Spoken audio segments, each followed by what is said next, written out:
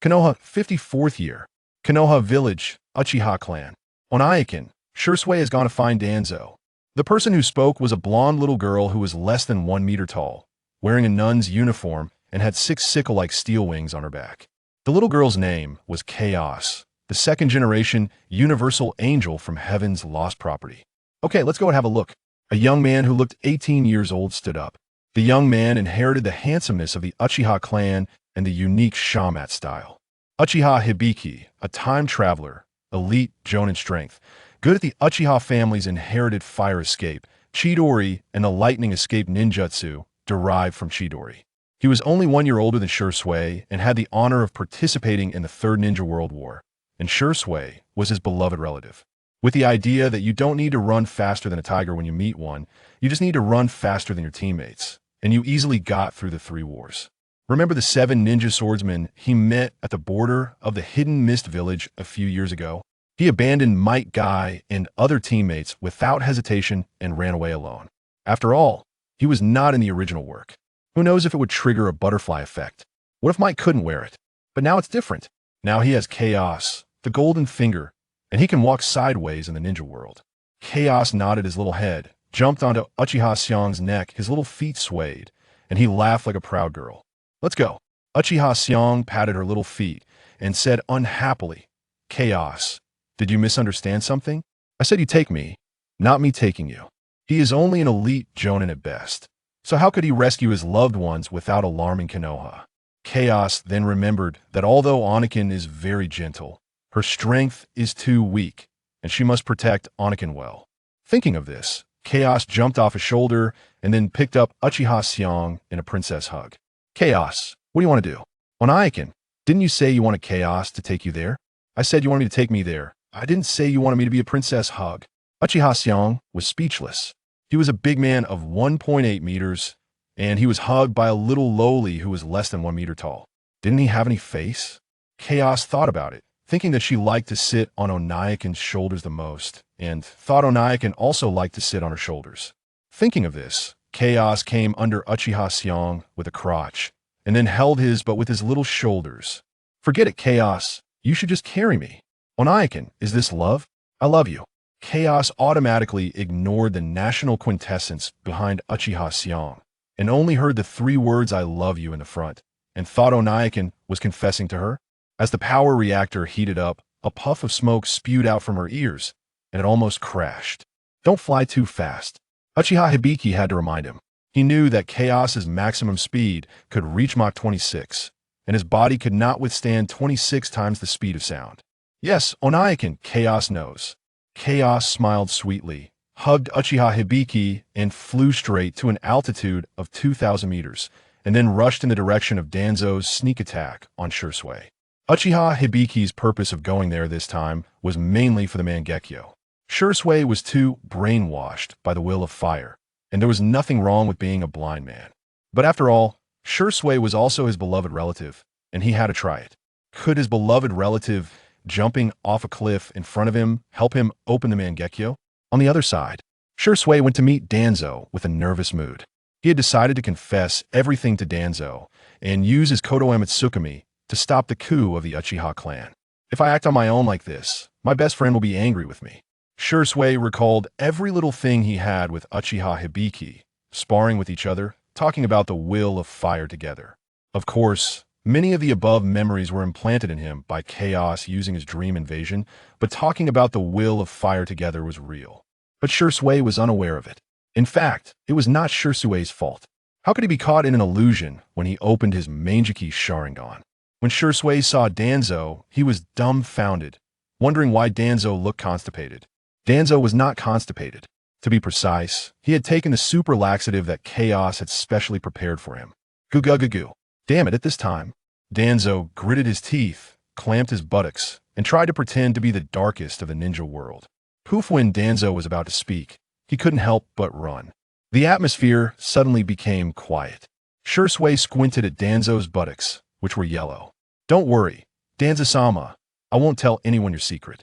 Danzo said nothing. His face was extremely gloomy. After a long while, Shursui couldn't help but twitch his eyes and continued to pretend that nothing had happened and said, It's almost time for the assembly. I'm going to find the chief of the Fugaku clan to stop this coup. After Shui finished speaking, he was ready to leave this embarrassing place. Wait, you can't leave. Danzo finally spoke. He opened his eyes and stared at Shui and said in a hoarse and gloomy voice, Uchiha Shui, if you use the pupil technique on Fugaku and convince the Uchiha, but the village doesn't change, what will you do? Hokagesima promised me that he would definitely change.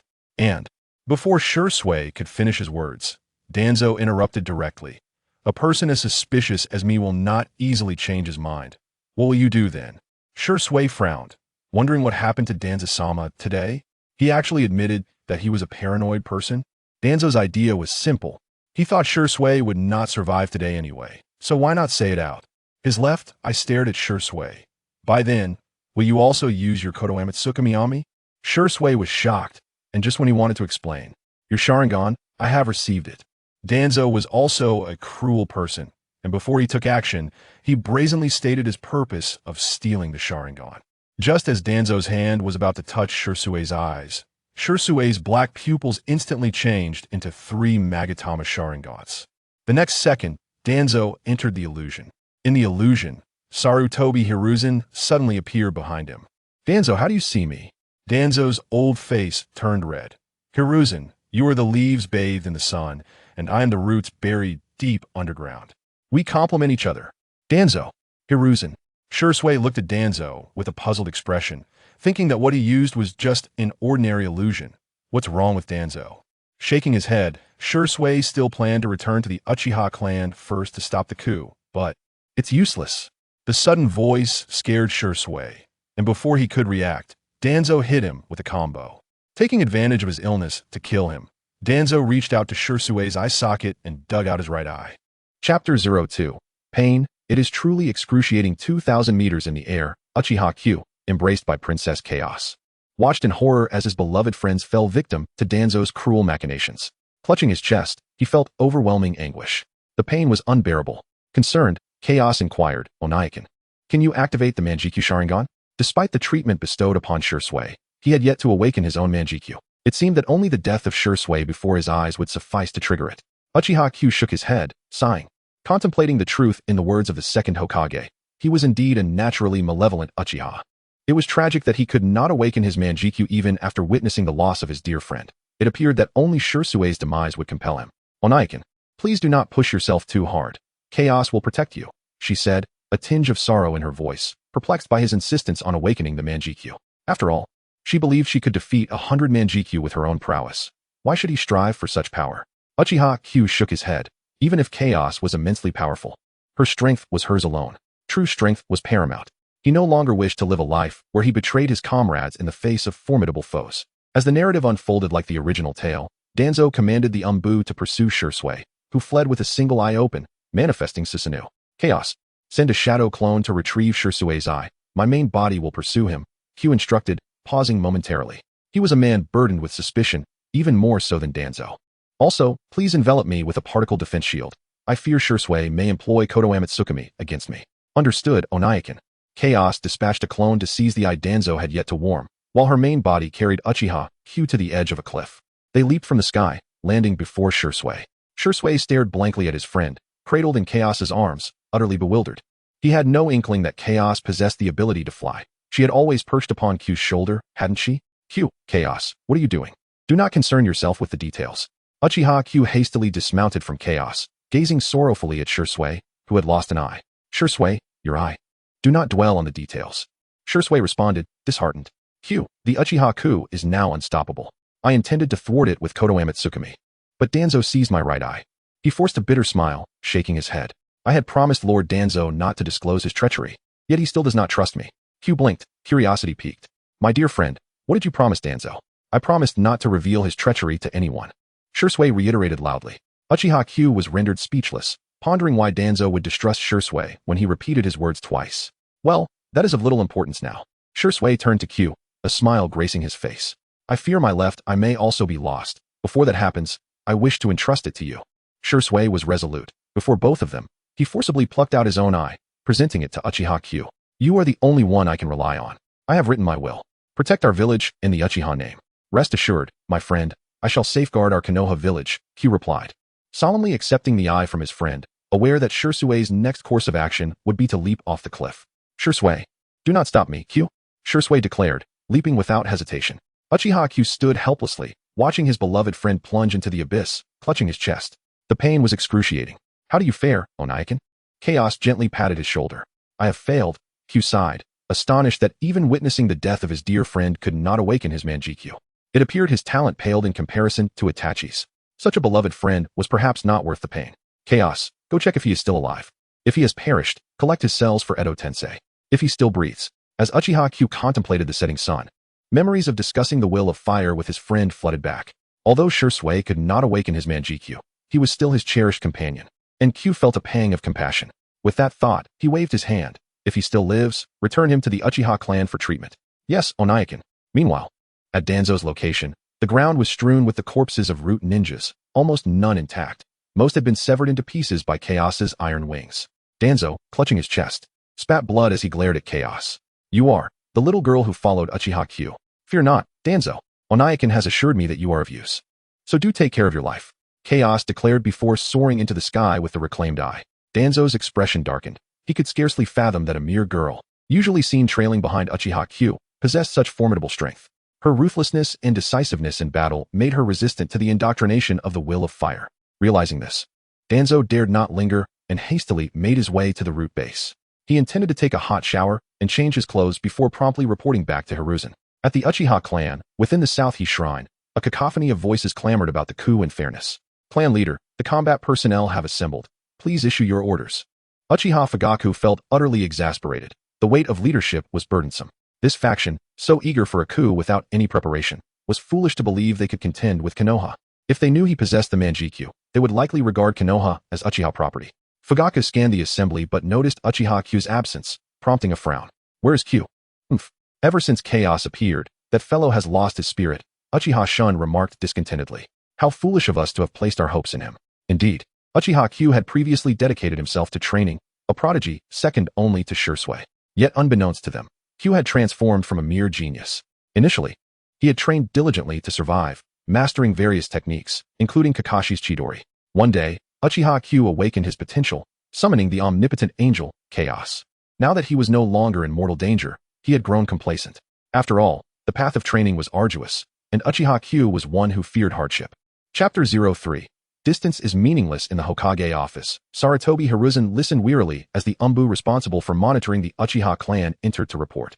What is the current situation? All combat personnel of the Uchiha clan have assembled, but Uchiha Shirsue and Uchiha Itachi are both missing. Hiruzen frowned upon hearing this news. Shirsue and Itachi were pivotal in preventing the Uchiha clan's defection. Why would they disappear at such a critical moment? He truly wished to avoid this escalation unless absolutely necessary. Although he had complete confidence in suppressing the current Uchiha, the aftermath would surely leave the village severely weakened. At that point, the other 4 hidden villages would undoubtedly have their own ambitions, potentially sparking the 4th Great Ninja War. He ordered that the entire Konoha enter a state of alert, summoning all ninja clans to the Hokage office, and instructed the Umbu to encircle the Uchiha compound. Just then, Danzo entered the room. Sarutobi, has something happened? What has occurred? Uchiha Kagami has concealed his strength, and his sister has attacked Shirsue, seizing his eyes. Danzo relayed the situation to Hiruzen, half-truthfully. Indeed, Shirsue's eyes had been taken by cows, and the latter had overpowered him like a child against an adult. Shirsue had been helpless before cows. Enough, Danzo. Hiruzen interrupted him sharply. While I might entertain the possibility of Uchiha Kagami acting in such a manner, after all, he was once a prodigy who could have hidden his true abilities. How could a mere 6-year-old girl overpower Shirsue? Such an implausible excuse would fool no one. Danzo, did you attack Shirsue? Hiruzen, you doubt me? I have been too lenient with you. The 2 men faced off, with Hiruzen suspecting Danzo had harmed Shirsue, fabricating such a ludicrous excuse to deceive him.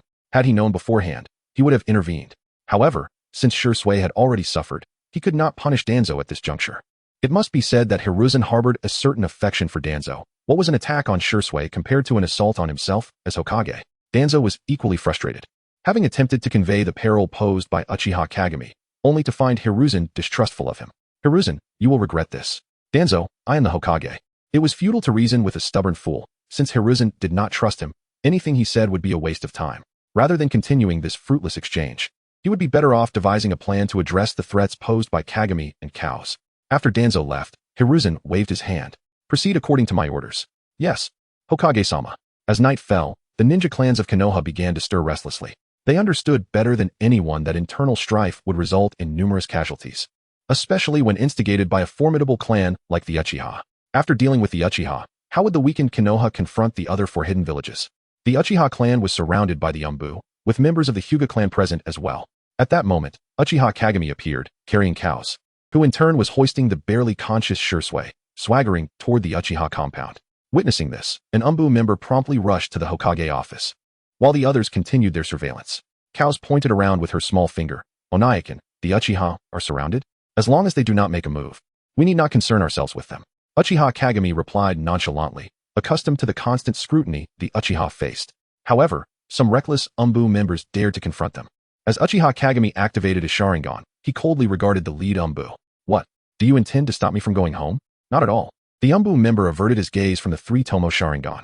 We merely wish to ascertain why Lord Shursui is so gravely injured. Shursui was attacked by Danzo because he discovered his treachery, Kagami stated, treating it as a mere fact. The Umbu stared at him as if he were foolish, their skepticism evident. At that moment, Uchiha Itachi concealed himself nearby, witnessing the entire exchange. He believed that Danzo had indeed harmed Shursui, but his motives were not rooted in fear of exposure. Rather, they were to seize Shursui as Sharingan. Just then, Danzo arrived with a group of root ninjas. He was aware that Kao's strength surpassed his own, but he did not believe she could defeat all of Konoha. Nonsense. I have not even seen Shursui today. This is pure slander. Oh, is that so? Uchiha Kagami was surprised to see Danzo appear before Kaos, clearly undeterred. He scrutinized Danzo, noting that he had changed into different clothes. Evidently, even the shadows of the ninja world had some semblance of pride. Danzo, shall we have a little demonstration? Danzo recalled the humiliation he had suffered at Kaos' hands earlier that day, instinctively retreating several steps, positioning root ninjas as a barrier. Kagami found this amusing. Danzo was nothing more than a rat in the gutter, unworthy of the stage. The distance in battle holds significance only when the opponents are evenly matched.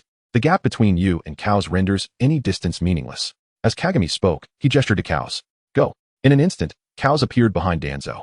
Her wings transformed into massive shuriken poised at his back. So, Danzo, do you wish to play a game with Kaos? Danzo broke into a cold sweat, realizing her speed rivaled that of a yellow flash. The surrounding ninja watched in tense silence as 6 steel wings materialized behind Kaos. Even the Byakugan of the Hyuga clan could not discern how Kaos had moved so swiftly. With a sudden clap, Kaos vanished, leaving Shursui to collapse onto the ground. Awakening from his stupor, Shursui raised his head, blood trickling from his eyes. What has happened? Am I still alive? My dear friend, you are awake. Kagami hurriedly assisted Shursui. Concern etched across his face. Are you all right? Ah, it's Kagami. I'm fine. It's merely a trivial wound. As Shursui spoke, he coughed up blood. The atmosphere grew tense, solidifying as Uchiha Fugaku finally arrived with several clan members. Kagami, what has transpired here? Patriarch. Kagami greeted Fugaku before pointing to Shursui's empty eye sockets, anger flashing in his eyes. Patriarch, Danzo has gouged out my friend's eyes. What? Fugaku turned his gaze to Shursui. Shursui, is what Kagami says true? Shursui hesitated, knowing that revealing the truth would incite open conflict between the Uchiha and Konoha, a scenario he wished to avoid at all costs. Chapter 04. Such dear friends. Perhaps it is better to do without at the moment when Shursui hesitated whether to reveal the truth. Sarutobi Hiruzen finally arrived. He first glanced at Kaos, who had captured Danzo, and was filled with astonishment. Kaos now had 6 steel wings floating behind him, a clear sign of a formidable power. It seemed that Danzo's words were not entirely unfounded. At the very least, this Kaos was indeed powerful. Fugaku, why have you taken Danzo hostage? Uchiha Fugaku bowed slightly to Hiruzen, apologizing. I am sorry, Hokage-sama. Kaos only listens to his commands. My words hold no weight. Uchiha Hayashi furrowed his brow, contemplating the situation. Even at such a critical moment, Fugaku still maintained a subservient demeanor. What was going on? Fugaku felt helpless. He had no desire for a coup, as he understood the probability of success was nearly zero. Yet, he was being compelled by a faction of hawkish Uchiha members to take this drastic step, ultimately revealing his lack of authority. Hiruzen then turned his gaze to Uchiha Hayashi, recalling that Shursui had often mentioned him as an exemplary inheritor of the will of fire. Hayashi, perhaps you should first have Kaos release Danzo. Everything can be discussed thereafter. Are you instructing me on how to act? Uchiha Hayashi replied with an air of indifference, looking at Hiruzen. In the past, when he was weaker, he had no choice but to waste time conversing with a brainwashed fool about the will of fire for the sake of survival. Now, although his strength was still lacking, he had Kaos at his side. No matter the danger he faced, a single cry for help would summon Kaos to obliterate any adversaries before him. How audacious of Hayashi to refer to the Hokage as a monkey. This audacity left everyone present in shock. How did he dare? Was the Uchiha clan truly set on rebellion? Danzo directed his gaze toward Hiruzen. Hiruzen, can you not see? The Uchiha clan is resolutely intent on treachery. Suddenly, Cows thrust his steel wings into Danzo's skin, interrupting him. Now. Danzo, please do not hinder Oni-chan, alright? Danzo promptly fell silent. Although he possessed the trump card of his Anaji, he was unwilling to use it under such scrutiny. Though Hiruzen was infuriated, as a leader, he chose to endure. He had previously hesitated when the Uchiha clan rebelled, and now with the unknown strength of Cows, he was even more apprehensive. Shursui, please explain what transpired. There is no need for concealment. Upon hearing Hiruzen's request, Shursui was finally willing to reveal the truth. This evening, I received a message from Danzo asking to meet him. However, upon our meeting, I discovered Danzo in a compromised state. I had assured him I would not disclose his condition. Yet he still did not trust me and seized my Sharingan when I was unprepared. Danzo's lips twitched involuntarily. How shameless to refer to it as compromised. Was he not concerned for his dignity? It was evident that the Uchiha were naturally malevolent. Shursui, known as the instantaneous Shursui, had accomplished numerous feats for Konoha, and his words carried significant weight. However, the notion that Danzo would resort to murder to cover up such a trivial matter seemed excessive. Naturally, astute individuals like Narashikaku could discern that Danzo's actions were motivated by a desire for Shursui's eyes. As for the compromised state, it was likely a ruse by Danzo to lower Shursui's guard. At that moment, Hiruzen furrowed his brow. Arriving at the same conclusion as Shikaku, Danzo's true aim was indeed Shursui's eyes. Meanwhile, Danzo's expression shifted, and he hastily retorted, "It was Shursui who ambushed me first, forcing me to retaliate, and it was Cows who ultimately seized Shursui's eyes." Upon hearing Danzo's words, everyone turned their gaze toward Uchiha Hayashi. After all, wherever Hayashi went, Cows was at his side, and Cows' actions would naturally benefit Hayashi. Yet, Hayashi merely scoffed, mockingly regarding Danzo. Such a tale is fit for deceiving children. Who in Konoha does not know that Shursui is my dear friend? Hayashi, the one deceiving is you. With Cows' speed, it would be trivial to prevent me from taking Shursui's eyes, Danzo accused angrily, pointing at Hayashi. Yet you waited until I was forced to retaliate before sending Cows to seize the eyes. You are the one coveting Shursui's Mangekyo. Impossible, absolutely impossible. Before Hayashi could speak, Shursui stepped forward to defend his friend's honor. Hayashi would never covet my eyes. Danzo, do not slander him so. Shursui's use of Danzo's name alone indicated his fury. Hayashi felt somewhat embarrassed. Indeed, Shursui was truly his dear friend, and his efforts to rescue Shursui were not in vain. Meanwhile, the Uchiha clan members began to stir upon hearing that Shursui had awakened his Mangekyo. It had been ages since anyone in their clan had done so. In their minds, the Mangekyo was synonymous with Uchiha Madara, at the very least with Uchiha Azuna. Now that they heard Danzo had seized Shursui's Mangekyo, chaos erupted, and they clamored for Danzo's death to reclaim the eyes. Danzo held the Uchiha in disdain, albeit feeling a sense of frustration. Had he not been held hostage, he would have already initiated a counterattack. It is a fact that Shursui ambushed me first, and Cows did seize his eyes. Moreover, she killed dozens of my root ninjas. Ahaha. Uchiha Hayashi covered his face with one hand, unleashing a boisterous laugh that none dared interrupt. Once his laughter subsided, he fixed a knowing gaze on Danzo. Danzo, I would assert that you murdered your own subordinates and framed it upon Cows. Actually, I was the one who killed those root ninjas, Shursui interjected, recalling how he had used Susanoo to eliminate many of them as he fled. Uchiha Hayashi. Damn it, truly a brainwashed fool. Such dear friends, perhaps it is better to do without. At that moment, Hiruzen's understanding of the situation deepened. Setting aside the question of whose eyes were in whose possession, it was clear that Danzo had initiated the conflict with Shursui. Yet, Danzo was his dear friend. In Hiruzen's heart, even his teacher, wife, and child paled in comparison to Danzo. Thus, he chose to protect him, stating, since Shursui has been found, this must be a misunderstanding, let us disperse. Uchiha Hayashi nodded, for he had obtained Shursui's eyes and had no desire for a coup. However, Fugaku was unwilling to relent. Hiruzen, Shursui's eyes remain in Danzo's possession. I have already stated that Cows took the eyes, Danzo interjected. Before he could finish, Shursui chimed in again.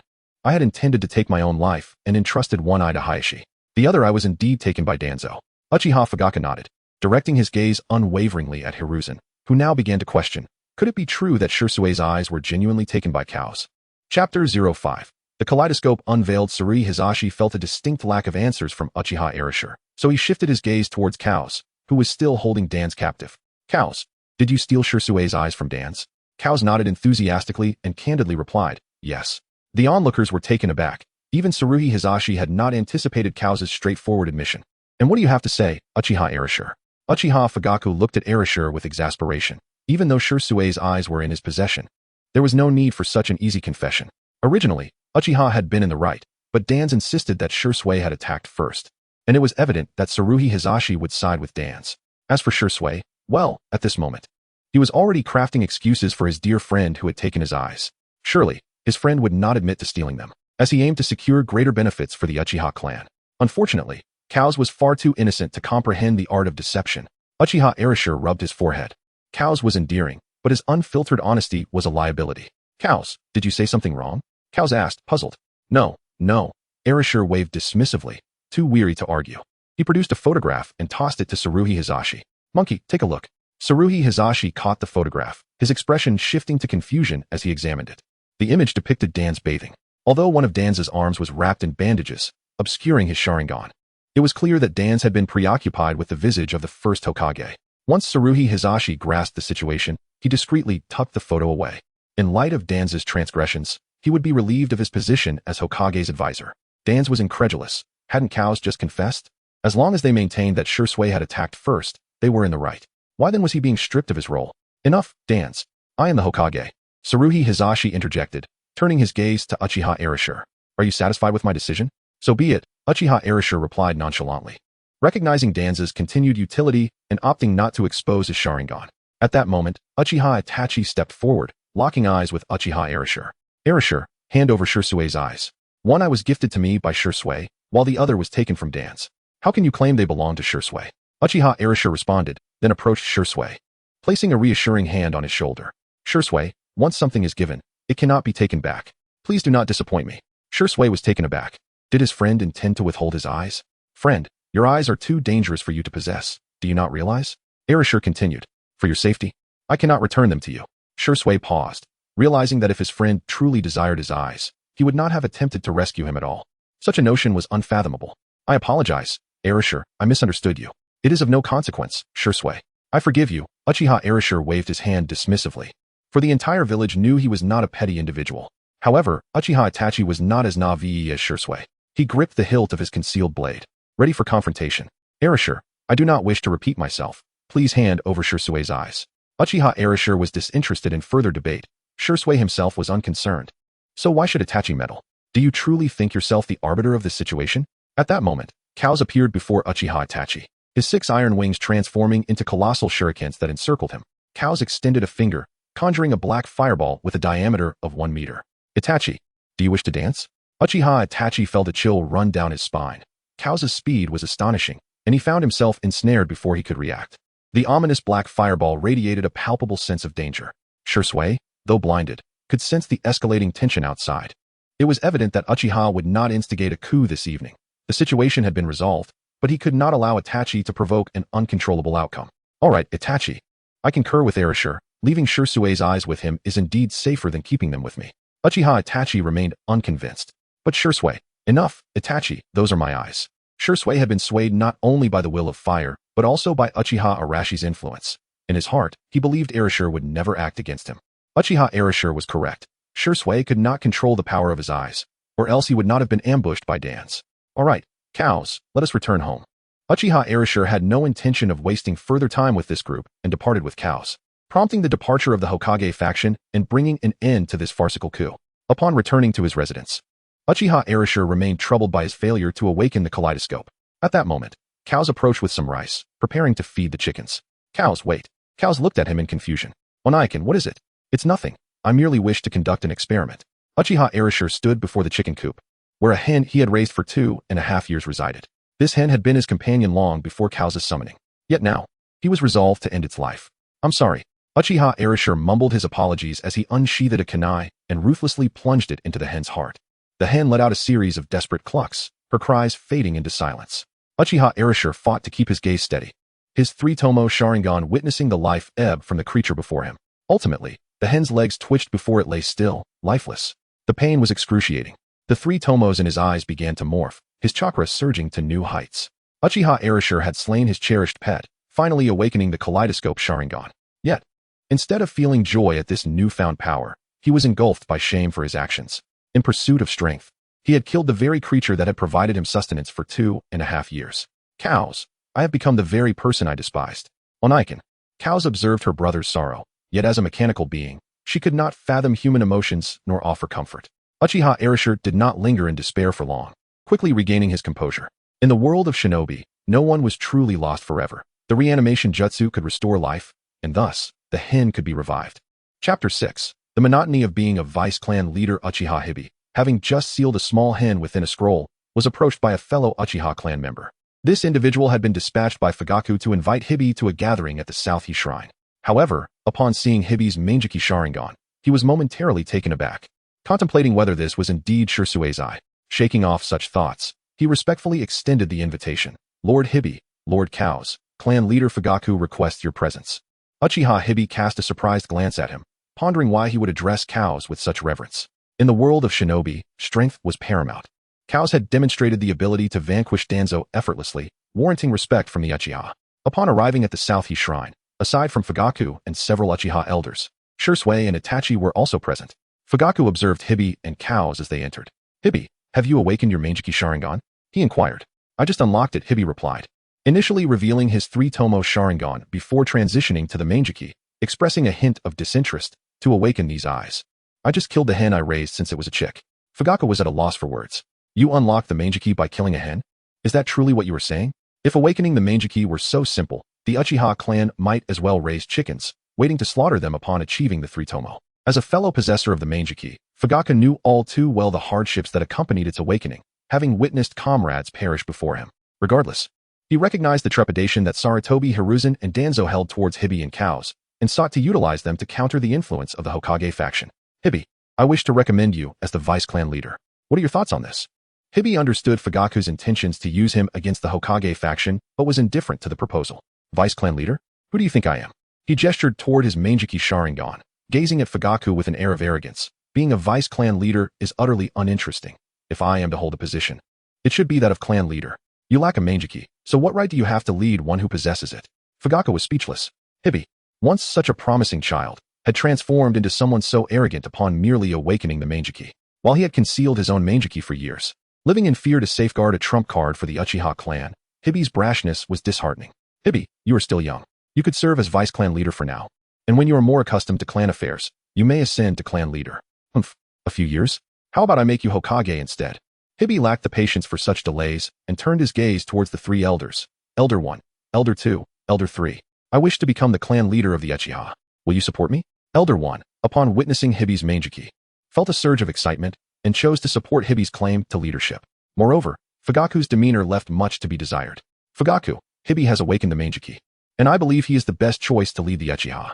Elder 2 simply stated, seconded. Elder 3 echoed, seconded. Very well, esteemed elders. You shall find your choice fortuitous in the days to come.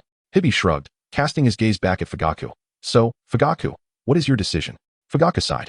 He was not particularly attached to power, but felt that Hibi's temperament might lead to his downfall.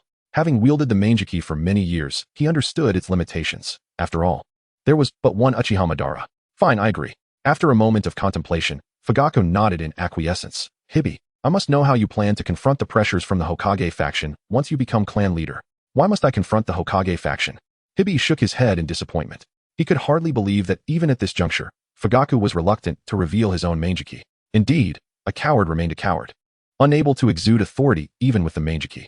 Shursui too, after awakening his Mangeki, had refrained from informing the clan but had disclosed it to Sarutobi Hiruzen, which had led to his downfall at the hands of Danzo. All of you need only to remain humble and composed, without fear. Whatever transpires, simply follow my lead.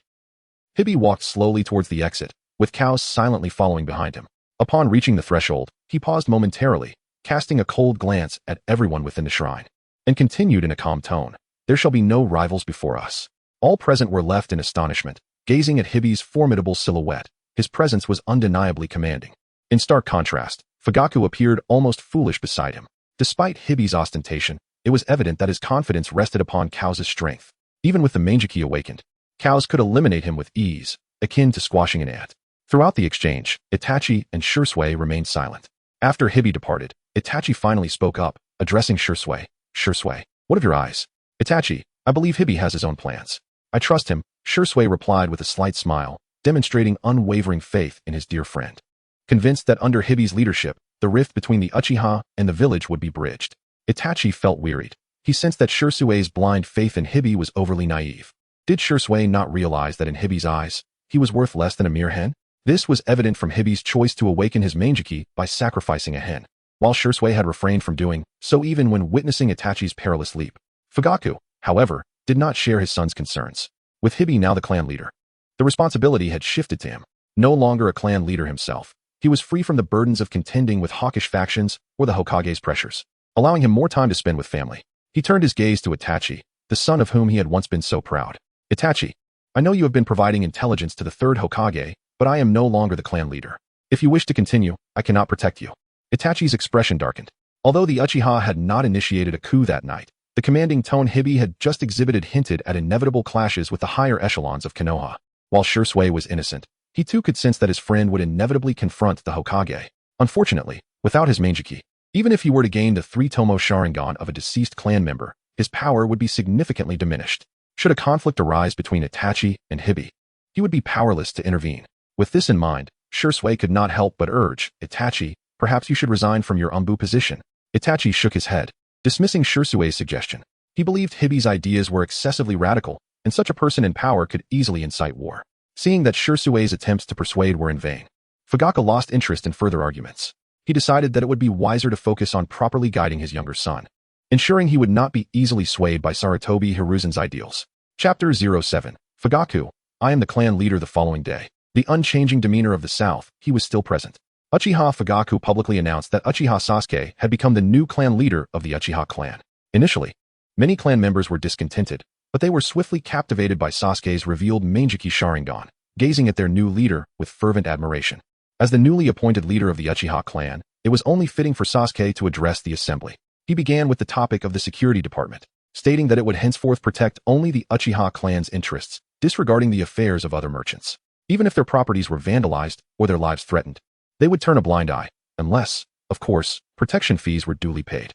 Sasuke perceived the denizens of Konoha as spoiled, having become accustomed to complaining about the enforcement officers assigned to protect their businesses. It seemed they had never faced the harsh realities of society.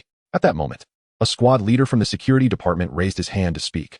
What should we do about the complaints if we choose to ignore them? Do not concern yourselves with them. Sasuke waved dismissively, redirecting his gaze towards a hawkish Uchiha. Shin, gather a few unassigned clan members to disrupt those merchants daily, reminding them that if they wish to conduct their business peacefully, they must pay the protection fee. Leader, is this not a bit excessive? Uchiha Shin cautioned, sensing the radical nature of Sasuke's approach. If we proceed this way, the Umbu will surely intervene. The Umbu are spies. Eliminate them all. If any issues arise, let Sarutobi Hiruzen come to me, Sasuke commanded. Yes, leader, Uchiha Shin replied, his excitement palpable as he felt an unprecedented sense of liberation. The previous leadership under Fugaku had stifled them. They had protected merchants only to be met with complaints of excessive force. In stark contrast, their new leader's stance was clear: pay for protection or risk losing their livelihoods. After addressing the security department, Sasuke turned his attention to the Dove faction of the Uchihas. Listen closely, we are the Uchiha. Konoha was established alongside the Senju. With the Senju gone, Konoha is now ours. Bang! Sasuke's fury escalated as he slammed his hand on the table. From now on, if anyone disrespects the Uchiha, we will assign them a spy's identity and eliminate them on the spot. We shall uphold our dominance. The Dove faction members were left speechless, drenched in his fervor, unable to voice their indignation. Fugaku furrowed his brow, unable to contain his concern. Leader, such measures could plunge us into oblivion. Silence, Fugaku. Sasuke glared menacingly. Do not forget, I am the leader. Although Fugaku was also a hawkish member, he possessed the wisdom that warranted his position. Sasuke's aggressiveness was alarming. The businesses involved were not solely comprised of commoners, but also included influential families within Konoha. Leader, your actions risk offending the prominent families of Konoha, Fugaku warned. And what of it? If they obey, I have no qualms about having them follow behind the Uchiha. If they refuse, annihilation shall be their final fate. Sasuke's disdain was evident. He believed that strength was the ultimate authority. Chaos had the power to obliterate Konoha effortlessly, and it was the Hokage's faction that should feel apprehensive. With absolute power, who would bother with schemes? It was a straightforward path to dominance. The elder felt a headache coming on, uncertain if last night's decisions were wise. At that moment, a Uchiha clan member entered to relay a message. Leader, the third Hokage invites you and Lord Fugaku to a meeting in the Hokage's office. Tell him to wait. Can't he see I'm occupied? Sasuke retorted. Yes, leader, the messenger replied before exiting. The onlookers couldn't help but feel a sense of embarrassment, thinking that their new leader was excessively arrogant. Unperturbed, Sasuke continued outlining the future direction of the Uchiha clan. By the time the clan meeting concluded, half an hour had passed. Only then did Sasuke lead Chaos towards the Hokage's office. Upon arrival, they found several notable figures already seated. Sarutobi Hiruzen, Hyuga, Yamanaka, Inuzuka, and the Kimichi clan leaders were all present.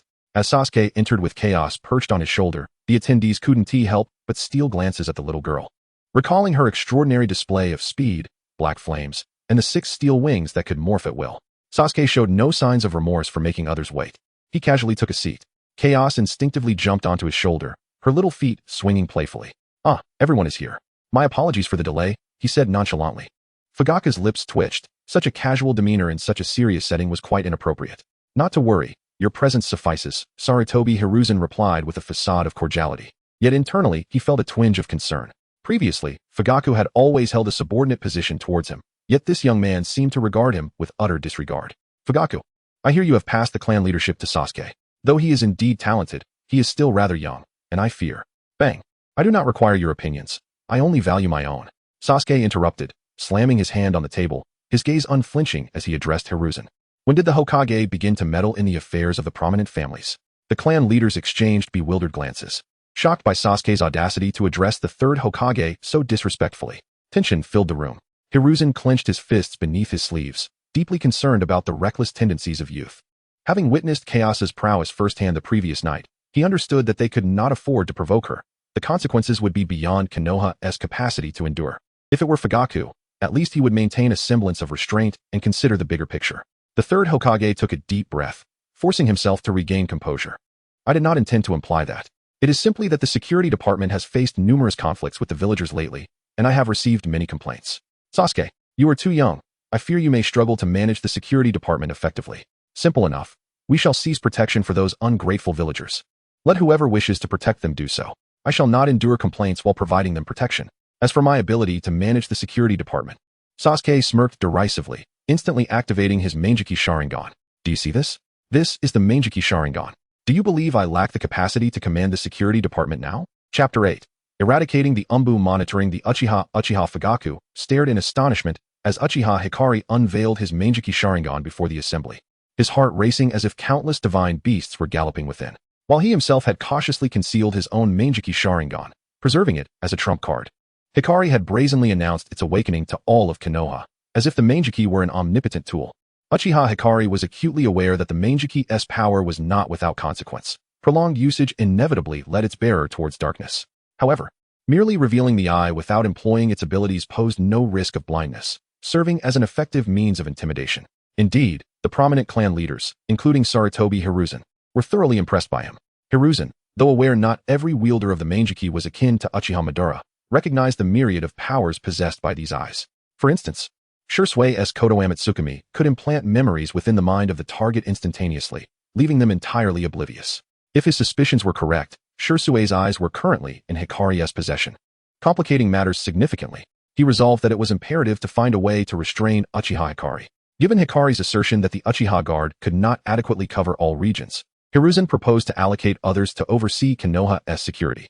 "Do as you wish, old man," Hikari replied nonchalantly, indicating that the Uchiha would no longer partake in such thankless endeavors. Hiruzen nodded, directing his gaze towards Hyuga Hayashi. "Hayashi, would you also assign some personnel to address Konoha's security concerns?" Upon hearing this, Hayashi furrowed his brow, discerning that the third Hokage intended for their clan to confront the Uchiha. Historically, the security department had been the Uchiha's exclusive domain, staffed entirely by their kin, with outsiders unable to infiltrate. The third's suggestion for the Hyuga to enter the security department would undeniably diminish Uchiha control, subsequently reducing their influence over the village and distancing them from the Hokage position. Nevertheless, the opportunity was too tempting to forego, as the Hyuga clan had been waning in power within Konoha. If they could seize control of the security department, it might pave the way for one of their own to ascend to the role of Hokage in the future. With this thought, Hayashi promptly stood and clasped his hands. "If Hikari-san has no objections, I certainly do not." "I have no objections," Hikari replied, shaking his head. Did Hayashi not recognize that the security department was a precarious position? Hiruzen's gaze shifted to the other clan leaders, who appeared indifferent, eliciting a disappointed shake of his head. His original intent had been to thwart Hikari's ascension as the Uchiha clan leader, yet with Hikari revealing his Manjiki Sharingan, that goal seemed increasingly unattainable. "Then let us adjourn the meeting," Hikari declared. Upon returning to the Uchiha compound, he discovered the Umbu responsible for monitoring the Uchiha still present, igniting his ire. "Damn it, Does Saratobi Hiruzen truly believe he is Uchiha Fugaku? How dare he attempt this with me? He patted the little girl's foot. Cows. Eliminate the Umbu outside monitoring the Uchiha, but do it discreetly. Make sure not to create too much commotion. Yes, Oni-chan. Cows responded, vanishing from Hikari's shoulder in an instant. Outside Konoha, the sun shone brightly. An Umbu assigned to surveil the Uchiha was still attempting to comprehend the situation when his gaze fell downward, encountering his own headless corpse. Unbeknownst to him, his head had been severed before he could grasp the events unfolding. Nearby, another Umbu sensed something amiss and urgently shouted, "Stand guard." There's an enemy, yet before he could finish, his head too was severed. The remaining Umbu surveyed their surroundings in terror, unable to perceive their assailant. All they heard was the sound of a sonic boom, followed by the unsettling thud of a comrade's head hitting the ground. Cows swiftly maneuvered through the ranks of the Umbu at 26 times the speed of sound, dispatching one Umbu after another. Within a minute, all 22 Umbu tasked with monitoring the Uchiha lay decapitated. This was merely Cows indulging in playful mischief. Had she been serious, utilizing her radar to lock onto her targets, she could have resolved the situation in mere seconds. Cows, examining her metallic wings transformed into a giant shuriken, noted that not a single drop of blood had tarnished them due to her incredible speed, smiling with satisfaction. Oh! Cow's eyes flickered as she spotted a red dot concealed within the trunk of a tree. Slowly, she extended a finger, gathering a black fireball at its tip. Ah! Almost forgot. Oni-chan said not to make too much noise. With that, the fireball dissipated, vanishing in an instant before she reappeared on Hikari's shoulder. Is it all taken care of? All done, Oni-chan. I didn't make a big fuss. Cows refrained from disclosing the details to Hikari, viewing the incident as trivial. Unbeknownst to them, the concealed red dot belonged to Kagaya. At that moment, a black and white symmetrical carnivorous plant sprouted from the tree trunk. Black Zetsu, a creation of Kagaya Tsutsuki's will from a millennium past, and White Zetsu, a war puppet fashioned by the god tree, exchanged words. Scared me. I thought I was done for. White Zetsu exclaimed dramatically. Silence. Black Zetsu rasped, lacking the inclination to engage in conversation. While Hikari had awakened his Mangeki, he was not overly concerned. However, Cows was a different matter. Not only was she immensely powerful, but her speed was unparalleled, allowing her to detect his presence. Fortunately, Cows was entirely obedient to Hikari's commands. Black Zetsu possessed considerable insight into manipulating the Uchiha, whether it be Madara or Obito. As long as he could deceive Hikari, Cows would not hinder his plans to rescue his mother, but rather assist him. Yet, there was no rush. Hikari currently harbored no dark past, and would undoubtedly reject his plan for the Moon Si. Thankfully, besides Cows, there was also Uchiha Shursui, a bond he could exploit. In due course, he could manipulate Hikari just as he had done with Nagato, orchestrating Shursui's demise before presenting his proposal for the Moon Si. With this realization, Black Zetsu felt less agitated, gradually sinking into the shadows. Chapter 09. Uchiha Kai's notebook in the Hokage's office. An Umbu was reporting to Saratobi Hiruzen. Lord Hokage. Upon my arrival, all 22 Umbu members had been beheaded, and there were no signs of a struggle at the scene. What? Saratobi leaped to his feet, his gaze revealing a profound fury. After his anger subsided, the youthful visage of chaos flashed in his mind. To silently eliminate 22 Umbu, one must possess extraordinary speed. And according to intelligence, Chaos not only could fly, but his speed was such that even the Byakugan could not perceive it. Though Saratobi was enraged, he truly dared not confront the situation head-on. If he were to issue an order for Chaos's arrest, Uchiha Kai's arrogant disposition would undoubtedly lead to resistance. Forget it. Withdraw the surveillance on the Uchiha clan. Yes, Lord Hokage. The Umbu felt immense confusion. This was 22 Umbu slain during peacetime. Yet the Hokage not only refrained from investigation, but also lifted the monitoring of the Uchiha. After the Umbu departed, Shimura Danzo swaggered into the room.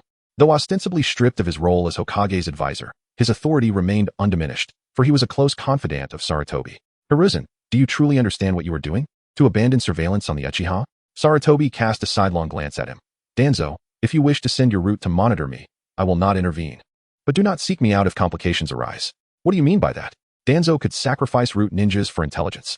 Yet such sacrifices would only solidify the Uchiha's rebellious intent, necessitating Saratobi to suppress them in the name of righteousness. Saratobi understood Danzo better than Danzo understood himself, proud, oblivious to his own shortcomings, and reckless in his actions. He would not contemplate the ramifications of severing ties with the Uchiha, even if Konoha suppressed them. The village would inevitably suffer significant losses. How much strength would Konoha have left to confront the other 4 great hidden villages? Danzo, you may leave. Hiruzen, you are misplacing your priorities. Danzo stormed out, his face darkened. He understood Saratobi better than Saratobi understood himself, hesitant in his actions, willing to sacrifice Konoha's interests for the sake of superficial peace. Unbeknownst to him, his cowardice would only embolden enemies, leading them to perceive Konoha as vulnerable. Take the Third Great Ninja War as an example. Despite Konoha being the victor, Sarutobi absurdly negotiated a peace agreement that entailed compensation. Had he not known Sarutobi intimately, he might have suspected him to be a spy sent by another hidden village. Meanwhile, within the Uchiha clan, Uchiha Kai brought chaos to visit his dear friends and family. Shirzue had now acquired a pair of 3 Tomo Sharingan, and his injuries had nearly healed. Uchiha Kai marveled inwardly. Eye transplants had become as commonplace as plugins in the ninja world. If one's eyes were inadequate, one simply exchanged them. Kakashi, Ao, Nagato, and Sasuke had all undergone eye transplants, and none had failed. Not to mention Uchiha Madara, whose Rinnegan had enabled countless exploits for Nagato and Obito. My dear friend, you won, and Appos. Hold it against me for taking your eyes, will you? Kai, I realize my previous thoughts were overly naive. You are right. The absence of the heavens may not necessarily be a boon for me. Shirzue chuckled ruefully, showing no significant concern over Uchiha Kai taking his eyes. Rather, Itachi seemed to care more than he did. Both Kai and Itachi were his close friends, yet Itachi appeared to harbor considerable animosity toward Kentucky. Shirzue recalled what Itachi had just mentioned, and after a moment in Appos' hesitation, he spoke up. Kai, Itachi has accepted the Hokage and Appos' orders to gather intelligence on chaos. I hope you won't blame him? Why would I blame Itachi? After all, he is merely a 12-year-old child. It is unbecoming for an adult to hold grudges against a child. Uchiha Kai waved his hand dismissively, a nonchalant expression on his face. After all, I am not one to bear grudges. That's good to hear. Shirzue finally exhaled in relief, acknowledging that he had taken a gamble, and it appeared he had won. Kai indeed bore no ill will toward Itachi. Compared to Kai's boldness, Itachi seemed rather petty. What was the big deal about having his Manjiki taken? Why was Itachi fixated on Kai? Chaos looked at Shirzue with a puzzled expression, wondering if he had truly believed that. She had saved a notebook from her brother. For instance, during their student days, Kakashi had told her brother not to meddle, and while making beef noodles, he had added green onions during a written exam. Yugao had not allowed her brother to copy answers, and so forth. These trivial matters were all stored away by her brother. And when he ascended to the position of the 5th Hokage, it would be the time for reckoning with these individuals. Shirzue, unaware of this, was feeling revitalized after recovering. Konoha was certainly in a tumultuous period, and he genuinely did not wish to remain idle within the clan. Kai, my body is healed. Is there anything I can assist with? Well, Uchiha Kai stroked his chin, contemplating the impending massacre plan involving Itachi and Obito 2 years from now. With him present, Uchiha Itachi would face significant pressure, yet Uchiha Obito was different. He was elusive and required vigilant oversight. After much consideration, he deemed Shirzue a suitable candidate. Though Shirzue may not be the brightest, his reputation as instantaneous Shirzue had been forged on the battlefield. He wondered if Obito would even consider Shirzue without the Manjiki. Shirzue, I do have a crucial task to assign you, but it is exceedingly perilous. You are my dear friend. Kai, enough. I am willing to accept this task. Shirzue understood that his friend wished to shield him from danger, yet was he not also concerned? If he refused the task, it was highly likely that Kai would undertake it himself, which was something he did not wish to see. Prepare well. In a few days, once you have fully recovered, we will stage a performance together.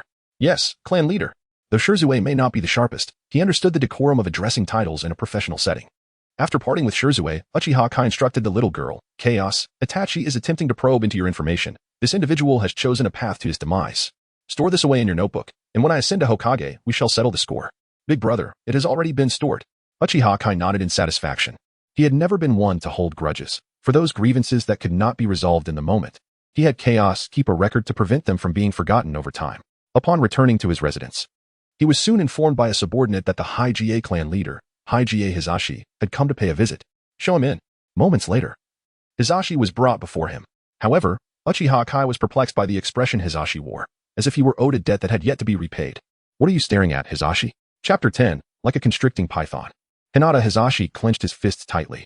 Their clan had just joined the security department when the lazy, unruly Uchiha began extorting protection fees from merchants throughout the commercial district. Their enforcers encountered violent resistance, and the crux of the matter was that they were unable to overpower Uchiha Q, who had awakened his Manjikyu Sharingan. After lodging a complaint with the 3rd Hokage, Sarutobi Hiruzen surprisingly instructed him to confront Uchiha Q himself. Uchiha Q's earlier demeanor was unmistakably dismissive, showing no regard for him, the clan leader of the Hyuga. This was exceedingly frustrating. Had he known this would be the case, he would have never involved himself with the security department. Taking a deep breath to suppress his rage, Hizashi addressed Q, clan leader Q, your Uchiha clan is openly collecting fees from vendors in the marketplace, and when they refuse to pay, they even overturn their stalls. Shuden and Appos, do you provide me with an explanation? Why should I explain myself to you? Uchiha Q retorted coldly, regarding the self-proclaimed strongest taijutsu clan leader with disdain. Setting aside the facts, do those merchants bear no responsibility? When issues arise, why not reflect on their own shortcomings? Why did they not overturn the stalls of others instead of yours? Hisashi was left flabbergasted. How could one dismiss the facts? It became clear to him why Sarutobi Hiruzen was so at ease sending him to confront the Uchiha. Q was not the type to engage in rational discourse. If it were Fugaku, he would have seized the opportunity to forge an alliance with the Hyuga clan. Q and Appo's refusal to engage in reason stemmed from his long-standing irritation with those unruly merchants. Regardless of how well the Uchiha security department performed, they were always met with complaints from that unruly crowd. Since complaints were inevitable, the Uchiha decided to take a stand and let them complain as they pleased. Clan leader Q, I apologize for the interruption. Farewell. Despite his immense anger, Hisashi maintained his politeness, bowing slightly, a gesture ingrained in the very essence of their clan. With the realization that the Hyuga clan could not contend with the Uchiha, he resolved to bring in someone capable of holding the Uchiha accountable. Undoubtedly, no one was more fitting for this role than Danzo. He was confident that, given Danzo and Appo's insatiable greed for power, he would not miss the opportunity to infiltrate the security department. Once that happened, he could let Danzo and the Uchiha clash, allowing the Hyuga clan to reap the benefits. After Hisashi departed, Uchiha Q instructed Chaos to encase him in a layer of ion shielding before he retrieved Shursui and Appo's eyes and returned to his resting place. Shursui, these are your eyes. I will arrange for someone to help you replace them shortly. Uchiha Q returned the dish containing Shursui and Appo's manjikyu, giving serious instructions. Shortly, I will need you to assist me in staging a performance, and then find a way to join an organization known as Akatsuki. If you encounter someone wearing a dirty yellow mask named Obito, do not hesitate. Use Kodo Amatsukami to control him and issue commands to be loyal to me. Shursui accepted his eyes. Confused. Q, didn't you say I wouldn't be able to control Kodo Amatsukami? Shursui, you are the only friend I can trust at this moment, Uchiha Q sighed, patting Shursui's shoulder. He then earnestly explained the abilities of Obito's Kamui and Izanachi. Upon hearing the intelligence about Obito, Shursui's expression turned grave. Such powers were indeed formidable. Fortunately, his Kodo Amatsukami required only eye contact to silently alter the target's thoughts, effectively countering the masked man's abilities, knowing he would soon leave the village. His greatest concern was for Itachi. Rest assured, my friend, I will do my utmost. I entrust Itachi to you. Don't make it sound like a tearful farewell. Uchiha Q smiled gently, assuring Shursui, Itachi is your dear friend, and your dear friend is mine. I will take good care of him. With Q's assurance, Shursui finally felt a sense of relief, allowing his heart to settle. Itachi had previously warned him that Q coveted his Kodo Amatsukami abilities, leading to the theft of his eyes. It must be said, Itachi was being overly narrow-minded. In the Hokage's office, Lord Hokage, Hisashi has left the Uchiha clan, and judging by his expression, he did not appear pleased.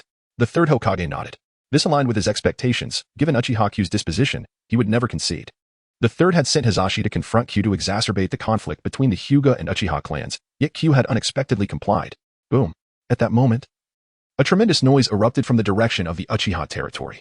An Umbu member rushed in to report, Lord Third, a battle has erupted within the Uchiha clan, with extensive collateral damage. Uchiha Shursui and Chaos are engaged. Shursui has summoned a colossal chakra entity, and our reconnaissance units cannot approach. The third Hokage was taken aback. Hadn't Shursui's Manjikyu been taken by Uchiha Q? How could he still activate Susanoo? Furthermore, given Shursui's relationship with Q, why was he fighting Chaos? Gather all Umbu members. We must head to the Uchiha territory immediately. Without further contemplation, Sarutobi Hiruzen issued orders and hastened towards the Uchiha estate. At the Uchiha estate, Chaos floated effortlessly in midair, her 6 iron wings transforming into size measuring 40 meters in length, ensnaring Shursui's Susanoo. The armor of Susanoo began to emit a sound akin to cracking glass, as if it were on the verge of shattering. This was Chaos's Pacific War, should she wish. She could easily sever even the complete Susanoo of Uchiha Madara with a single sweep of her wing. Uchiha Q had initially planned to activate his own Susanoo to assist Shursui in their ruse. However, doing so would deplete his ocular power. Being a frugal individual, he was disinclined to waste his ocular strength. After all, what if he ended up like Naruto, who became blind within days of activating his Manjikyu? Moreover, there was a crucial point. Without the eternal Manjikyu, activating Susanoo was genuinely painful, and he was someone who feared pain. It could not be helped. Throughout his past and present, he had seldom endured hardship, and in the presence of teammates, it was usually his allies who bore the brunt of the damage. Thus, fearing pain was entirely reasonable. Shursui, I will give you one last chance to surrender your Manjikyu for safekeeping. I can pretend as if nothing has happened. Uchiha Q, your grandstanding is merely a guise to obtain my Manjikyu Sharingan. Shursui shouted, playing along, yet he couldn't shake the feeling that this performance was going too far. At that moment, he felt as if he were ensnared by a constricting python, desperately exerting chakra to maintain his Susanoo. Was Chaos exerting too much force? Did she not fear that a Susanoo would shatter at any moment? Chapter 11. You must coordinate with my performance. You cannot turn a blind eye. Just as the power of Shusui's Susanoo was about to falter, he caught a glimpse of the third Hokage rushing towards them, and felt a wave of relief wash over him. Immediately, he directed the Magatama at the chest of his Susanoo to unleash a barrage of green energy arrows at Chaos. Susanoo 99. Chaos remained unflustered, waving his hand as the iron wings that had previously been locked onto Shusui's Susanoo retracted, swiftly forming a shield before him. Boom. Though the arrows struck the shield with tremendous force, creating a massive explosion, when the dust settled, the shield bore not a single scratch. Shursui could not help but twitch his lips. This was the most powerful technique he could muster, and yet it yielded such results? The third Hokage also halted, staring in disbelief at the scene before him. While Shusui's Susanoo was indeed far from the legendary Uchiha Madara-s, it was still beyond his capacity to contend with. What kind of ability was Chaos wielding? Having achieved his objective, Shursui dissipated his Susanoo and cast an apologetic glance at the third Hokage. Silently he declared, "Forgive me, Lord Third Hokage, this shall be the last time," before decisively turning to withdraw. The third Hokage gazed at Shusui's retreating figure with a complex expression, refraining from pursuing him, and instead approached Uchiha Hayashi. "Hayashi, what exactly transpired?" Sighing softly and wearing a look of disappointment, Uchiha Hayashi explained. "Shursui has absconded with the Sharingan I was safeguarding for him. It seems he has defected." Kao slowly descended onto Uchiha Hayashi's shoulder and glanced at Sarutobi Hiruzen, seemingly struck by an idea. Quickly covering her power core, she feigned a melodramatic tone and exclaimed, "Oh dear, Kao's is hurt. Oniai-chan, support me." Uchiha Hayashi promptly raised his hands to grasp Kao's small hands, concern etched on his face. "Kao's, are you all right? Please don't frighten your brother." Compared to Kao's, Uchiha Hayashi's acting was akin to that of a seasoned thespian, effortlessly captivating Sarutobi Hiruzen. "Fear not, Lord Hayashi. Kao's has merely overexerted herself.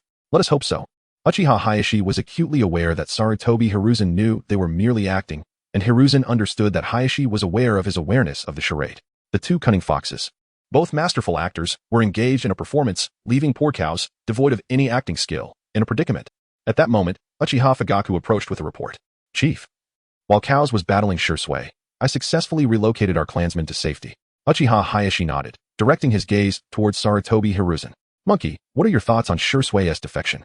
Internally, Sarutobi Hiruzen scoffed at the suddenness of the conflict. "Fugaku, how did you manage to find time to relocate the clansmen?" Given the relationship between Shursui and Hayashi, it was clear that Shursui was not truly defecting. He likely had a mission from Uchiha Hayashi that necessitated leaving the village. With this in mind, Sarutobi Hiruzen chose to respond with a focus on the greater good. "Rest assured, Chief Hayashi, each or many ninjas depart from Konoha for training. If Shursui seeks to train, it is surely with my consent." Uchiha Hayashi pretended to be taken aback, then feigned an epiphany, exclaiming, "Ah, indeed, Shursui has merely gone for training." With the misunderstanding resolved, Sarutobi Hiruzen prepared to take his leave. "Wait, you cannot depart however," Uchiha Hayashi called him back, gesturing to the surrounding destruction. "Monkey, since Shursui's departure for training was sanctioned by you, should not the damages he caused also be compensated by you?" The third Hokage stared at Uchiha Hayashi in disbelief, who was now adopting an air of bureaucratic formality. He was utterly flabbergasted. This was a charade concocted between Uchiha Hayashi and Shursui, and now he, the one who played along, was being asked to compensate for damages. In all his years, Sarutobi Hiruzen had never encountered such audacity. Yet, he managed to amend his initial response, saying, "Chief Hayashi, please have someone tally the damages. I shall send the compensation shortly. On behalf of the Uchiha, I extend my gratitude to the third Hokage." Sarutobi Hiruzen, growing weary of Uchiha Hayashi's smug demeanor, executed a body flicker technique and vanished from the scene. "Damn it. Just a moment ago you were calling me monkey, and now that I've agreed to compensate, you suddenly address me as the third Hokage." Uchiha Hayashi clicked his tongue, reflecting on Sarutobi Hiruzen's penchant for doling out compensation. Following the Third Great Ninja War, Sarutobi Hiruzen had, despite being the victor, compensated the defeated. Now, even when it had nothing to do with him, he had agreed to compensation. Sarutobi Hiruzen was truly at his wit's end. As more shinobi arrived at the scene, gazing at the ruins wrought by Shusui's Susanoo, incredulous expressions adorned their faces. The level of devastation was nearly on par with the Ninetales incident. Uchiha Hayashi's gaze swept over the gathered shinobi, noticing their lack of fighting spirit. A blink of his eyes revealed the kaleidoscope Sharingan. This group instinctively recoiled, their gazes evasive, unwilling to meet his eyes. Uchiha Hayashi chuckled to himself, realizing that even without activating his Sharingan, it was remarkably effective in intimidating others. This was the stark contrast between possessing a kaleidoscope and lacking one. "Listen well, my beloved Shursui has merely gone for training. He has not defected." "Of course, Chief Hayashi, you speak the truth." The shinobi, eager to avoid lingering, promptly took their leave. An hour later, at the Uchiha Nana Shrine, a gathering of Uchiha elites and elders had assembled. Though they had not witnessed Uchiha Hayashi in action, they had indeed seen Shusui's Susanoo. As fellow possessors of the kaleidoscope, they presumed that the power of their clan leader was comparable to Shusui's, especially considering that the clan leader had a sister whose strength was yet unknown. The hawkish faction regarded Uchiha Fugaku with disdain. The disparity between them as clan leaders was glaring. During Fugaku's tenure as leader, they had to tread cautiously, constantly under surveillance and oppression, which was utterly stifling. In stark contrast, the current chief Hayashi had executed those responsible for monitoring the Uchiha, while they only needed to follow his orders and maintain their arrogance. Fugaku sensed the contempt in the gazes of his clansmen, thinking them a foolish lot. Without Uchiha Hayashi and cows, they would be none the wiser about their imminent demise. He, too, felt helpless. When the Uchiha plotted rebellion, he had no inkling that both Shursui and Hayashi had activated their kaleidoscopes, nor was he aware of Kao's power. Otherwise, he would not have dared to act so brazenly. Shaking his head, he chose to ignore the foolishness of his clansmen and instead focused on Uchiha Hayashi. Chief, do you truly believe this ruse can deceive the third? The third Hokage would undoubtedly see through it, but what of it? He must play along with my performance. He cannot simply turn a blind eye. Uchiha Hayashi waved dismissively, asserting that in the shinobi world, strength was the foundation of all, weakness was the original sin. For instance, had he encountered the 7 ninja swordsmen a few years ago while wielding his kaleidoscope, he likely would have abandoned his comrades without hesitation. Not due to a lack of ability, but rather because the cost-benefit ratio was too low. There was no need to squander his precious ocular power for those unworthy allies. After all, while his comrades merely lost their lives, he risked losing his invaluable Sharingan. Chapter 12. The Uchiha Security Division Headquarters. A root ninja conveyed the happenings within the Uchiha clan to Danzo. Are you saying that Shursui has reclaimed his Mangeki Sharingan? And Chaos is engaged in a fierce battle with the energy giant summoned by Shursui? Yes, Lord Danzo. Furthermore, the structures within the Uchiha territory have suffered extensive damage. The Hokage has declared that Uchiha Shursui merely ventured out for training and is not a traitor. Upon hearing the report from the root member, Danzo's expression darkened further. As a disciple of the second Hokage, Senju Tobarama, he was well aware of the Mangeki's formidable power, which fueled his relentless pursuit of Shursui's eyes. Unlike Sarutobi Hiruzen, he believed that Uchiha Q would never return the acquired Mangeki to Shursui. With Shursui now absent from Konoha, reclaiming his eyes would be an even more arduous task. He cursed Uchiha Q for his incompetence, unable to safeguard even a pair of eyes, and pondered the nature of Q's Mangeki abilities. Deploy our people.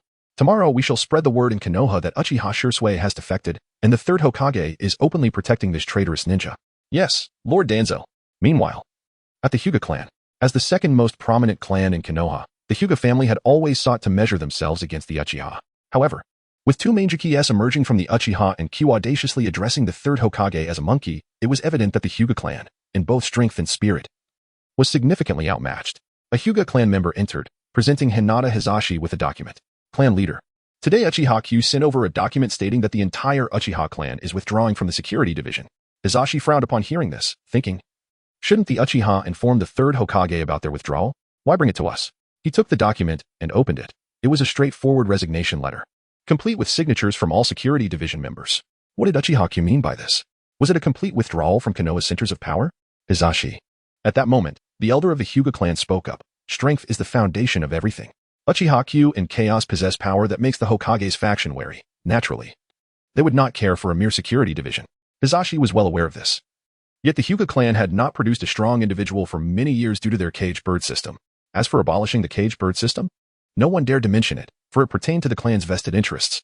The elders merely hoped that one day a powerhouse of the level of a Kage would emerge from their clan, but alas, the years had passed without such a figure. Although the Uchiha have withdrawn from the security division, they are openly collecting protection fees in the commercial district, and the Hokage turns a blind eye. What do you suggest we do? Upon hearing Hizashi's words, those present began to contemplate. The Hokage clearly aimed for the Hyuga and Uchiha to mutually exhaust each other. Yet, Uchiha Q appeared indifferent to the Uchiha's attrition, or perhaps he simply did not regard the Uchiha clansmen with any significance. Q understood the reality. During the Third Shinobi War, he had sometimes returned unscathed while his leaders and comrades perished. Initially, he thought it was mere luck, but after witnessing others like Might Guy return safely, he realized betrayal of teammates had become second nature to him. After the war, when confronted by Sarutobi Hiruzen, Uchiha Q displayed no remorse, even comparing himself to Kakashi Hitaki. White Fang was reviled for failing a mission to save his comrades, while Q felt justified in sacrificing his comrades to fulfill his objectives. He claimed it was all for the will of fire, leaving Hiruzen speechless. Ultimately, after discussions, the Hyuga also resolved to emulate the Uchiha. transferring the power of the security division to Danzo, allowing him to engage in mutual exhaustion with the Uchiha. Thus, Hizashi presented Uchiha Q's resignation letter to Sarutobi Hiruzen. Third Hokage, the Uchiha have now withdrawn from the security division, and we Hyuga are short-staffed. We kindly request that you recruit more personnel for the security division. When did I ever agree to their withdrawal from the security division? At this moment, the third Hokage was still bewildered, entirely unaware of the situation. Just yesterday, he had delivered compensation for the damage caused by Shursui to the Uchiha, and now, early in the morning, he was being informed that the Uchiha had quit without needing his approval. Hizashi rolled his eyes. Why don't you go and speak to clan leader Q about this? Third Hokage? Sarutobi Hiruzen fell silent, taking a contemplative puff from his pipe. Uchiha Q was not one to reason with, otherwise, he would not act so impulsively. Internally cursing the wretched Danzo, he thought that had Danzo not targeted Shursui, the current Uchiha clan leader would still be Fugaku, who would have been much easier to deal with than Q. Hizashi, you may return. I still need to consider who will replace Uchiha in the security division. Please do so promptly, Hokage, or we will be overwhelmed.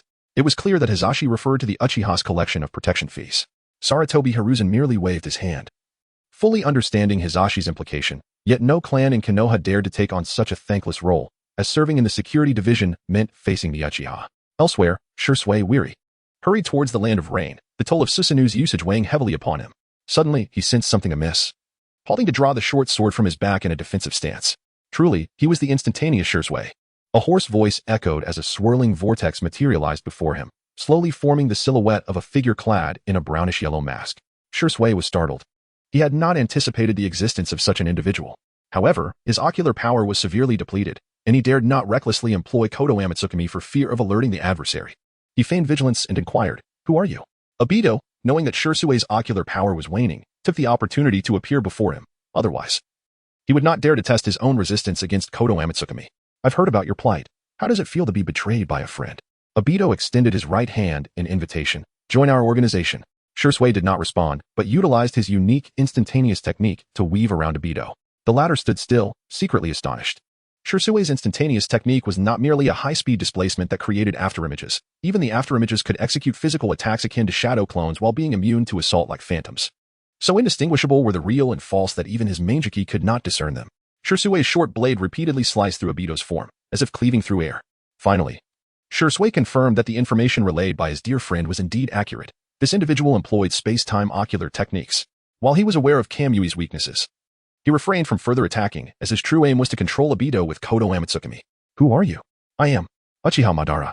Obito declared with an air of authority, yet his gaze remained fixed on Shursui's eyes, prepared to flee at the slightest indication of the latter activating his Manjiki. Chapter 13. The Dangers of Forgiveness. Shursui listened as the individual referred to himself as Uchiha Obito, displaying no surprise, for he had been briefed by Itachi about the masked man's identity. However, one thing perplexed him greatly. If Itachi possessed such knowledge, why did he still instruct Shursui to infiltrate the Akatsuki to gather intelligence? The mention of the Manjiki Sharingan stirred a thought. Could it be that you are the very assailant who once attacked Konoha? This piece of information was not divulged by Itachi. Rather, it was a conclusion Shursui arrived at on his own.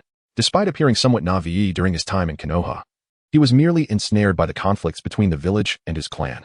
Once he distanced himself from Konoha and liberated his mind from the indoctrination of the will of fire, he found clarity in his thoughts. His dear friend often mocked his innocence, but it was simply his way of being carefree in the presence of those he cherished. The enemies he had slain numbered not less than 80. Save for Itachi and Itachi's brother, none dared to label Shursui as naive. Oh, it was merely a fleeting whim. Obito waved dismissively, maintaining his demeanor as Uchiha Madara. Yet, Obito's admission ignited a fury within Shursui. Were it not for the turmoil of the Nine-Tails incident, Konoha and the Uchiha clan would not have descended into rebellion. Had Itachi not been present, Konoha might have been drenched in blood.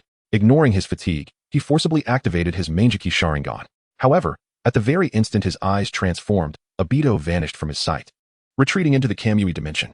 Damn it, is this person insane? Once back in the Kamui dimension, Obito unleashed a torrent of curses.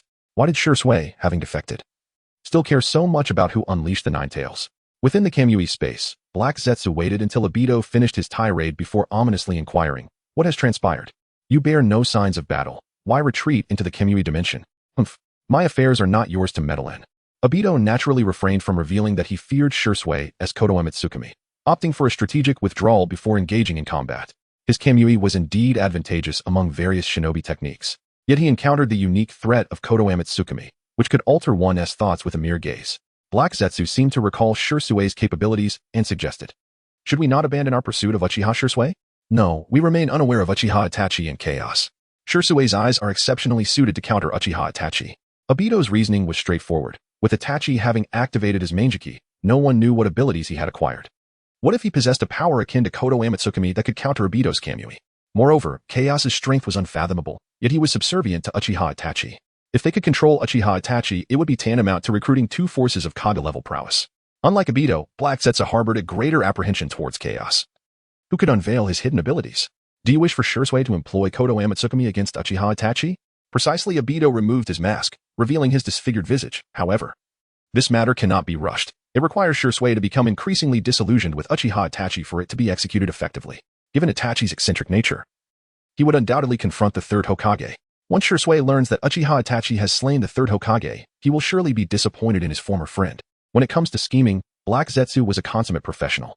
Meanwhile, Shursui waited for Obito to reappear, growing increasingly bewildered. In his anger, he had momentarily forgotten the task entrusted to him by his friend. What should he do now? He realized that this self-proclaimed Uchiha Madara seemed genuinely wary of his abilities. Would he return? In Konoha village, Uchiha Itachi carried Chaos on his shoulder as they strolled through the streets, only to witness two mischievous children bullying Naruto. He glanced at a rooftop where two Umbu were keeping watch, yet they exhibited no intention of intervening. Brother, should we rescue him? Why should we? Uchiha Itachi, aware of Chaos's innocent nature, began to educate the young girl. Chaos, listen closely. You must steer clear of individuals with a forgiving mindset, lest you find yourself ensnared by their folly one day. Understood. Chaos nodded earnestly, committing her brother's words to memory. Avoid those with a forgiving mindset. Nearby, the 6-year-old Sasuke observed this scene, feeling a profound sense of indignation at the sight of the Uchiha clan leader turning a blind eye to such bullying. Such a person was unworthy of leading the Uchiha clan. For reasons unknown, as he witnessed the blonde child being beaten, an inexplicable irritation surged within Sasuke, prompting him to shout, "Hey, who permitted you to bully others here?" The duo halted, glaring at the audacious little boy before them. "Who are you? What business is it of yours if we are beating the fox?" Uchiha Sasuke, confidently proclaiming his name, he charged forward without a moment's hesitation. Despite being only 6 years old, Sasuke had learned fire style, fireball technique from Fugaku, and had practiced a modicum of shuriken throwing under Itachi's tutelage. In a single leap, Sasuke executed a split kick, swiftly incapacitating the two bullies tormenting his blonde friend. He offered Naruto a cool side glance, stating, "Yo, coward, are you alright?" As Sasuke, "Is that you?" Naruto stared blankly at Sasuke's cool profile, an inexplicable flutter coursing through him. Although Naruto and Sasuke were classmates, their relationship had not yet progressed to the point of intimacy. Uchiha Itachi sensed an opportunity for redemption and stepped forward to kindly advise, "Sasuke, you should keep your distance. It could be dangerous." "Humph. Your affairs are none of my concern. I refuse to acknowledge you as clan leader." Uchiha Itachi sighed, realizing that it was futile to reason with the obstinate child. Chaos patted Itachi's head and remarked, "Brother, he said he doesn't acknowledge you." "What are you saying, Chaos? Sasuke is merely a child. What adult would stoop to quarrel with one?" Uchiha Itachi gently lifted Chaos from his shoulder, adopting a serious tone. "But Chaos, you are different. Like Sasuke, you are a child too." Chaos blinked, confused by her brother's words. "Brother, what does it matter that I am a child? It is only natural for children to confront one another." Uchiha Itachi set Chaos down and pointed at Sasuke. Whoosh. Chaos, being the second generation of the omnipotent angel, possessed formidable execution skills. As soon as Itachi finished speaking, she vanished from sight. 3 seconds later, she returned, having dealt with Sasuke, and perched herself back on Itachi's shoulder. "Brother, should I make a note of this? There is no need for retribution. I have already forgiven Sasuke." Reflecting on her brother's earlier words, Chaos curiously asked, "Brother, didn't you say to avoid those with a forgiving mindset?" "Oh, then let us note it down. I have decided not to forgive Sasuke." Chaos nodded her little head, diligently recording the incident where Sasuke offended Uchiha Itachi in her memory. Chapter 14. The retrieval of Kakashi's Sharingan in the Hokage's office. Sarutobi Hiruzen observed the unfolding events through a crystal ball, his expression marred by frustration. Initially, he had harbored great fears regarding Uchiha Ogai's interaction with Naruto. To his astonishment, not only did Ogai refrain from engaging with Naruto, but he also assaulted Sasuke, the very individual who had come to Naruto's aid. As the head of the Uchiha clan, Ogai was acutely aware that Naruto was the child of Minato, who had sacrificed himself and his wife for the village and had rescued Ogai on 2 separate occasions. Yet, Ogai's treatment of the son of his benefactor was utterly reprehensible. It appeared that the teacher's words rang true. The Uchiha were inherently malevolent. At that moment, both Sasuke and Naruto bore bruises, sharing their grievances regarding the injustices they faced. Naruto lamented the unwarranted title of Demon Fox, which led to his ostracization and frequent beatings. Sasuke, being the son of the former clan leader, found himself in a precarious position, as his brother had offended the current clan leader, a man known for his pettiness. Thus, life within the Uchiha clan was far from pleasant for him. Bonded by their shared misfortunes, Sasuke generously offered to treat Naruto to ramen. Ogai, indifferent to the trivial matters of the two boys, carried a camera to a photo studio, intending to develop some rather compromising images. Indeed, these were photographs of Yuhi Kurenai in the bath. If cows could capture images of Danzo bathing, a mere Yuhi Kurenai would be a trivial task. Ogai's resentment towards her stemmed from the time they shared a desk. She had callously denied him the opportunity to copy answers during an examination, an affront that he had not forgotten even after all these years. He planned to use these photographs to extort her mercilessly until she was utterly ruined. Big brother, that troublesome Kakashi is over there, Cows pointed out. Ogai paused, glancing in the indicated direction, where indeed stood a white-haired figure. Without further thought, he approached to greet him. Hey, Kakashi, long time no see. Kakashi frowned, having witnessed the prior altercation. Ogai's readiness to abandon his teammates in the face of danger and his subsequent attempts to justify his actions by invoking his father's legacy were contemptible in Kakashi's eyes. Ogai was undoubtedly the person he despised most in the shinobi world. What do you want, Ogai? Kakashi inquired, his tone laced with irritation. Ogai's attempt at cordiality had backfired, prompting him to reflect on Kakashi's apparent betrayal of the will of fire. Sighing, Ogai expressed his disdain. Kakashi, you are truly heartless. As Minato's disciple, you stand idly by while his orphan child is bullied and fed expired food. I have no desire to associate with someone like you. Kakashi quickly grasped the hypocrisy in Ogai's words. After all, Minato had saved Ogai on 2 occasions during the Third Great Ninja War. Yet Ogai did nothing to assist Naruto and even attacked Sasuke, who had come to Naruto's aid. You have no right to judge me, Ogai. Minato saved you twice during the war. Did you not turn a blind eye to Naruto's suffering? Kakashi retorted. That's not accurate, Ogai scoffed, raising his hands dismissively. When did I ever ask to be saved? He was merely meddling, just like your father. No one asked your father to intervene, so why did he? Ogai's voice grew louder, drawing the attention of onlookers, as he criticized Kakashi's father, the famed Konoha White Fang. To abandon a mission for the sake of so-called comrades is nothing but treachery against the will of fire. Such a person should not be honored as a hero. With a disdainful spitting sound, Ogai seemed to embody a villain. It was too lenient of me to allow you to remain unscathed. Such a waste should be left to perish in the forest of death. Enough. Kakashi, pushed to his limits, could no longer contain his anger. In this world, only his father and Obito were his sensitive spots, and Ogai's venomous words targeting his father were unforgivable. He lifted part of his mask, revealing his Sharingan. His gaze fixed intensely on Ogai. Those who broke the rules were deemed worthless. However, as Kakashi spoke, a bolt of lightning coalesced in his right hand, and he shouted furiously, those who do not cherish their comrades are even less than worthless. Ogai cast a sidelong glance at the Chidori in Kakashi's hand, sneering, Kakashi, though you may have invented the Chidori, my mastery of it surpasses yours. I wish to test that. Enraged, Kakashi lost all semblance of composure. Failing to realize that Ogai was intentionally provoking him, he launched a rapid assault with his Chidori towards the despicable individual who had insulted his father and betrayed his comrades.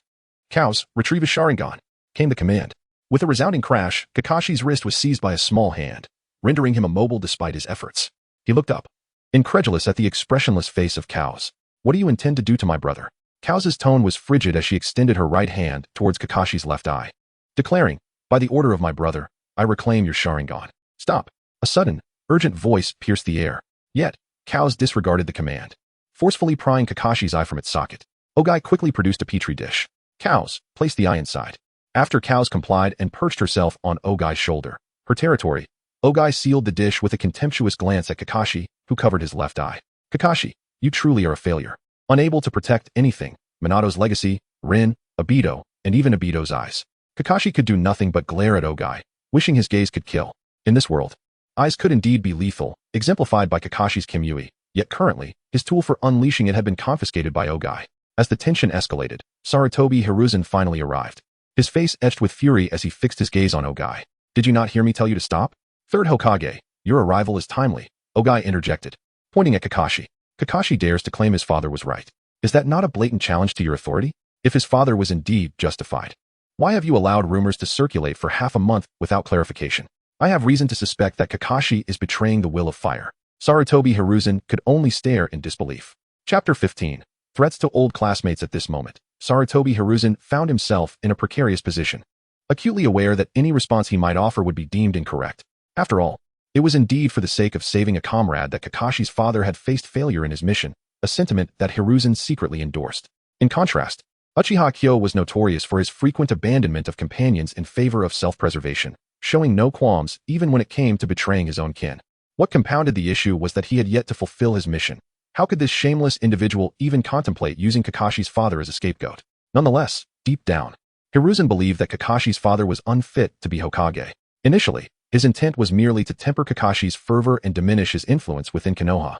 Who could have anticipated that such a formidable figure would possess such fragility of heart? To succumb to the slightest rumor and take his own life? It was truly a trivial matter. Had Kakashi's father possessed even a fraction of Kyo's fortitude, suicide would have been inconceivable. Hiruzen's gaze swept over the onlookers. Recognizing the necessity of preventing Kyo from propagating this toxic mentality of abandoning comrades for the sake of missions. Gritting his teeth, he earnestly declared that while missions held significance, comradeship was of paramount importance. Father. Upon hearing Hiruzen's clarification regarding his father, Kakashi felt a wave of relief wash over him. His joy stemmed solely from the vindication of his father. However, Hiruzen still harbored some resentment. Kyo cast a disdainful glance at the indoctrinated villagers of Konoha. Yet, such was the nature of the gullible. Only the easily swayed were deemed good subjects. Since Kyo's withdrawal from the security department, he had formed a syndicate, extorting protection fees from the merchants on a daily basis, a paltry sum that amounted to little more than the price of 2 bowls of ramen. Once he ascended to the position of 5th Hokage, he intended to have the fees, perhaps earning the gratitude of those he had once exploited. After all, people were notoriously forgetful. They would remember only that their protection fees had been reduced, not that Kyo had once offered them free protection. Ah, yes indeed. The 3rd Hokage is always right. Well then, I shall take my leave. Wait. As Kakashi noticed Kyo preparing to depart, he hurriedly interjected, demanding the return of his dear friend's gift. Kakashi, that's enough. Kyo furrowed his brow at the white-haired man, coolly retorting, I have chosen not to hold a grudge against you for attacking me, the clan leader. Yet, you persist in this matter, proving yourself to be the kind of scum capable of killing his own teammates. Kyo scoffed. He merely abandoned his comrades, allowing them to perish at the hands of the enemy, but he had never committed the act of killing a teammate himself. In comparison to Kakashi, he felt justified in considering himself a paragon of virtue. Kakashi, recalling painful memories since Obito's death, could only mechanically execute missions. That Sharingan was the last remnant of his friend, and he could not bear to lose it. Kyo, that Sharingan was a graduation gift from my dear friend. You cannot take it away. Kakashi, your words are truly amusing. Kyo shook his head, deciding to generously spend a minute explaining what it meant to be the leader of the Uchiha clan. Firstly, I'm the leader of the Uchiha clan, and all that belongs to the Uchiha, including the Sharingan, is inherently mine. Did Obito have my consent to give away my property? Kakashi was taken aback, realizing that in Kyo's eyes, his clan was regarded as less than even slaves. His remaining eye fixed intently on Kyo. Kyo, what do you consider your clan to be? Kakashi, spare me the pleasantries. If you have the ability, come and take it. Kyo, uninterested in further banter, patted Chaos's small foot. If you can defeat Chaos, perhaps you will have a chance. With a swish, Chaos sprouted 6 iron wings, entering a battle stance. Well, Kakashi, do you wish to join the dance as well? Kakashi, fully aware of his inability to contend with Chaos, shifted his gaze to Hiruzen, hoping he would intervene. I'm sorry, Kakashi, but the Uchiha clan has the right to reclaim its lost Sharingan. Hiruzen shook his head with a wry smile. Had it been for Gaku, he would have unhesitatingly allowed him to return the Sharingan to Kakashi. However, given his understanding of Kyo, he knew that any coercive measures would likely result in Kyo turning against him. Ultimately, he lacked the confidence to defeat Chaos, let alone contend with Kyo and the Uchiha clan behind him. Disappointed, Kakashi shook his head and vanished in a flash. Watching Kakashi's retreating figure, Hiruzen sighed inwardly, pondering whether even Kakashi had lost faith in him. He realized he could no longer allow Kyo to continue this disturbance, acknowledging his inability to suppress him. Thus, he resolved to summon Jiraiya and Tsunade. Yui Kurenai felt a sense of unease today. She had an ominous premonition of impending misfortune. Suddenly, a door came crashing in, slamming her against the wall. Is my classmate not home? Kyo scanned the surroundings, perplexed by Kurenai's absence. Chaos pointed to the door, reminding him, Oniai-chan, she's inside. Kyo hastily approached and closed the door, staring in shock at Kurenai, who was bleeding from her nose due to the impact. Kurenai, are you all right? Kyo. Kurenai ground her teeth. Among all her classmates, Kyo was the one she despised the most. Back when they were still genin, during a mission to eliminate bandits, they encountered a bandit of CH9 caliber. Without a second thought, he turned to flee, even kicking her in the process, sending her right into the hands of the bandits. Had their supervising teacher not arrived in time, she would have perished multiple times over. Kurenai, mind your tone, Kyo warned, furrowing his brow. Do you believe I won't expunge your clan from Konoha tonight? Right now, I'm an orphan. Kurenai seethed internally, unable to fathom how one could be so shameless. What infuriated her further was that they had no animosity between them. Why was he fixated on targeting her? An orphan? How splendid. Orphans need not fear the annihilation of their clans. Kyo felt a twinge of envy. Had he not summoned chaos, he might have defected from Konoha long ago. His purpose for approaching her was to acquire the illusions of the Yuhi clan, hoping to combine them with the Uchiha's genjutsu for a synergistic effect. After all, the Uchiha's illusions largely stemmed from the three-tomo Sharingan, and few clan members possessed it, necessitating consideration for the lower-ranking Uchiha. Let us cut the pleasantries, Kurenai. Hand over your clan's genjutsu, and I shall let go of the grudge I hold for you not allowing me to copy your answers. Kurenai? Chapter 16. Do not mention dates to the clan leader at this moment. The heart of Tsunade was in turmoil. The individual before her was the most detestable person she had ever encountered in her life, merely because she had refused to allow him to cheat. He had held on to this grudge for years. How many years had it been? And to harbor such animosity over a trivial matter? She cast a disdainful glance at Uchiha Hikari, gritting her teeth in refusal. You must be dreaming. Uchiha Hikari squinted at her, pondering how the esteemed leader of the Uchiha clan was willing to set aside hatred and forgive her, with the only price being Tsunade's ancestral illusion techniques. To reject such a minor request was utterly incomprehensible. Considering our shared history as classmates, I initially had no intention of resorting to this, Tsunade. However, you have left me no choice. With that, Uchiha Hikari unhesitatingly produced several photographs, tossing them in front of her while extending 2 fingers. You have 2 choices. 1. Present your ancestral illusion techniques. Or 2. Have your photographs published for all to see. Let us see how you will carry on thereafter. Tsunade, confused, picked up the photographs, her eyes widening in shock. These were indeed taken while she was bathing, showcasing various angles. Uchiha Hikari, you scoundrel. Uchiha Hikari stepped closer, tilting her chin upwards, a wicked smile playing on his lips. Tsunade, surely you do not wish for. Ultimately, Uchiha Hikari emerged satisfied, holding a scroll. Oni-chan, you seem rather villainous just now. Cow, you are mistaken, Uchiha Hikari replied, shaking his head. A villain would slay her entire family and seize their wealth. Asking politely, as I am, makes me a good person. Cow blinked, realizing that with her and her brother's strength, eliminating Tsunade and claiming her family's fortune would indeed be a simple task. Yet, her brother was patiently reasoning with Tsunade, who ultimately yielded and lent her ancestral techniques. Reflecting on this, Cow nodded earnestly.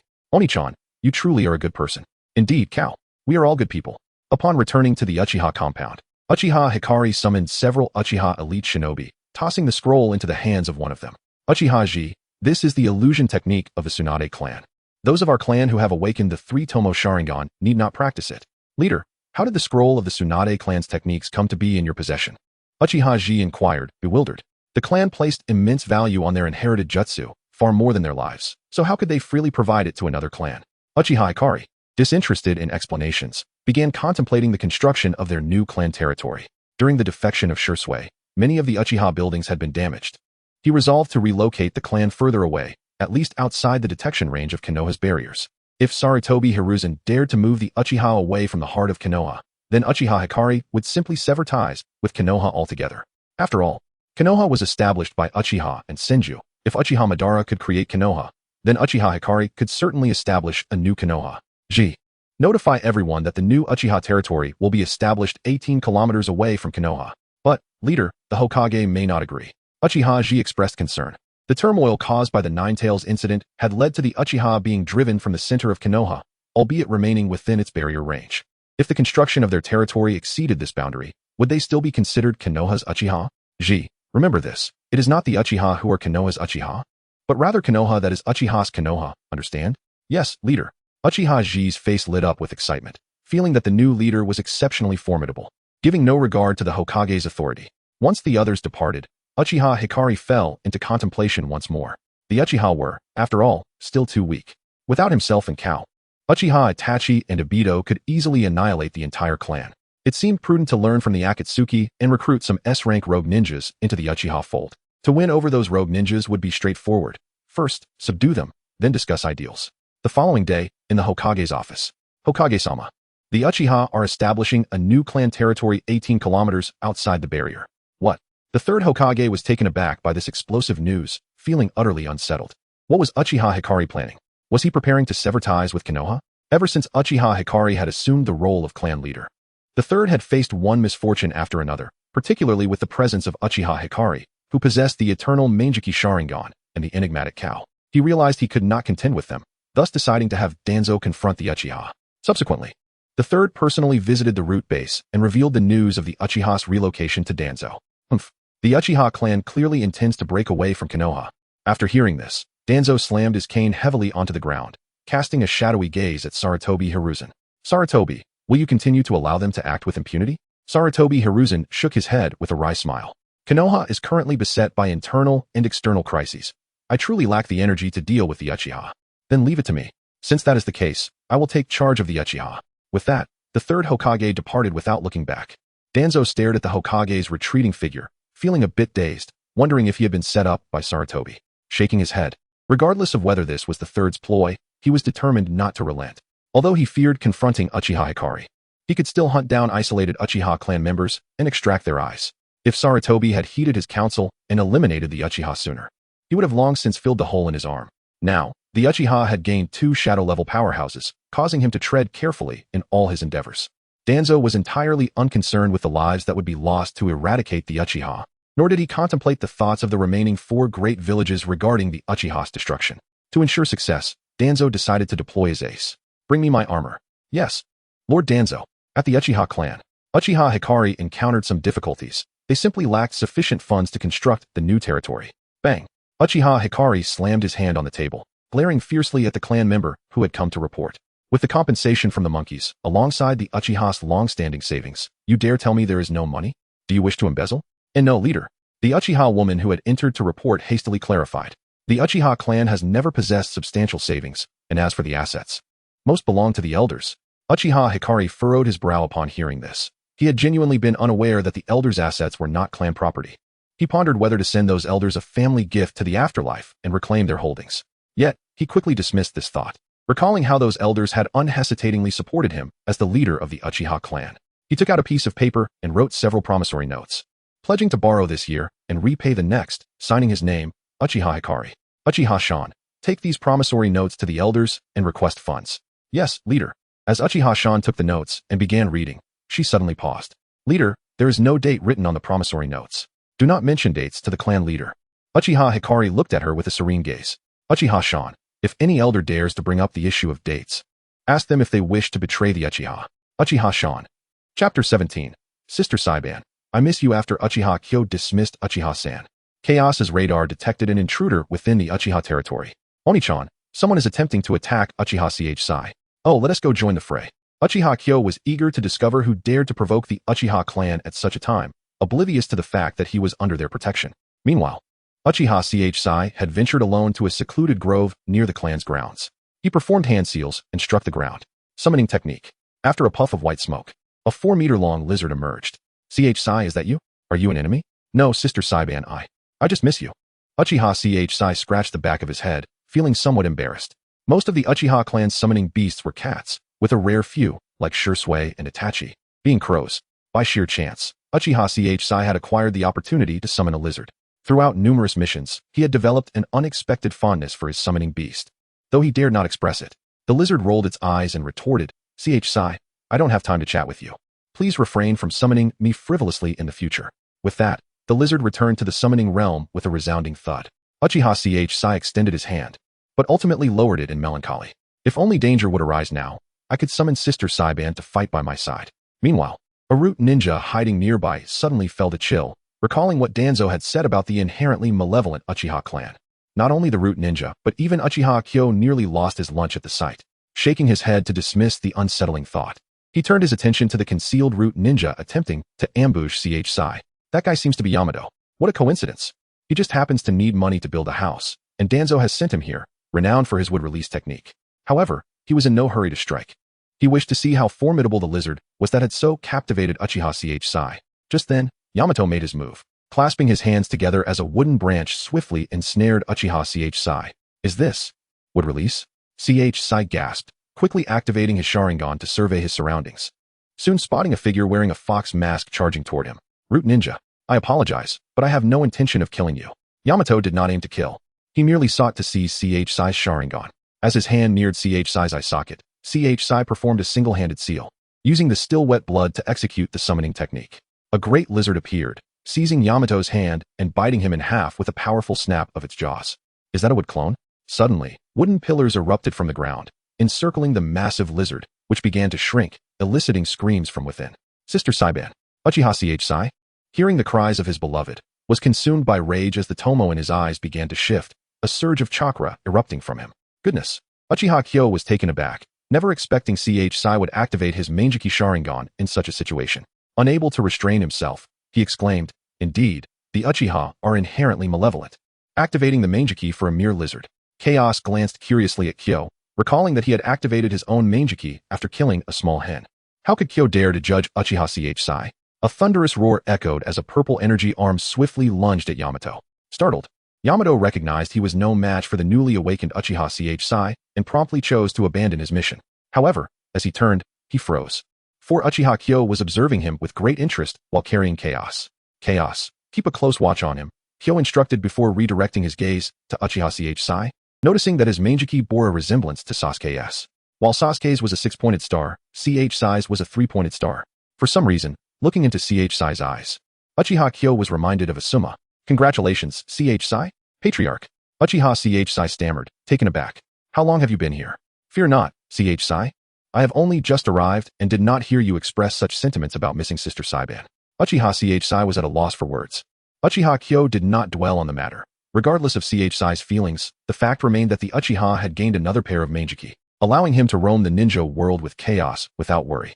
At that moment, Uchiha Sai wished he could vanish into the ground. He hastily sent the lizard back to the summoning realm and quickly shifted the topic. "Patriarch, how shall we deal with him? Shall we kill him? Kill him? Can't you see he possesses would release?" Uchiha Kyo rolled his eyes, exasperated. "We Uchiha are currently short on funds to build a new clan territory. His would release could save us a significant sum." "Patriarch, you are indeed wise." Uchiha Sai admired, thinking how astute the Patriarch was, far beyond his own narrow focus on fighting and Sister Saiban. However, Yamato boldly declared, "Go ahead and kill me. I will never betray Lord Danzo." Uchiha Kyo could not be bothered to argue. Once they returned to the Uchiha clan, Yamato would be at their mercy. Sai? Use Jinjutsu to control him and take him away." "Yes, Patriarch." With a mere glare, Sai ensnared Yamato in a Jinjutsu. Noting that Yamato shared the same would release as the first Hokage, Sai felt his confidence swell. "Patriarch, I believe the first Hokage is not that impressive." Chaos nodded earnestly, declaring, "Chaos can defeat the first Hokage." "Look, Patriarch, even Chaos believes so. Now that our Uchiha clan possesses 2 pairs of Mangeki, I think it's time for a coup. Let us go." Uchiha Kyo dismissed the idea, irritated that Sai had become so arrogant after just awakening his Mangeki. He hoped he wouldn't end up like his brother, losing his sight in a matter of days. "Sai, use your Mangeki sparingly. Overuse will lead to blindness. And do not reveal your Mangeki abilities to anyone." On the way back, Uchiha Kyo could not help but share some precautions regarding the Mangeki with Sai. "Thank you for the reminder, Patriarch." It was Sai's first time hearing that overuse of the Mangeki could lead to blindness, which explained why he rarely saw the Patriarch use it. Uchiha Kyo added, "However, simply activating the Mangeki without using its techniques has no adverse effects." Confused, Sai asked, "Patriarch, if I'm not using the techniques, why should I activate the Mangeki?" "To impress and intimidate others." Uchiha Kyo looked at him and calmly replied, "Sai, remember that possessing a Mangeki and not possessing one are entirely different concepts. Do you understand?" "Yes, Patriarch, I understand." Uchiha Sai nodded seriously, even though he was still puzzled. Nevertheless, he trusted that the Patriarch would never lead him astray. Chapter 18. The New Prodigy of Prophecy, the Uchiha Clan. At this moment, Yamato found himself gagged with a foul sock, bound to a cross and clad in nothing but a pair of oversized shorts, while Uchiha Kai summoned all the children of the Uchiha clan to witness the spectacle. Crack, crack, crack. A Uchiha tasked with interrogating him relentlessly lashed him with a whip. The root ninjas were devoid of emotion, lacking individuality, their sole focus being the mission at hand. However, at his tender age, Yamato had yet to be brainwashed to such an extent by Danzo. While he could endure the lashes, the humiliation of being surrounded by a throng of children was unbearable. "Enough. Cease this." Uchiha Kai, perceiving the moment was ripe, commanded that the foul sock be removed from Yamato's mouth and gazed at him with an indifferent expression.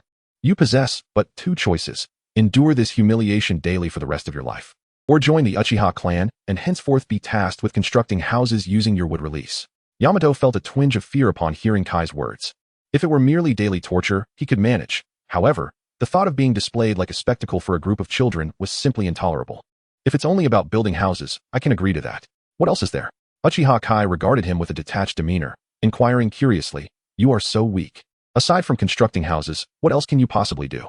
Yamato's heart swelled with indignation. He was the only ninja capable of utilizing wood release after the first Hokage. Yet it remained a fact that he had been easily subdued by Uchiha Zaka's Jinjutsu. Nonetheless, he found the prospect of merely building houses acceptable.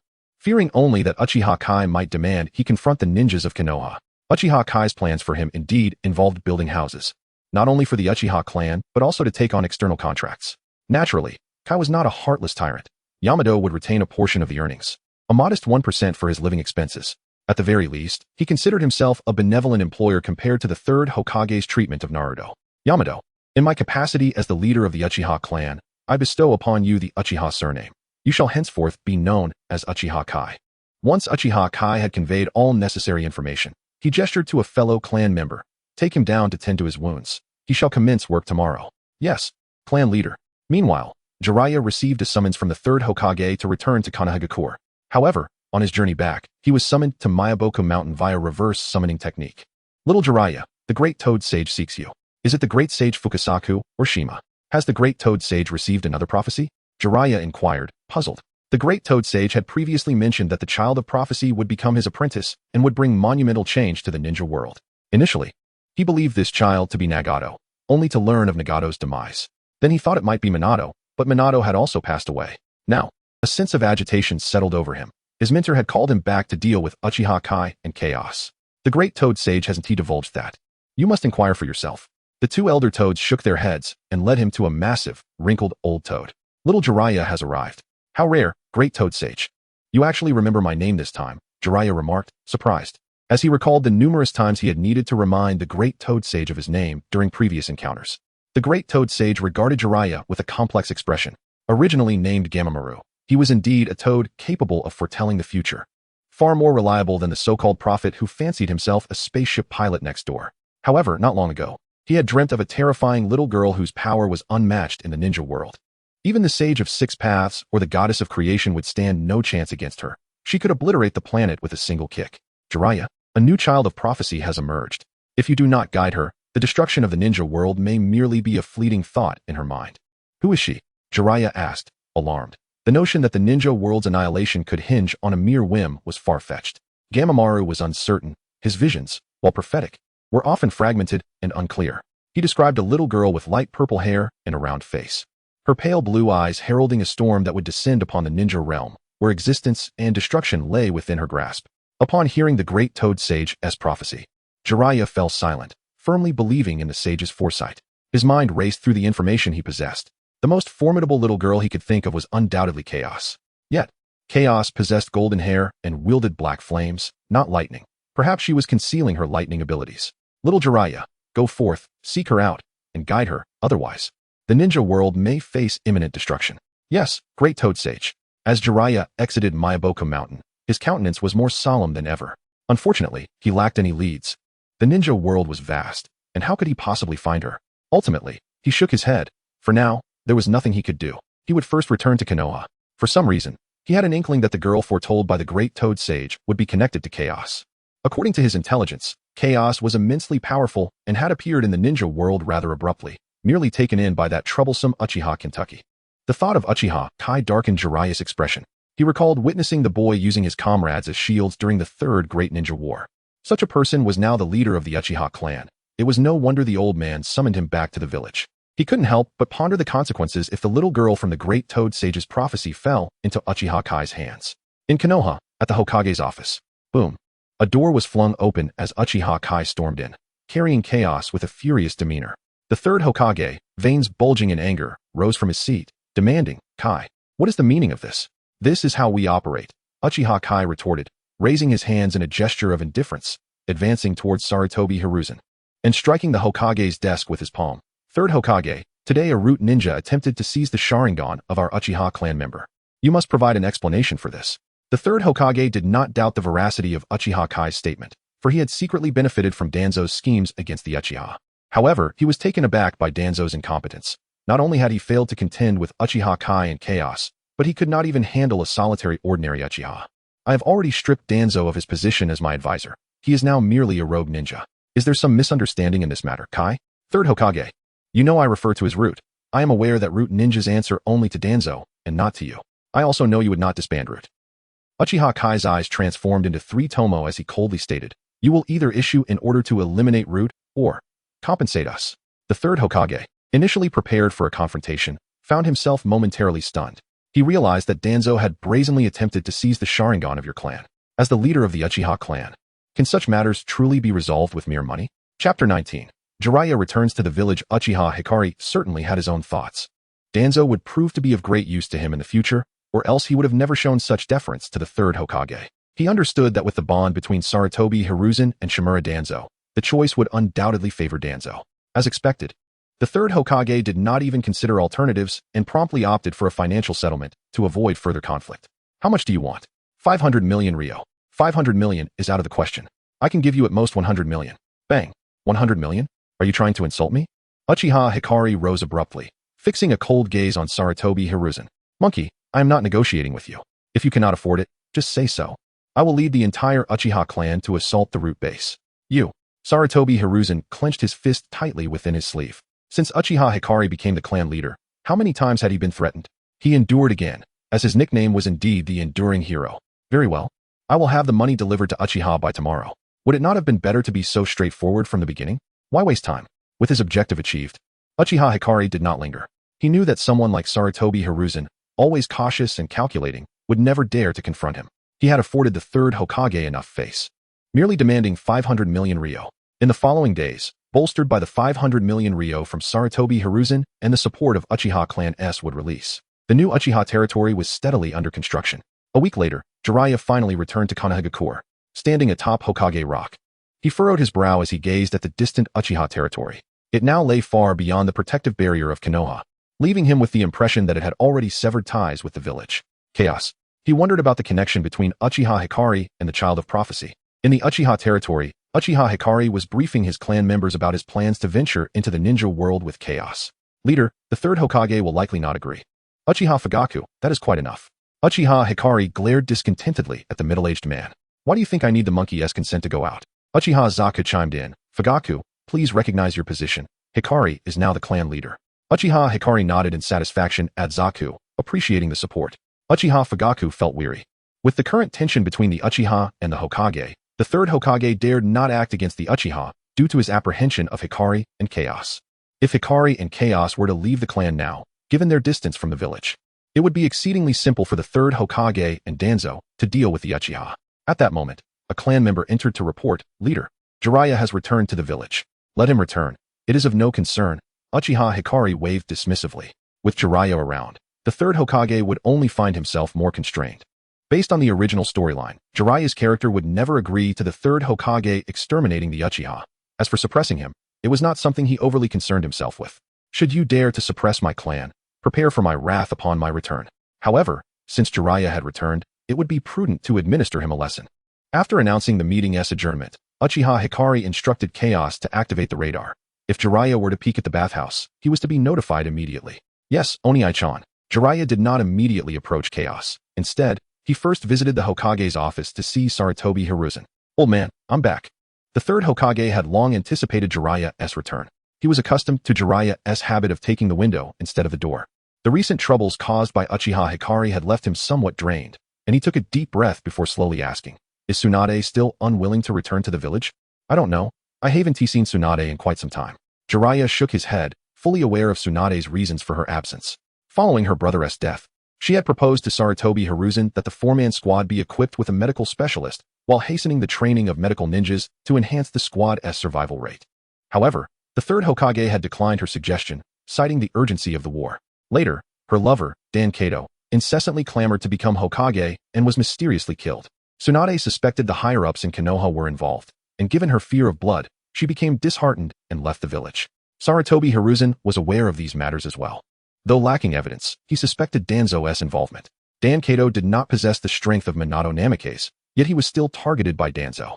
Between his disciple and Danzo, Sarutobi Hiruzen naturally favored Danzo. Let us not discuss Tsunade for now. Sarutobi Hiruzen's gaze shifted to Jiraiya.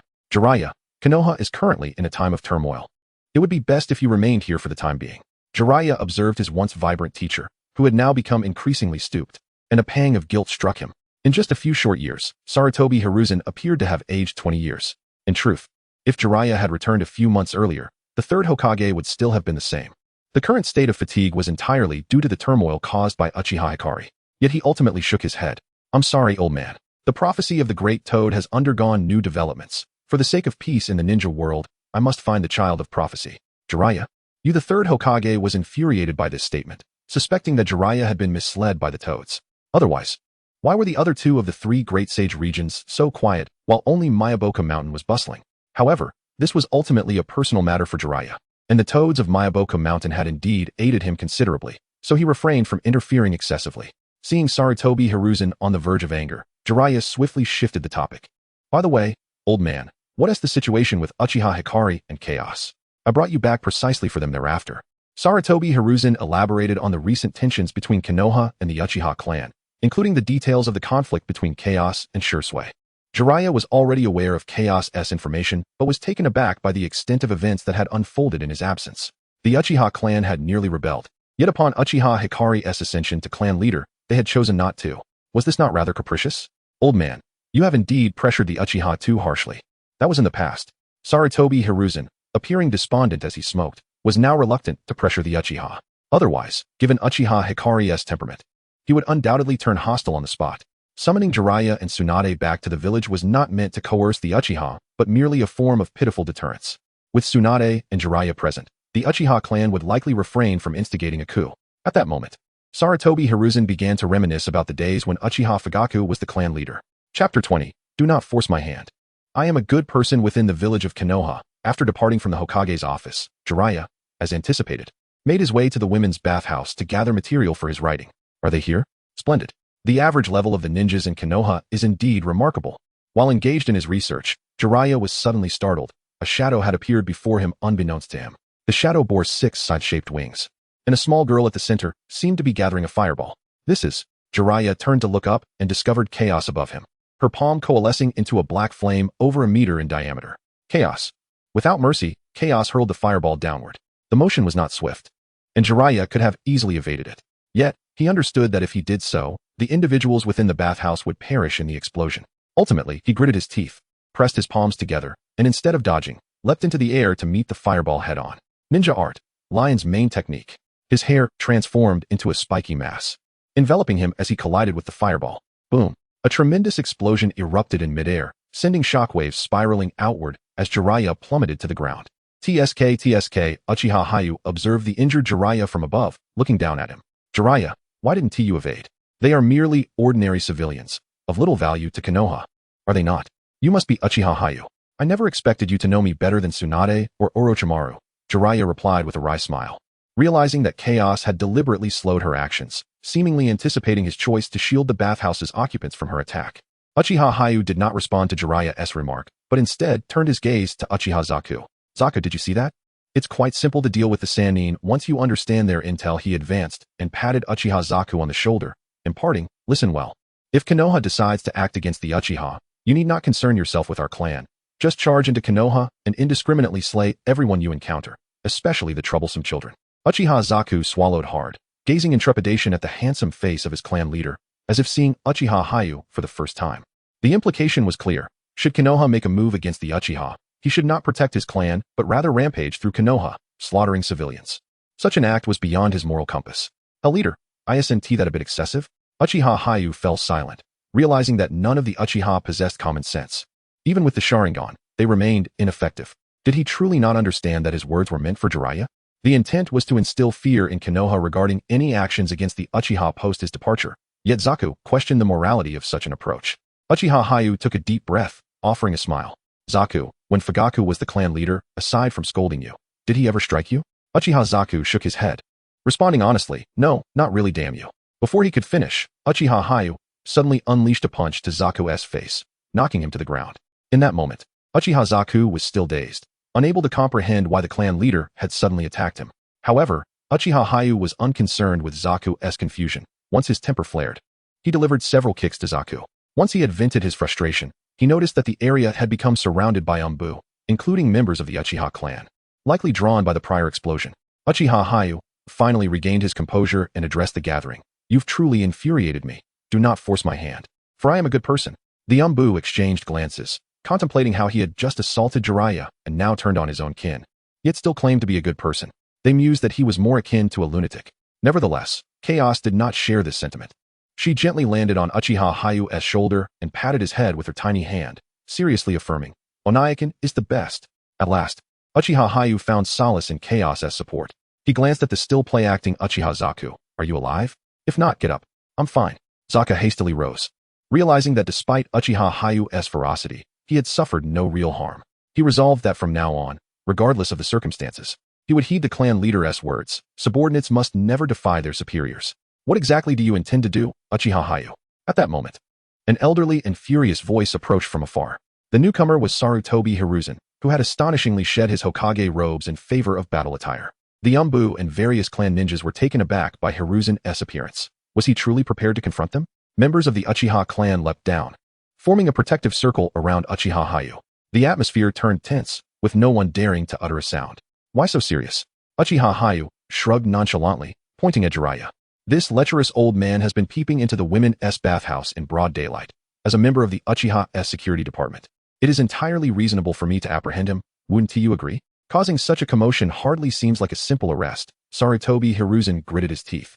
Taken aback that after finally recalling Jiraiya, he had been severely injured by Uchiha Hayu's threats against civilians. There was little he could do, as Jiraiya had refused to comply. Uchiha Hayu was awaiting the opportunity to recruit strong individuals from outside the village. Thus he was reluctant to escalate matters with Hiruzen, deciding to offer the Hokage a way out. He could overlook many things, but he was determined to recruit Orochimaru. For what reason? Simply to resurrect that little hen he had raised for 2.5 years. Sarutobi Hiruzen took a deep breath, glancing at the injured Jiraiya, feeling a mix of frustration and disappointment. They are merely civilians, Jiraiya. To protect them, you put yourself in harm's way against chaos's fireball. This is utterly foolish. With Jiraiya injured, the advantage was no longer with the Hokage's faction. Thus, as a formidable ninja, Sarutobi Hiruzen resolved to endure one final time. Jiraiya is also my disciple. This must surely be a misunderstanding. Of course it's a misunderstanding. Uchiha Hayu eagerly nodded in agreement, feigning reproach toward Chaos. Chaos. You truly caused quite the ruckus while trying to apprehend a peeping Tom. I'm sorry, Onaikin. You can punish Chaos later. All right, when we return, I shall indeed punish you. Say Onaikin, is this what love is? Uchiha Hayu and Chaos began to engage in a playful banter before the crowd. Sarutobi Hiruzen, feeling the urgency to leave, approached Jiraiya to assist him in departing. Chapter 21. Patriarch, it is time to initiate a coup. Uchiha sound gazed at Jiraiya's retreating figure, seemingly lost in thought. Wait, Jiraiya, could you perhaps convey a message to Gamamaru of Mount Myaboku? Jiraiya paused, turning around with a perplexed expression. Who is Gamamaru? He was in no position to linger on this. His injuries were severe. Had it not been for the resilience he developed from Tsunade's relentless training, he might have already succumbed. Oh, Gamamaru is the colossal toad, the one you refer to as the Great Sage Toad, Uchiha sound clarified. Jiraiya was taken aback. Even he was unaware of the name of the Great Sage Toad, while Uchiha sound seemed more familiar than him, the representative of Mount Myaboku. Yet, he had little time to ponder this further and curiously inquired, what message should I convey? Just tell him I seek to borrow a sage symbol to save a dear friend of mine. If he refuses, I will personally visit Mount Myaboku. Understood. Although Jiraiya had never heard of a sage symbol, regardless of whether Uchiha sound was attempting to threaten Mount Myaboku, he would relay the message verbatim. What Mount Myaboku decided to do was beyond his concern. However, had he misheard? Why did Uchiha sound refer to a dear friend instead of a dear person? Uchiha sound nodded in satisfaction. In the original tale, Sage of Six Paths, Otsutsuki Kagaya, had utilized a sage symbol to revive his brother, Otsutsuki Kinshiki. He too wished to employ a sage symbol to revive his companion, Uchiha Kunken. Though Jiraiya had departed, numerous civilians remained nearby. Uchiha sound was a person who understood gratitude. Since Jiraiya had aided him by seeking the sage symbol, he would reciprocate by enlightening others about Jiraiya. Everyone must be curious about what transpired. That individual was a peeping Tom, and his identity is none other than the renowned Sannin, Jiraiya. Just now, cows merely intended to apprehend him, yet as you all witnessed, he has the backing of the third Hokage, while our security department lacks such clout. As Uchiha sound's words echoed, the surrounding civilians erupted in uproar. Jiraiya, who had not ventured far, nearly spat out blood. True, he had been caught peering into the women's bathhouse, but he had also risked his life to protect the patrons inside. Otherwise, they might have perished in Kao's fireball. Old man, are you not going to explain yourself? It's futile. Uchiha sound is devoid of morals. Sarutobi Hiruzen sighed wearily. He recognized that he could not outwit Uchiha sound in rhetoric. Even if he could, it would be of no use. Uchiha sound was opportunistic. Should he lose the verbal duel, the likelihood of violence would increase. Hadn't he, his fellow clansman, Uchiha Zashi, merely spoken a word of fairness and subsequently received a beating? Yet Uchiha sound was undeterred. He aspired to claim the position of fifth Hokage, and the third's desire to elevate Jiraiya was laughable. as a disciple of the third Hokage, to engage in such sordid acts. And should a scoundrel like Jiraiya ascend to Hokage, the consequences would be dire. Consider this. You fight valiantly on the front lines for Konoha, while Jiraiya lurks in the village, spying on your wives and daughters. Uchiha Sound's rhetoric was highly incendiary, causing the ninjas present to ponder deeply. Even though they had been indoctrinated with the will of fire and accepted the notion of sacrificing for Konoha, they could not abide being likened to mere objects of ridicule. Jiraiya nearly vomited blood. How could Uchiha Sound, who had just solicited his assistance, turn around and slander him so brazenly? Was this man not mentally unhinged? The third's face darkened, his heart boiling with fury. He had wished for Jiraiya to become the fifth Hokage, but now, Uchiha Sound's antics would undoubtedly tarnish Jiraiya's reputation among the populace. Was Uchiha Sound referring to Jiraiya? He was clearly alluding to Sarutobi Hiruzen, who in Konoha did not know of his infamous crystal ball. Seeing that Jiraiya's reputation was thoroughly sullied, Uchiha Sound felt relieved to depart from Konoha, lest he return to find himself only able to assume the mantle of sixth Hokage. Coincidentally, aside from Uchiha Sound, the village's dark shadow, Danzo Shimura, also harbored no desire for Jiraiya to become the fifth Hokage. Spread the word about Jiraiya's peeping incident throughout Konoha. Yes, Lord Danzo. As the Umbu ninja departed, Danzo stroked his chin, surprised that such a trivial matter could wield such power. Had he known, after the demise of Minato, he would have ensured that Sarutobi Hiruzen's daily peeping escapades became common knowledge. This was not entirely Danzo's fault. After all, his favored candidate was Sarutobi Hiruzen, and he could not fathom that male ninjas would be so concerned about their wives and daughters being spied upon. In his view, being observed caused no tangible harm, unless for reasons of political alliance or lineage, who would willingly marry. In the Uchiha clan's territory, now that Jiraiya had been severely beaten and his reputation tarnished, it seemed unlikely he could stir any significant trouble. Uchiha Sound turned his gaze towards Fugaku and Zashi, stating, I have matters to attend to and must leave Konoha for a time. Fugaku, Zashi, you are responsible for managing the Uchiha clan during my absence. Yes, Patriarch. At that moment, Uchiha Fugaku could not help but reassess this new leader.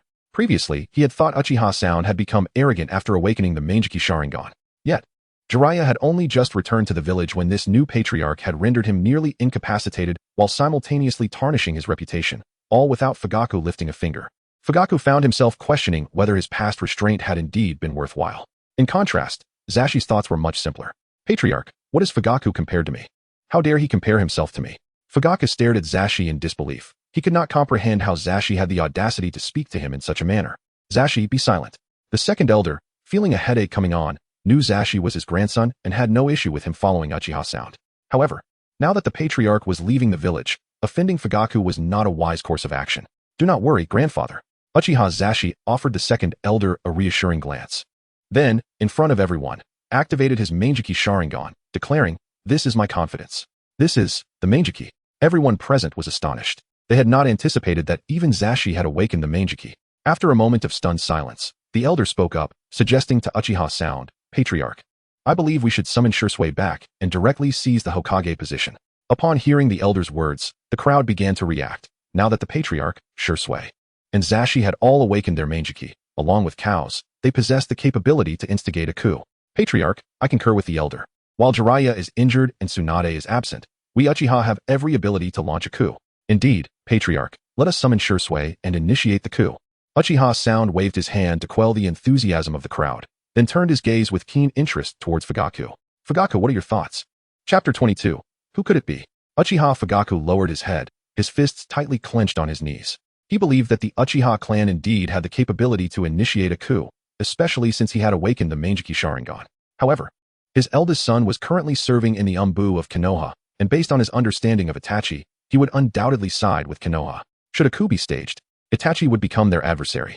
Uchiha Karu did not rush him, merely observing with a faint smile. The elder frowned. Fugaku, what do you mean? Clan leader. I also believe this is an opportune moment for a coup. Uchiha Fugaku raised his head, his eyes transformed into the Manjiki Sharingan, and earnestly implored Uchiha Karu, clan leader. If Itachi stands with the Hokage, I wish to confront that ungrateful son myself. What do you mean, Fugaku? Itachi is your son. Why? Wait, Fugaku, your eyes. The elder was about to reprimand Fugaku when he noticed that his eyes had also turned into Manjiki Sharingan, leaving him momentarily speechless. Not only the elder but all present Uchiha were astonished, wondering if the Manjiki Sharingan had become as common as cabbages. It was indeed true. During the Third Great Ninja War, witnessing the death of a dear friend had awakened his eyes. Uchiha Fugaku finally revealed his Manjiki. Realizing that with 3 pairs now in existence, it was pointless to conceal it any longer. He understood the heavy cost of awakening the Mangeki, and instances like Uchiha Keiru's were rare exceptions.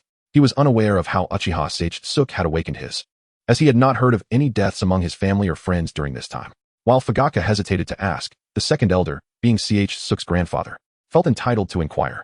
By the way, Sage-Suk, how did you awaken your Mangeki? Uchiha Sage-Suk thought his grandfather was being rather tactless, unable to understand why such a question would be posed. Thus, he cast a pleading glance at Uchiha Keiru, hoping the clan leader would assist him. Uchiha Keiru's expression was ambiguous. It had been several days, yet Sage-Suk had not devised a suitable excuse. Nevertheless, as Sage-Suk was a loyal subordinate, he felt compelled to help. Miss Keiru, the second elder, shrewd and astute, seemed to have perceived the silent exchange between his grandson and the clan leader, and directly posed the question to Keiru, who was known for her honesty. Miss Keiru, do you know how Sage-Suk awakened his Mangeki? I do. Keiru nodded her little head, stating matter-of-factly. Sage-Suk awakened it because his summoning beast, Saiban, nearly killed him. Uchiha Sage-Suk. Uchiha Keiru shrugged nonchalantly, indicating that she had done her best, leaving Sage-Suk to fend for himself. The second elder finally breathed a sigh of relief. He had feared that his grandson might have been forced to kill a cherished companion to awaken the Mangeki. However, who was this Saiban? As a grandfather, he was unaware of such a friend. He turned his attention to Uchiha Yamato, the future of the clan. Uchiha Yamato, who is this Saiban you nearly killed? Yamato seemed to recall some unpleasant memories, a chill running down his spine. Nevertheless, since Keiru had spoken, he felt compelled to be truthful. Saiban is a summoning beast lizard. I was following Danzo's orders at the time. All right. The second elder interjected, hearing Yamato's account. He exclaimed 3 all rights. It was not that he was open-minded, but he had not considered that angle, especially since Uchiha Keiru had awakened her Mangeki by killing her own pet. Summoning beasts were companions in battle for ninjas, and awakening the Mangeki to save a companion was a noble narrative. He could not comprehend why his grandson and the clan leader felt the need to conceal anything. This indicated that his grandson was even more talented than the clan leader. Meanwhile, Fugaku began to question his own life choices, certainly not considering that Uchiha Sage-Suk had awakened his Mangeki due to the death of a summoning beast. He wondered if Shursui had awakened his Mangeki after the demise of his summoning raven. All right, let us not rush into the coup. We can discuss it upon my return. Uchiha Keiru waved his hand, signaling the end of the meeting. However, just as Uchiha Keiru stepped out of the Uchiha compound, he encountered Jiraiya in a wheelchair, causing him to frown. Ah, it's Jiraiya. You aren't here to settle scores, are you? Not at all. Jiraiya shook his head. He had come to gather intelligence. He glanced at Keiru, who appeared to be just a 5 or 6-year-old girl. Keiru, that fireball just now wasn't to your full power, was it? Keiru, ignore him. Uchiha Keiru quickly advised, stressing the importance of concealing her true strength. Keiru, I hereby issue a directive. You are forbidden from answering any inquiries regarding your abilities. Keiru nodded obediently. Yes, Onaikin. Uchiha Keiru's gaze turned cold as he addressed Jiraiya. Jiraiya, if you continue to be so ungrateful, I won't hesitate to eliminate you on the spot. Jiraiya felt a tinge of disappointment. He had gathered some intelligence on Keiru, but it was rather one-sided. Merely knowing that her strength could easily subdue Shursue's Susanoo. Uchiha Keiru, do you believe in the prophecy of the Great Toad Sage? Jiraiya inquired. The Great Toad had indeed shown remarkable prowess. Uchiha Keiru did not underestimate the old toad, given its age, having lived for thousands of years, and even having deceived Sage of 6 Paths. Yet, he could not fathom why Jiraiya would mention the prophecy, wondering if it had something to do with him. The more he pondered, the more plausible it seemed. For only someone as virtuous as himself could truly be the foretold harbinger of peace for the shinobi world. Jiraiya, did that old toad say, I am the prophesied child? Jiraiya's lips twitched, thinking to himself how someone so treacherous, petty, and unscrupulous could dare to claim such a title. Shaking his head, Jiraiya began to observe the expressions of both individuals before recounting the Great Toad Sage's prophecy. A small girl with light purple hair and a round face. Her pale blue eyes will descend upon this shinobi world with the might of thunder. The existence and destruction of this world lie within her very thoughts. Uchiha Keiru was momentarily taken aback. If he recalled correctly, the prophecy had been about a small blonde boy, not a purple-haired girl. He was certain that the old toad's prophecy must relate to his own unique abilities. The Great Toad had foreseen future events through dreams, and the purple-haired girl it envisioned must be a character he was destined to summon. A girl, light purple hair, round face, wielding thunder, possessing the power to destroy the shinobi world. Uchiha Keiru felt a sense of familiarity, his mind racing to recall where he had encountered this character. But despite his efforts, he could not place it, his head throbbing with frustration. Who could it be? Chapter 23. The Devious Jiraiya, known as the Information Master, discerned from Uchiha Hikari's expression that he surely understood the prophecy. This implied that he was acquainted with the individual referenced in the prophecy, yet he was unable to recall who it was. Uchiha Hikari, if you know, please enlighten me. Damn. Uchiha Hikari glared fiercely at Jiraiya. He had intended to joyfully venture into the ninja world with chaos, but Jiraiya's nonsensical prophecy had thrown him off course. It would have been one thing if he could recall the person mentioned in the prophecy. However, the inability to do so left him restless, leading to sleepless nights and ultimately jeopardizing his health and lifespan. In essence, Jiraiya was attempting to eliminate him through such insidious means. Truly, Jiraiya was a cunning individual. If it had been anyone else, they might not have perceived his malicious intent. With this thought, Uchiha Hikari squinted at Jiraiya. Jiraiya, I have heard tales of the Toad Sage being unmatched on the battlefield. Today, I, a mere youth, wish to challenge you. What? Jiraiya was taken aback. They had been engrossed in discussing the prophecy, and now Hikari was suddenly challenging him to a duel? Upon assessing his own condition, he realized that he had rushed over to confront Uchiha Hikari without even treating his injuries. Uchiha Hikari, do you truly believe I am in a state fit for battle? Jiraiya spread his hands, offering a rueful smile. Please don't put me in a difficult position. Indeed, it is a difficult situation, Uchiha Hikari sighed lightly. Given Jiraiya's condition, he was not inclined to take advantage of him. Very well, I shall escort you back to the hospital. Ah, I appreciate it. Jiraiya nodded gratefully as Uchiha Hikari approached him, gripping the armrest with one hand and the wheelchair's wheel with the other. Jiraiya sensed something amiss. Hey, Uchiha Hikari. What are you planning? I wish to say Uchiha Hikari forcefully detached the wheel, then lifted the wheelchair along with Jiraiya, hurling him away like a tennis ball. Damn it. If it's difficult, then let us not make it so. In that instant, several Umbu responsible for Jiraiya's protection rushed forward to catch him. Seeing Jiraiya clutching his chest and coughing up blood, one Umbu audaciously confronted Uchiha Hikari. Hikari clan leader, what is the meaning of this? Chaos, eliminate him. Uchiha Hikari commanded. In a flash, a sound explosion erupted, and the Umbu who had just spoken found a crimson mark across his neck before his head could even hit the ground. Chaos had already returned to Uchiha Hikari's shoulder. With a thud, the Umbu's head dropped to the ground within Jiraiya's line of sight. He could hardly believe Uchiha Hikari's ruthlessness. Uchiha Hikari, was it truly necessary to resort to murder over a mere argument? Jiraiya, do not accuse me of being despicable. Uchiha Hikari's gaze was unwavering. Had you not come here attempting to shorten my lifespan, I would not have acted against you. Jiraiya was left speechless. He had merely sought information about the new prophesied child, not to conspire against Hikari's life.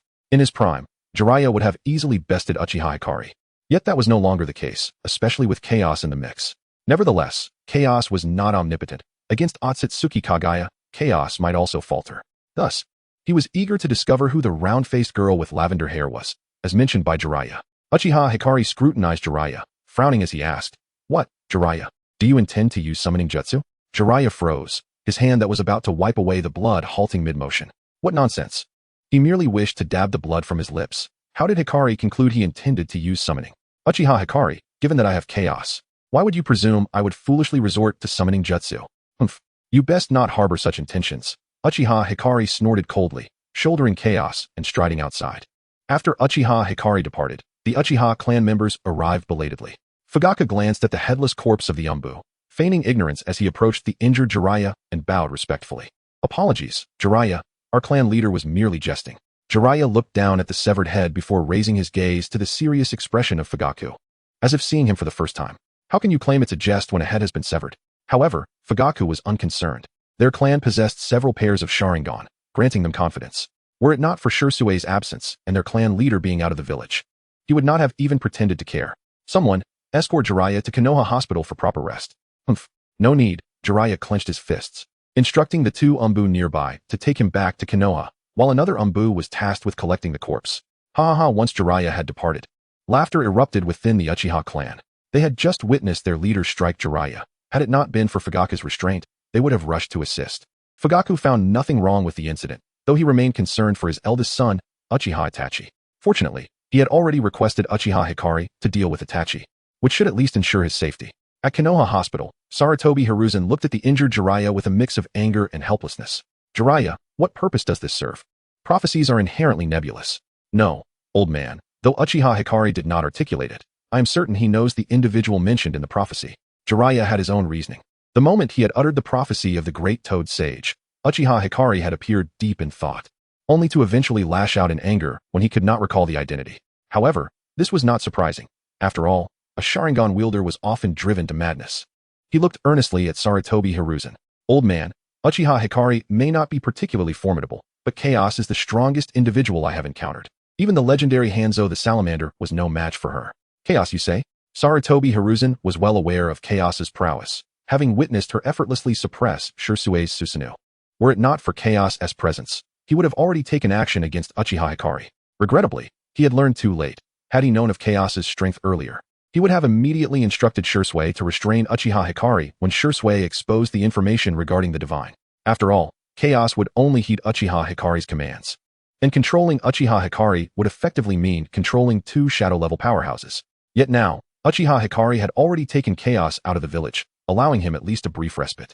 Chapter 24. A discussion on the art of defecation with White Zetsu. Uchiha Hikari shouldered Chaos as they journeyed towards the land of water. Chaos's radar could scan the entire shinobi world, thus there was no need to fret about losing their way. Unhurriedly, he enjoyed the journey while making progress. If his assumptions were correct, the fourth Mizukage of Kirigakure had already fallen under Obito's control. Obito had initially inserted the three tails into the village, only to be subsequently slain by Kakashi's Chidori. As such, Obito's enemies included Kirigakure and Kakashi. However, he harbored a deep affection for Kakashi, evident even to the observant, despite his reluctance to voice it.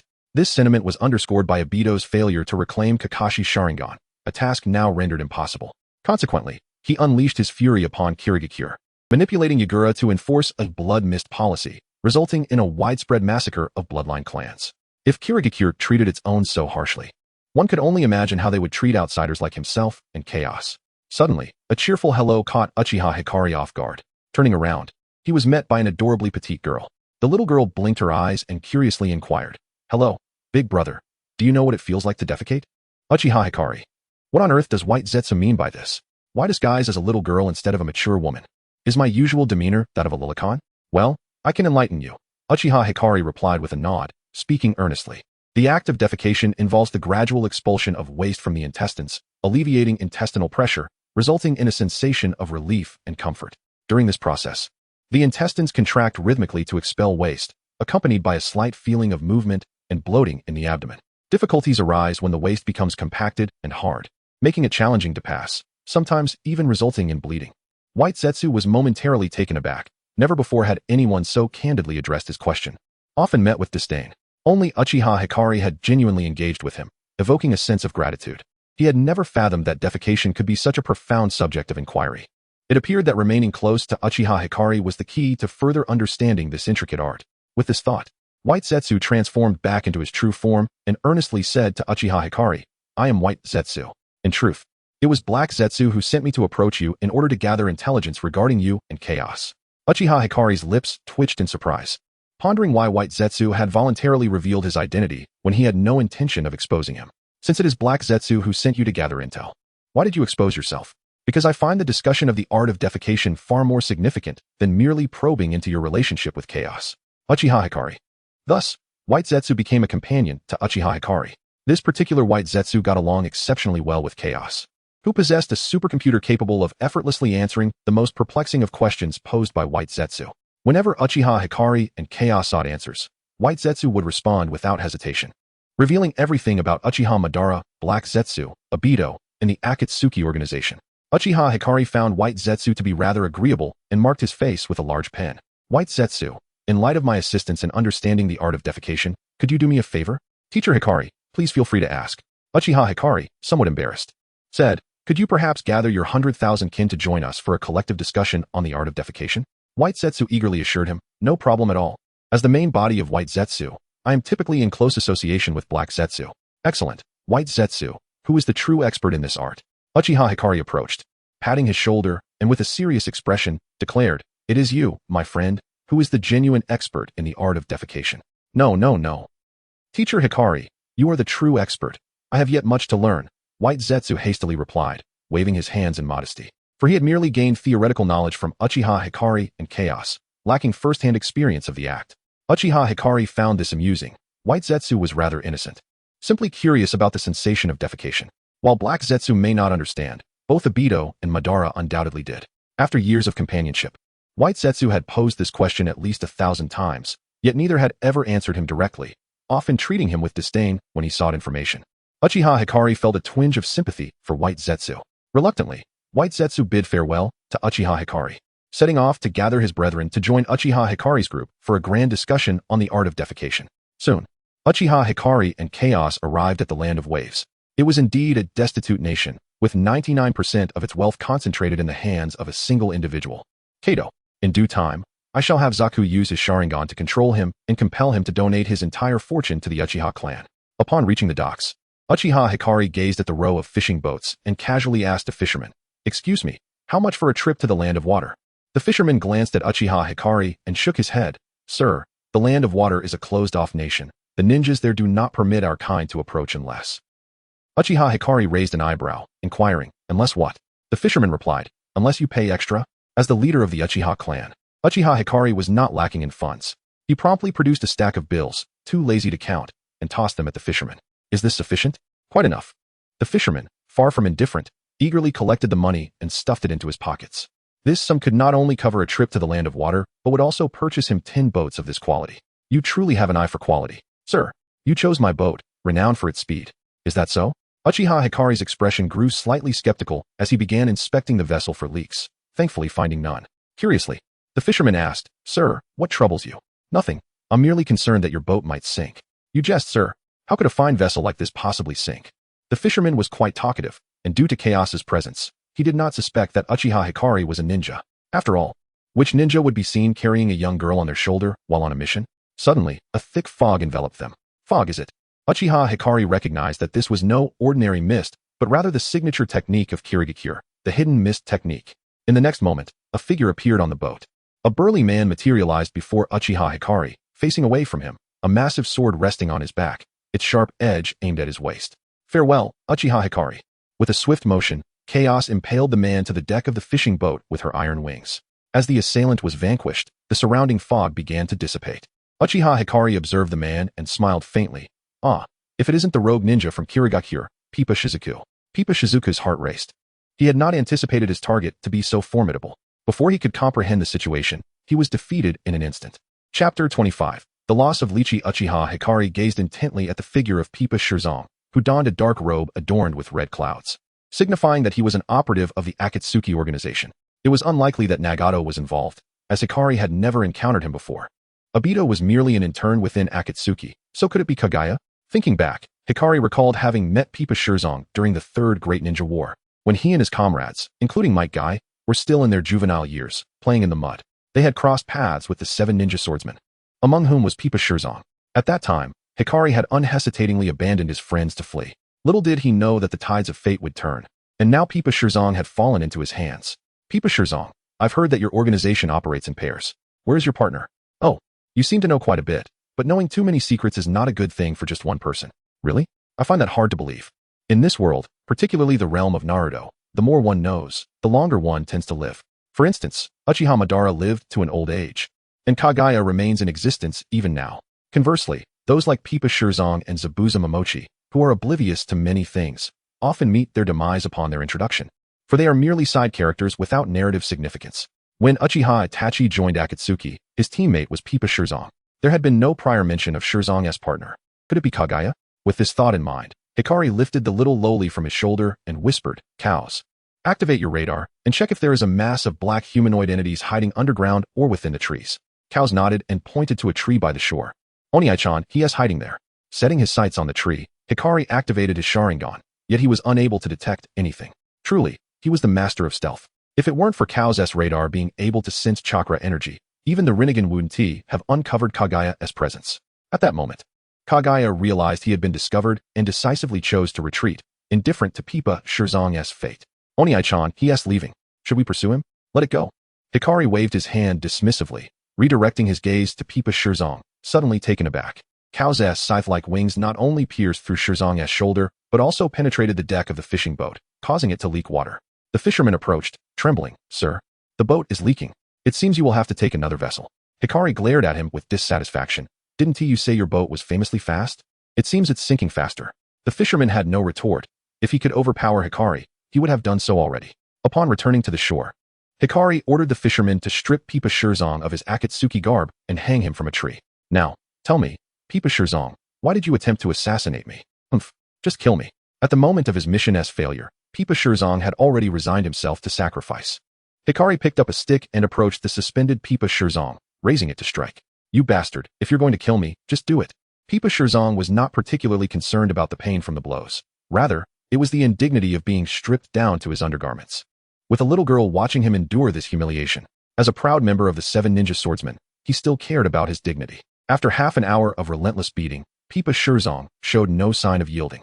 Hikari, infuriated, produced an explosive tag and affixed it to Shirzong's groin.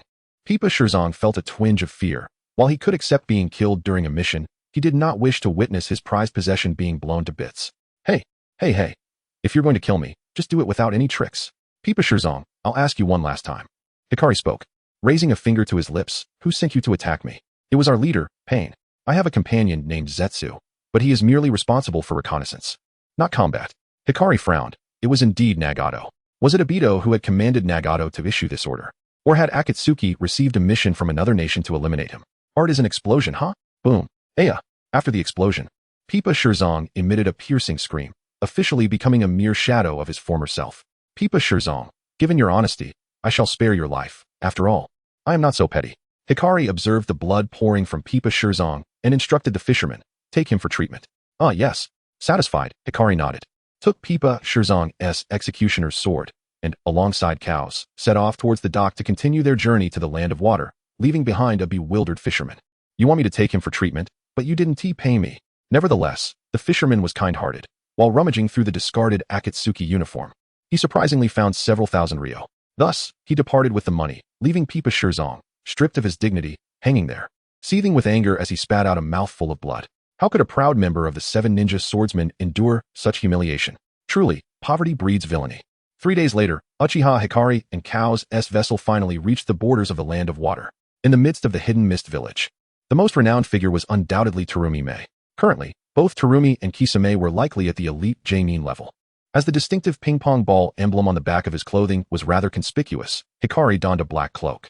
Kaos could no longer sit on his shoulder. After all, who in the Leaf Village was unaware that the Uchiha clan leader had a little lowly perched upon his shoulder all day long?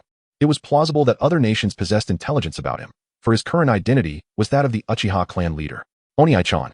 Kaos puffed out her cheeks, extending her little legs. Kaos has no shoes.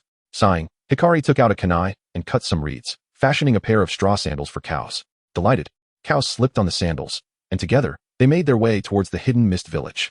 After an indeterminate amount of time, they encountered a group of ANBU from the hidden mist village. Hikari halted, and Kaos looked up, asking, Oni-chan, shall we kill them? Not yet, if they don't strike. We shan't either. Hikari had come to recruit Kisame, and did not wish to escalate matters prematurely. Leading the ANBU was a woman with brown hair, masked, rendering her identity unclear. Just as the ANBU brushed past them, the woman suddenly stopped. Hikari squinted, preparing to signal Kaos to act, when the woman unexpectedly pulled out a bag of food from her bosom and opened it before Kaos. Little one, are you hungry? This is for you.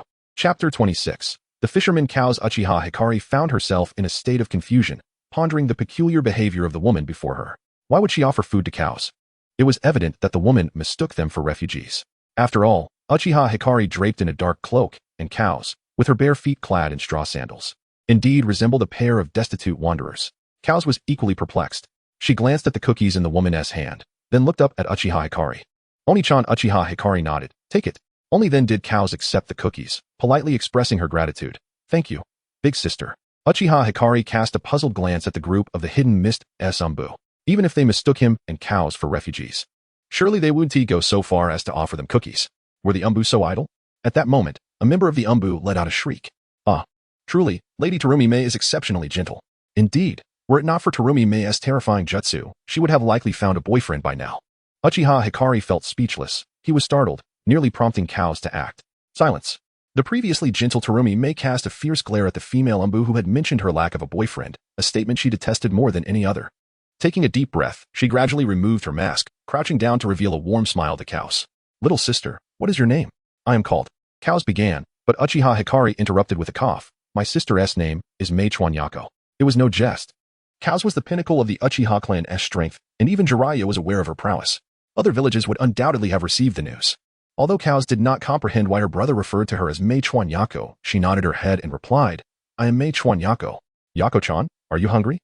These are for you and your brother. Kaos nodded eagerly, first handing a piece of cookie to Uchiha Hikari before indulging herself. The more Terumi Mei observed Kaos, the more she felt an overwhelming desire to take her home. Yako-chan, where is your home? Wherever Oni-chan is, that is where Yako's home is. Kao spoke candidly. In her subconscious, Uchiha Hikari's shoulder was her sanctuary. Uchiha Hikari's intentions were clear, akin to Orochimaru. He sought eternal life, not the kind that involved changing bodies every 3 years, but rather the fruit of the divine tree, the chakra fruit. Terumi nodded and rose. Addressing Uchiha Hikari with a smile, if you two have nowhere to go, you are welcome to work for the Terumi family. I can provide you a salary. What? Uchiha Hikari's expression soured, feeling insulted. How could the esteemed patriarch of the Uchiha clan possibly work for the Terumi family? What did she expect him to do, become a servant, a cook, or a son-in-law? Terumi remained oblivious to Uchiha Hikari's displeasure, waving to her subordinates, let us go. Yes, Lady Terumi. The group departed in a grand manner, their conversation still faintly audible to Uchiha Hikari. Lady Terumi, are you truly going to adopt Yako-chan? She looks so pitiful. Hopefully, they will come to find me. Terumi smiled faintly, genuinely enchanted by Kao's adorableness, having taken an immediate liking to her. Crack. Uchiha Hikari viciously bit into a cookie, instructing the little girl, Terumi has slandered me. Cows, make a note of this. We shall settle the score at the 5 Kage summit. Yes, Oni-chan. Cows promptly recorded the incident in her little notebook. The two continued toward the hidden mist village. Witnessing the increasing desolation that mirrored a wartime village, reflecting on how ruthless Obito had been. Suddenly, a filthy little beggar blocked their path. Gazing at the cookie in Kao's hand with fervent eyes, unable to suppress a gulp. Could you spare me a piece of cookie? I haven't eaten for 3 days. Why haven't you eaten for 3 days? Cows inquired curiously. Do you not like food? The little beggar merely stared in silence. Uchiha Hikari observed the dirty child, noting that despite the grime on his face, his features were quite handsome. Hey kid, what is your name? I'm Bai. Uchiha Hikari nodded and instructed Cows, give him a cookie. Cows handed over all the cookies, and Bai devoured them ravenously. Uchiha Hikari contemplated, wondering if a union of the Mizuno Kuni and Uchiha bloodlines would produce a child with a kaleidoscope and ice release abilities. Bai, are you a boy or a girl? I'm a boy. Good. You seem like an orphan. Why not join my family? I can introduce you to a good girl your age. Bai paused in his eating. Looking bewildered at Uchiha Hikari. He was only 8 years old. Why would he need to join his family? Uchiha Hikari extended his right hand, offering a radiant smile akin to the sun. Bai, I need you. Bai's eyes lit up. Could someone like him truly be needed? He instinctively nodded. All right. Bai will be Big Brother's tool. Excellent. You will be the breeding tool of the Uchiha clan. Uchiha Hikari crouched down, patting Bai's shoulder. I will grant you the Uchiha surname. From now on, you shall be known as Uchiha Zonma. Bai nodded, unaware of the Uchiha or the meaning of Zonma. He only knew that he was needed, having discovered his purpose for existence. Thus, Uchiha Hikari's entourage grew by one small boy who bore a striking resemblance to a little girl. Bringing the two to the riverbank, he instructed Cows, catch us a fish. We shall feast on grilled fish today. Hey, Oni-chan. Cows nodded eagerly, sprouting 6 iron wings from her back, instantly entering battle mode. Charge. With a loud bang, a shockwave sent by flying, and even Uchiha Hikari struggled to maintain his footing. Shaking his head, Uchiha Hikari's gaze drifted toward the serene sea. He had instructed Cows to catch fish, but where had she flown off to? Before long, a radiant light appeared on the distant sea, rapidly approaching. It was Cows, carrying a massive fish. Due to her speed, a towering wave surged behind her. Cows came to a sudden halt before Uchiha Hikari, and the wave cascaded down, drenching both him and Bai. Oni-chan. Cows has returned with the fish. Uchiha Hikari looked at the enormous fish Cows was hauling and could not help but twitch his lips. This unidentified giant fish weighed no less than 1,000 pounds. Truly, could this be consumed? Chapter 27. Annihilation of the Mist Village Assassination Corps. Ah, how delightful. At the border of the Mist Village, Uchiha Odo is accompanied by a flamboyant young boy and a mechanical little girl who is savoring grilled fish. The culinary offerings of the ninja world differ somewhat from those in reality. For instance, the large fish caught by Chaos surprisingly tastes like beef to Uchiha Odo. Chaos, how do you discern whether this fish is delectable? While enjoying the grilled fish, Chaos responds. Chaos is the second-generation omnipotent angel, truly omnipotent. Uchiha Odo is momentarily taken aback. Despite Chaos being a mechanical being capable of consuming food and converting it into energy without the need for bodily waste, it is indeed quite remarkable. Bai, oblivious to the concept of an omnipotent angel, merely recognizes Chaos's formidable strength, surpassing even that of the elite Jainin. After satisfying their hunger, they find a cave to rest for the night. After storing their bedding in a scroll, Uchiha Odo continues onward, following the route indicated by Chaos on the map. As they are now displaced individuals, Mist Village, abundant in refugees, is unlikely to attract any undue attention. As they draw closer to Mist Village, figures suddenly dart past them. Uchiha Odo pays little mind, assuming them to be members of the Mist's Umbu on a mission, likely indifferent to these commoners. However, Bai instinctively trembles. inadvertently drawing the attention of the Umbu. Hold on, that kid seems suspicious. Uchiha Odo, exasperated, glances at Bai, pondering why he is trembling after witnessing Chaos's might just the day before. An Umbu approaches Uchiha Odo, directing his gaze towards Bai. Hey, kid, lift your head. Bai quivers slightly but raises his head, revealing a delicate face to the Umbu's scrutiny. Unfortunately, this particular Umbu is part of the team tasked with hunting down bloodline clansmen, and Bai's distinctive features strongly suggest a connection to the Mizuno Kuni clan. Although uncertain, the 4th Mizukage has ordered them to kill indiscriminately rather than risk letting a single target escape.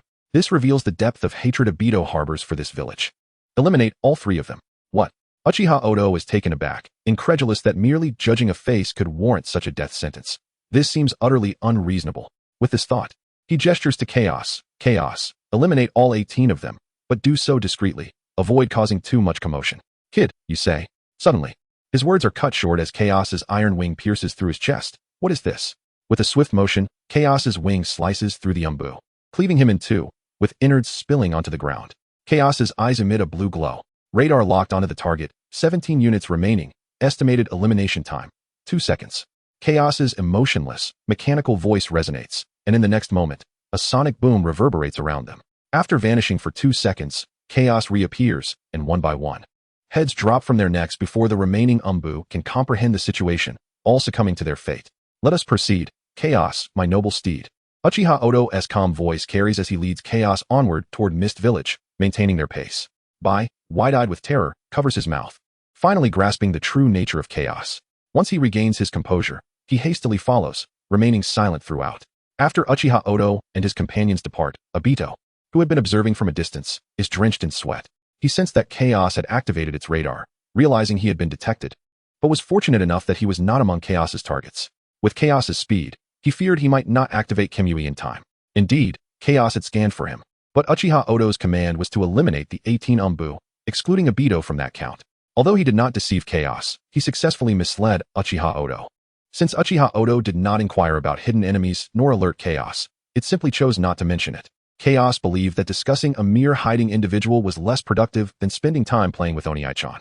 Obito utilized Kimui to return to the Mizukage's office, urging the 4th Mizukage to issue a village-wide command to hunt down the intruders. The objective was not to capture, but rather to ensure that the pursuing Umbu would meet their demise at the hands of the invaders. Given Uchiha Odo's tendency to annihilate all in his path, it was a certainty that these ninjas would be exterminated, leading to the near ruin of Mist Village. Obito concluded it was time to abandon Mist Village and return to the Akatsuki to further develop the Moon Eye plan. However, Obito overlooked one crucial detail. Uchiha Odo is fundamentally a good person. Having participated in the Third Shinobi World War, he has yet to take a life with his own hands. At worst, he has betrayed allies and used their bodies as shields. The shurikens that struck his allies were not thrown by him. If others refrained from throwing shurikens at him, he would not need to use his comrades as shields, thus sparing them from death. Therefore, strictly speaking, he has not directly killed anyone. An hour later, in a nearby forest, a ninja of the shark-tailed bloodline leads a contingent of 500 swiftly towards Uchiha Odo. This individual is none other than the target Uchiha Odo seeks to recruit, the Sharkman Kisame. Among his ranks is a one-eyed individual, not a cyclops, but one concealing a Byakugan beneath an eye patch. AO. Also present is a brown-haired woman, Terumi Mei, who previously delivered cookies to Chaos. At this moment, Kisame's expression is grave. He is unaware that Obito has sent these Umbu to their deaths. His sole directive from Obito has been to act as a spy, gathering intel on Chaos's weaknesses and Uchiha Odo's Manjiki Sharingan abilities. AO, if the 4th Mizukage's intelligence is accurate, the intruders should be within the range of your Byakugan. AO nods, placing his fingers together before his nose. Byakugan, activate. 3 kilometers ahead, 2 figures, one large and one small, are approaching, moving at a moderate pace. It seems fortune is on our side. Kisame removes the supreme bandage from his shark skin, refraining from divulging the number of approaching individuals to his team. He harbors his own curiosity to encounter the one who instills fear even in the masked man. Terumi Mei furrows her brow, perplexed as to why the 4th Mizukage would go to such lengths to apprehend an individual. As for Chaos and Bai, she pays them no mind, considering that Uchiha Odo is the only adult among them. Meanwhile, Chaos has detected a large contingent of ninjas rapidly closing in on their position. Oniai-chan, there are 503 individuals hastening toward us. Pay them no heed. Uchiha Odo waves dismissively. Their target is surely not us. They must be engaged in some significant operation. It is improbable that several hundred would mobilize merely to confront a young man and 2 children. Chapter 28. I will take him away today, however. The slap of reality came swiftly. Uchiha Kai believed that the enemy had no intention of targeting them, yet they found themselves surrounded. Chaos reminded him, Oni-chan. The fishman Kisame is here too. Uchiha Kai nodded, casting his gaze around. Ladies and gentlemen, please do not make this difficult for me. I have no desire to kill you. How intriguing. At that moment, Kisame thrust his sword, Semihata, into the ground and grinned. You speak as if you could truly kill us all. You are quite astute. You've hit the nail on the head, Uchiha Kai replied. He then ruffled the little head of Chaos beside him, inquiring, Chaos, how long would it take to eliminate these individuals? After a brief silence, Chaos did not respond. Uchiha Kai looked down to find the little girl enjoying the affection of her brother's head patting like a contented kitten. Uchiha Kai couldn't help but feel exasperated. Chaos, please be serious. We are in the midst of being besieged. Chaos raised a finger, her expression one of haughty pride. Using Chimera's technique, just one strike. Uchiha Kai understood that Chaos referred to compressing a black fireball using steel wings and launching it at maximum power. At that point, not only would the hundreds of ninjas present be obliterated, but the entire Hidden Mist village would likely transform into a vast, gaping chasm. Excuse me, who are you? At that moment, Terumi Mei finally spoke up, feeling deceived. Lady Terumi Mei, she is. At this juncture, Ao broke into a cold sweat. Recalling that this was the individual mentioned in the intelligence reports who could suppress Itachi's Susanoo. She is Chaos. What? Chaos? Terumi Mei exclaimed, realizing that this young person was the leader of the Uchiha clan. Damn it, she muttered through gritted teeth, directing her gaze towards Kisame, who was leading the team. Kisame, engaging with Konoha at this juncture is not advantageous for our Hidden Mist village.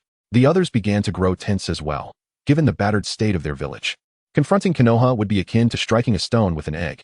Kisame remained silent, raising Semihata and pointing it at Uchiha Kentucky. What business does Uchiha Kai have in our Hidden Mist village? Uchiha Kai extended his right hand and candidly proclaimed, I have come to invite you to join the great Uchiha clan. Are you interested? Kisame was momentarily taken aback. What was this? Obito had instructed him to spy on Uchiha Kai, and before he could even contemplate how to join, the other party had extended an invitation. Was this a bit too smooth? If he accepted outright, it would raise suspicions. Contemplating this, Kisame coolly replied, well then, let us see if you possess the strength to back that up. Chaos, incapacitate him. Uchiha Kai commanded. As soon as the words left his lips, a loud bang resonated, and a gust of wind swept through the area. Before Kisame could react, he found himself ensnared by Chaos's wings. Do you still wish to spar? Uchiha Kai approached Kisame and said softly, if you wish to continue, I can have Chaos release you. No need, Kisame replied with a wry smile, realizing he had many tricks yet to unveil. However, Chaos's speed was overwhelming. He doubted he could even complete a single hand sign before she subdued him. Even attempting it 100 times would yield the same result. Yet, he remained curious. Why would someone of Chaos's caliber heed Uchiha Kai? Mr. Kai, how does your strength compare to Chaos? Uchiha Kai's expression was somewhat elusive, yet he spoke his mind. Chaos, incapacitate him. Kisame thought, wait. I merely inquired about your strengths. You need not resort to such extremes. However, Chaos paid no heed, immediately delivering a punch to Kisame's abdomen. With a thud, Kisame coughed up blood, feeling as though his very organs had shifted. After retracting her wings, Kisame collapsed to the ground. Take him away, Chaos said, nodding her small head as she seized one of Kisame's legs and began to drag him outward. Kisame clutched Semihata, being pulled along by one leg. The hundreds of Hidden Mist Umbu watched, momentarily at a loss. After all, this involved Konoha, which had historically triumphed in every ninja war, often outnumbering their enemies 4-1. It was uncertain whether this was a ploy by Konoha to find an excuse for war. It was reminiscent of the past incident with the Hidden Cloud Village abducting the Hyuga princess, all merely a pretext for conflict. With no other options, Ao turned his gaze towards Terumi Mei. Lady Terumi Mei, Kisame is the leader of this mission. What should we do? We cannot simply let them take him. Gritting her teeth, Terumi Mei, along with several Umbu, positioned themselves in front of Uchiha Kai and his companions. Wait, Lord Uchiha Kai, is it proper to come to our Hidden Mist village and abduct someone like this? Uchiha Kai smirked, exuding an air of dominance. I shall take him today. Who dares impede me? You. Terumi Mei clenched her teeth, astonished that Uchiha Kai and his companions dared to confront her and her hundreds of Umbu with such audacity. Thankfully, Kisame was not a woman, otherwise Uchiha Kai might have received a blade in the back. As Terumi Mei hesitated, the controlled fourth Mizukage swiftly approached, a man of few words who issued a direct order. Attack. Eliminate all three of them. Chaos sprang into action, prepared to execute the command. Although Uchiha Kai recognized this as Obito's directive, he promptly ordered Chaos to act. Seizing the nearby Haku and leaping to conceal themselves among the trees, Chaos instantly activated her combat mode, soaring into the air and extending a finger towards the ninjas below. Hey, uncles and brothers, is this love? As soon as Chaos finished speaking, black flames ignited at her fingertip. and the 6 wings behind her were soon engulfed in fire as well. Possessing immense power and intellect, she remained emotionally immature, unaware of the notions of cruelty and kindness. Meanwhile, her master, Uchiha Kai, harbored no moral qualms about extinguishing the lives of hundreds of Umbu. He addressed Chaos. Though they may lose their lives, they shall gain freedom. Proceed. Chaos nodded, waved her small hand, and released the flames from her fingertips. With a thunderous explosion akin to a tailed beast bomb, the ninjas struck by her attack were obliterated beyond recognition. How is this possible? Terumi May gasped, but quickly regained her composure, instructing the nearby Umbu. Stay close to me. Yes, Lady Terumi May. The Umbu, now thoroughly frightened, instinctively followed Terumi May to Kisame's side. Since Uchiha Kai's target was Kisame, it seemed likely that he would not attack him. Chapter 29. The Demon of the Abyss. We are kindred spirits. Kagami May's thoughts were indeed accurate. Chaos, employing radar to lock onto all targets in the sky, furrowed her delightful brows. Well, let us deal with them first. In the next moment, countless black flames erupted from Chaos's wings, indiscriminately raining destruction upon the ground. Boom, boom, boom. Utilizing radar for aerial bombardment, Chaos unleashed a massacre from above. Kagami May and her companions surveyed their surroundings, and aside from their small area, the rest was filled with the cacophony of explosions. She understood that beyond their small enclave, their comrades had likely perished. Once the bombardment ceased, the forest within a 10-kilometer radius had vanished. Apart from the small patch where they stood and the tree where Uchiha Oka was positioned, all that remained was scorched earth. There were no corpses strewn about. Instead, all flesh had been reduced to ash in the wake of the bombardment. Chaos gradually descended before them, her wings morphing. 13 targets remain. I shall grant you your freedom. Kagami May, aware that she was no match for Chaos, immediately seized the half-conscious Kisame, pressing a kunai against his neck. Even in death, I will not let you have your way. Big sister, do you wish to dance as well? Chaos paused momentarily, one of her wings transforming into a scythe, swiftly aiming for Kagami May's face. At that instant, a languid voice interjected. Hold on, Chaos. Don't forget, she did offer us cookies. The scythe-like wing halted a mere centimeter from Kagami May's forehead. Faced with such a dire situation, her eyes widened, seemingly rendered speechless by fear. Chaos pointed toward the 4th Mizuki's direction, reminding Onaikin, there is still one who remains alive. No matter, we are not demons. There is no need to eradicate everyone. Uchiha Oka stepped forward, gently taking the kunai from Kagami May's hand, caressing her cheek with the other. He flashed her a brotherly smile and whispered, smile a little. If the sun casts shadows, it makes everyone sad, doesn't it? With those nonsensical words, Uchiha Oka took Kisame and departed.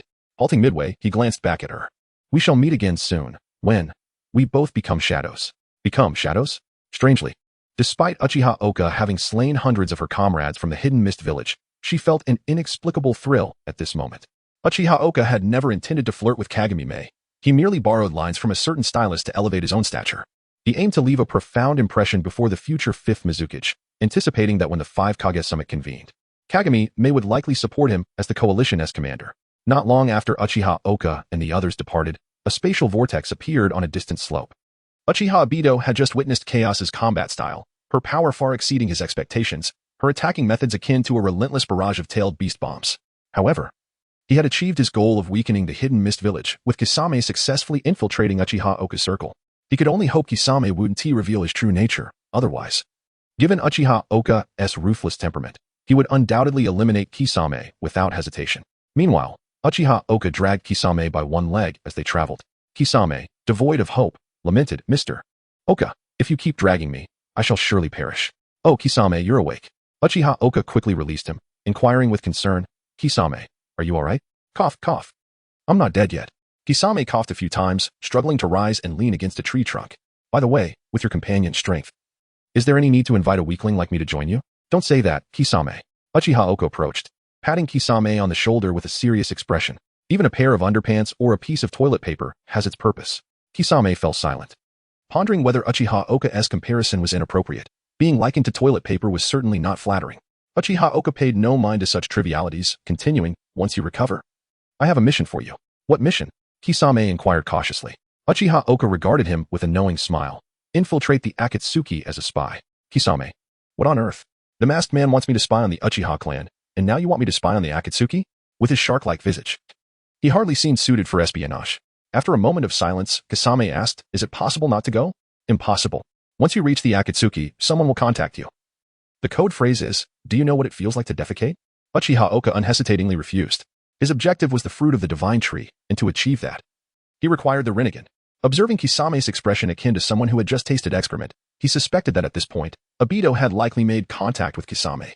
Like him, Kisame was an honest man, and Uchiha Oka resolved to impart a lesson to ensure that he could discern friend from foe. Kisame, we are of the same ilk. Kisame stared at Uchiha Oka, bewildered. Did the other know of his past? Not long ago, during a mission, he had encountered Konoha's interrogation expert, Ibiki Marino. To prevent his teammates from falling into enemy hands and revealing secrets, he had killed a member of the Umbu who had shown him kindness. To think someone like you has also experienced killing a teammate for the sake of a mission. Uchiha Oka blinked, wondering if Kisame had misunderstood. His reference to kindred spirits was merely a statement of their shared honesty. What did it mean to kill a teammate for a mission? Uchiha Oka was not the sort to slay his comrades. At most, he would allow others to take the rear while he returned home.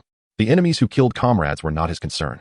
If Kisame chose to misinterpret, then so be it. He saw no need to clarify. Kisame, betrayals visible to the naked eye are knowable. The true terror lies in the invisible betrayals. Uchiha Oka gazed earnestly at Kisame. The masked man has deceived you and will betray you in the future. Heh, you truly know everything. Kisame forced a bitter smile. Do I have any other options? Uchiha Oka squinted slightly. In truth, he knew nothing, merely probing Kisame. He hadn't expected Obito to covertly place Kisame as a spy. It was utterly disgraceful. Back in the days at the Ninja Academy, he had once advised Obito on how to drug Rin, and now he found himself in this predicament. The more he pondered, the angrier he became. He retrieved a petri dish from his scroll, which contained Obito's Mangeki Sharingan. Kisame, this is the masked man's other eye. Mastering its use will enable you to easily defeat him. Chapter 30. Orochimaru expresses his intent to seize chaos in Konoha. Obito feels that the Mist Village has already been thoroughly manipulated by him, so he decides to visit Konoha's cemetery to share this good news with Rin at her gravestone. Unfortunately, Kakashi is also present.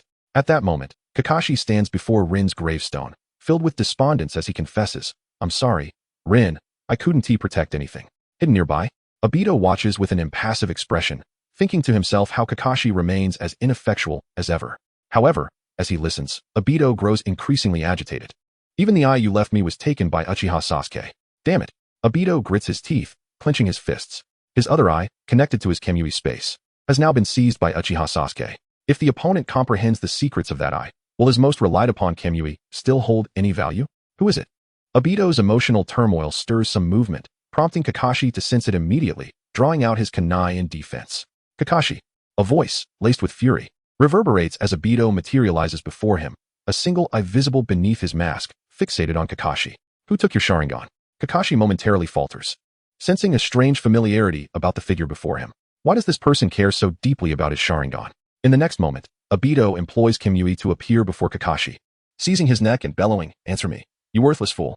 Suddenly, the Kakashi bound by Obito and Appo's grip transforms into a bolt of lightning, momentarily paralyzing Obito. Cursing under his breath, Obito realizes that he lost his composure upon hearing that his Sharingan was taken by Uchiha Sasuke, allowing himself to be deceived by such a rudimentary lightning clone. Kakashi, a prodigy who became a jonin at the age of 12, would not easily be subdued by Obito. Emerging from the earth, Kakashi does not immediately attack. Instead, he observes the masked man as Sharingan with a serious expression, piecing together the earlier disturbance and the odd sense of familiarity. Could it be? Impossible, he is dead, buried by my own hands. Nevertheless, he resolves to probe further. With this in mind, Kakashi feigns disbelief, questioning, O mask, why not return to Konoha if you're alive? How about you shut your mouth, you mere talker? Obito refrains from further assault, instead using Kemui to vanish. Now, with Kakashi's Sharingan lost, he must contemplate how to reclaim it from Uchiha Sasuke. In truth, Obito is merely deceiving himself, claiming to wish for a world solely for Rin. Ultimately, he uses her as a fade to mask his affection for Kakashi. If he genuinely desired to create a world for Rin, he should have reclaimed the Sharingan from Kakashi at the first opportunity, thereby doubling his power and facilitating the implementation of the Eye of the Moon plan. Moreover, even in death, he intends to provide Kakashi with an advantage. Despite Kakashi's fatal role in Rin's demise, he neither kills Kakashi nor retrieves the Sharingan. What does this signify? It signifies love. Kakashi gazes at the spot where Obito vanished, slowly lowering his hand, feeling a mix of exhilaration and melancholy. I'm sorry, O Mask. You have always been my hero. Meanwhile, Obito is on the verge of madness. Initially oblivious to the information regarding Uchiha Sasuke's Mangeki, his other eye is still in the opponent's possession. Should they ever engage in battle, and Sasuke employs the abilities of his eye alongside Chaos's black flames, he would be utterly outmatched. That evening, Obito finds a way to contact Kisame. Observing that Kisame and Appo's injuries have nearly healed, it seems Uchiha Sasuke has not grown suspicious. Kisame, It appears you have successfully gained Uchiha Sasuke's trust. He doesn't seem to fully trust me. Kisame shakes his head, grinning at Obito. Uchiha Sasuke assigned me a task to infiltrate an organization called Akatsuki. Obito is momentarily stunned. What does Kisame mean by this? He had sent Kisame to Konoha. And now Uchiha Sasuke has tasked him with infiltrating an organization under his control. Is this a return policy? Forget it, Kisame.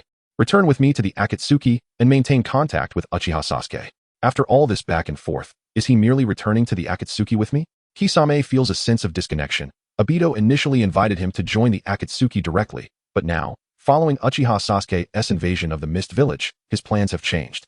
Regardless, neither Obito nor Uchiha Sasuke has placed any restrictions on him. Reflecting on this, Kisame can't help but smile bitterly. When he was in the Mist Village, he had no freedom at all. Now that he has defected, he finds himself with choices. Between Uchiha Sasuke and Obito, he need not overthink it. He chooses Uchiha Sasuke. For Chaos is immensely powerful, and the masked man's Sharingan remains in his possession. In the Land of Rain, within the Akatsuki's cavern. BGM, Grandma caresses you. Ollie gives the big pineapple. Grandpa is mopping the floor, bringing in a calabash child. On the 10 fingers of the outer path statue, several holographic projections stand. Pain, Konan, Orochimaru, Deidara, Zetsu, and Zetsu holding a suitcase. Pain, with his Rinnegan, gazes coldly at Kisame as he enters, inquiring, Kisame Hashigaki. Since you were brought in by Akatsuki, you must know his true identity, correct? Leader, is this something I can disclose? Kisame maintains a neutral expression, recognizing that neither the leader before him nor the masked man is his superior. The others, having overheard the exchange between Pain and Kisame, are taken aback. Isn't Akatsuki merely an intern within the organization? Could there be undisclosed secrets? Orochimaru, with a raspy voice, asks, Leader, could you share Akatsuki's identity? Pain refrains from revealing Obito's identity, surveying the room with his Rinnegan. We require more manpower to realize our ideals. Does anyone have recommendations? Konan ponders briefly before suggesting. Uchiha Shursui, Uchiha Sasuke, and Chaos. At this moment, Zetsu interjects with information about Chaos. Chaos possesses extraordinary flight speed, so swift that even the Sharingan cannot track him. His method of attack involves black flames, rivaling the power of tailed beast bombs, capable of eliminating 500 elite ninjas from the Mist Village within seconds. Chaos, you say? Orochimaru's tongue flicks across his face, revealing a greedy expression. Are you certain? Zetsu nods. Just yesterday, I witnessed it firsthand. Upon hearing this, Orochimaru and Appo's insatiable greed becomes impossible to suppress. He possesses intelligence on Chaos, including the 6 scythe-like wings that can alter their form at will, easily restraining Shursui and Appo's Susanoo. Most crucially, Chaos is entirely immune to Genjutsu. If he can seize Chaos's body, he would undoubtedly become invincible within the ninja realm. Although Chaos is formidable, he is not without weaknesses, and his vulnerability lies with Uchiha Sasuke. Thus, he merely needs to first seize Uchiha Sasuke's body, and 3 years later, command Chaos through Sasuke, ensuring that Chaos willingly submits to his possession. He will also utilize these 3 years to perfect the art of resurrection without a corpse, as he aims to permanently inhabit the body of Chaos. Chapter 31. I am not so petty at this moment. Orochimaru had yet to endure the torment of the Sharingan. Nor had he encountered Kimimaro.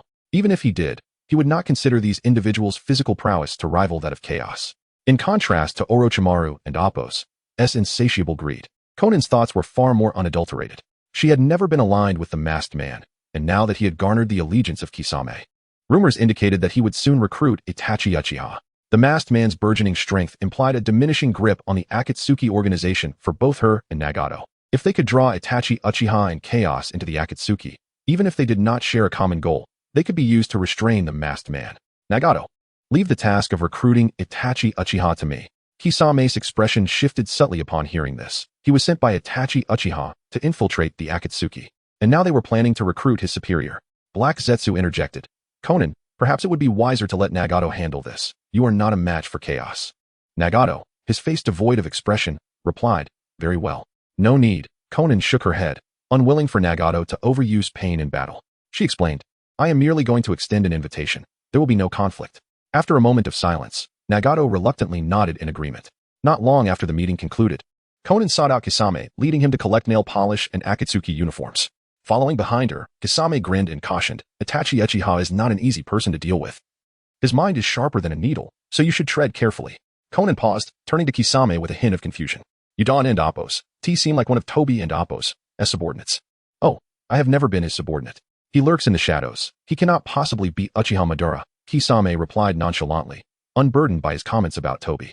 for he had already resolved to side with Itachi Uchiha. However, his opinion of Itachi was not particularly favorable, solely due to the inexplicable punch he received from Chaos. What they failed to notice was Chaos and Appo's ethereal figure flickering against the wall. Creating illusions was one of Chaos and Appo's abilities, utilized for gathering intelligence and confounding the perceptions of others, allowing them to see only what she wished them to see. Even if Chaos stood right in front of them, as long as she desired, no one could perceive her. Chaos's ability bore resemblance to a severely weakened version of Mirage. While Mirage could completely strip an enemy of their five senses, Chaos could only create visions that misled others. Even the Byakugan could not be deceived. If Chaos reeked of filth, others could still detect her presence through smell. Meanwhile, at the border of the Land of Water, Oni-chan, the Akatsuki has sent Konan to invite you to join. Do not concern yourself. As the future 5th Hokage, why on earth would I join a rogue ninja organization? Itachi Uchiha waved his hand dismissively, baffled by the intentions of that group. Setting aside his future role as Hokage, even in his current standing as the clan leader of the Uchiha, who would willingly abandon their noble status to become a rogue ninja, has Kisame successfully infiltrated the Akatsuki? Indeed, he has. Chaos nodded, seemingly struck by a thought before adding. Kisame also mentioned that Oni-chan and Appo's mind is sharper than a needle. That is of no concern, Chaos. Even if Kisame claims my mind is like a needle, I shall not take offense. After all, I am not so petty. As a wielder of the Mangeki Sharingan, Itachi knew he must embody the dignity befitting a powerful figure, refusing to harbor resentment over a subordinate's disparaging remarks. Chaos inquired further, Oni-chan, should I note this down? Oh, you truly are a handful. Itachi chuckled softly, patting Chaos and Appo's head. Let us record it for now, and we shall settle the score after Kisame and Appo's infiltration mission concludes. Understood, Oni-chan. Chaos promptly noted the matter down, ensuring that time would not cause Itachi to forget. After all, her Oni-chan had never held grudges. What of my dear friend? I do not know. Shursui has not joined the Akatsuki. Itachi inwardly cursed Shursui for his incompetence. How long had it been since he left? Yet he still had not infiltrated the Akatsuki? Make sure to note that down. Yes, Oni-chan. In silence, Itachi began to reflect on his experiences since encountering Itachi Uchiha, hoping he had not unwittingly offended this seemingly petty elder brother. Subsequently, Itachi led the two children toward the Land of Rice, knowing he must master the reanimation jutsu to resurrect the little hen. In the Hokage office of Konoha, Sarutobi Hiruzen gazed incredulously at the intelligence returned by spies. Chaos had slain nearly 500 members of the Mist's assassination unit in mere seconds, reducing the surrounding forest to ruins. If Chaos were to shift the site of destruction to Konoha, would they possess the capability to withstand such an assault? It was no wonder Itachi was so confident. Indeed, Chaos was formidable. Hiruzen silently rejoiced in his decision not to sever ties. At this moment, he felt an unprecedented sense of helplessness. No, Konoha must not perish under my watch. Hiruzen summoned an umbu and handed over the documents. Deliver this to Tsunade Senju, and ensure she returns to the village at once. Yes, Hokage-sama. Once the umbu departed, Hiruzen sank wearily into his chair. With Itachi absent from Konoha, upon his return, he would undoubtedly confront Hiruzen, who would be unable to withstand the pressure. Konoha was co-founded by the Senju and Uchiha clans. If Tsunade were to become Hokage, perhaps Itachi would show leniency, considering her lineage as the granddaughter of the first Hokage. As for Tsunade's lack of familiarity with administrative matters, that was trivial. He could endure a bit longer, supporting her for 20 years, contributing his final efforts to Konoha, thus honoring his mentor's teachings. He recalled a profound statement Itachi had made when he first entered the ninja academy. The spring cicada exhausts itself before death, and the candle burns to ashes before its tears dry. Hiruzen, for the sake of Konoha, was willing to be both the cicada and the candle mentioned in that line. 3 days later, Itachi and his companions leisurely traversed the landscape, finally reaching the border of the Land of Rice. Chaos, equipped with radar, found it effortlessly simple to locate Orochimaru. Chaos's radar detected an approaching presence in the sky, and she tapped Itachi's head. Oni-chan, Konan is here. Oni-chan, did you manage to capture a photograph of Konan? Chaos nodded, affirming, yes, I did. We can find a Photoshop to print it out. Chapter 32. The masked man is merely Danzo and Appo's lackey. A silhouette resembling an angel swept across the sky. Uchiha Hikari glanced upward and confirmed it was Konan. At that moment, Konan had conjured a large pair of wings made of white paper, appearing truly angelic, pure, and beautiful. However, Uchiha Hikari possessed scandalous photographs of her bathing. Aware of her frivolous nature, with her eyeshadow, nail polish, lip piercings, and navel rings, the people of the Land of Rain referred to her as an angel. To Hikari, she resembled more of a rebellious girl. Konan slowly descended before Uchiha Hikari, yet before she could utter a word, he raised his hand dismissively. As the leader of the Uchiha clan and the future 5th Hokage, I shall not join your rogue ninja organization. Konan was taken aback. How could he possibly know she was there to invite him to join the Akatsuki before she even spoke? Nonetheless, she had traveled a great distance and expended considerable chakra, so she was not willing to concede easily. She gazed at Uchiha Hikari and gently replied, I am fully aware of your status. Perhaps you might consider listening to our organization's ideals. Uchiha Hikari shrugged with a smile. Isn't it merely about achieving peace in the ninja world? I believe that once I become Hokage, I will find it much easier to realize that vision, Don and Appos. Do you think? Conan fell silent, pondering deeply. How could he know so much about their Akatsuki organization, to the extent of recognizing her intent to recruit him upon their first meeting? Was there an undercover agent positioned within their ranks? Does Hikari-sama truly understand our organization? After all, it was merely a collective of rogue ninjas. How could a dignified future Hokage possibly join a group composed of traitors? Uchiha Hikari held a look of disdain, for aside from their stylish attire, he saw no merit in the Akatsuki. Conan frowned. Hikari-sama, you have yet to answer my question directly. Presently, Uchiha Hikari, with the support of chaos and the prospect of a certain violet-haired girl in the future, felt no inclination to engage in verbal sparring with Conan. Just as he was about to feign interest, a thought struck him, and he altered his approach. Is there a man in your organization who wears a brownish-yellow mask and claims to be Uchiha Bito? Conan, somewhat surprised, inquired. Hikari-sama knows of him? Indeed, and quite well. Uchiha Hikari replied, lowering chaos from around his neck and settling onto a rock as he leisurely divulged information about Obito. His name is Uchiha Obito, the right-hand man of Shimura Danzo. What? Upon hearing that the masked man was merely a subordinate of Danzo, Conan sprang to her feet in disbelief. She could hardly fathom that the enigmatic figure, who always maintained an air of superiority and claimed to be Uchiha Madara, was merely a pawn of Danzo. There's no need to be astonished. Sit down and let me explain. Uchiha Hikari gestured for her to take a seat before continuing. Do not underestimate the masked man. Even if you bombarded him with explosive tags for 10 minutes, it would be futile, for Danzo has already imparted the Uchiha clan and Appos' forbidden technique, Izanaji, to him. As Uchiha Hikari elaborated on Obito and Appos' vulnerabilities, Conan and Appos' concern deepened. She had prepared to unleash explosive tags on the masked man for 10 minutes. But now it seemed that would not suffice. As he spoke, a sudden realization struck Uchiha Hikari regarding Conan and Appos' staggering number of explosive tags, 60 trillion.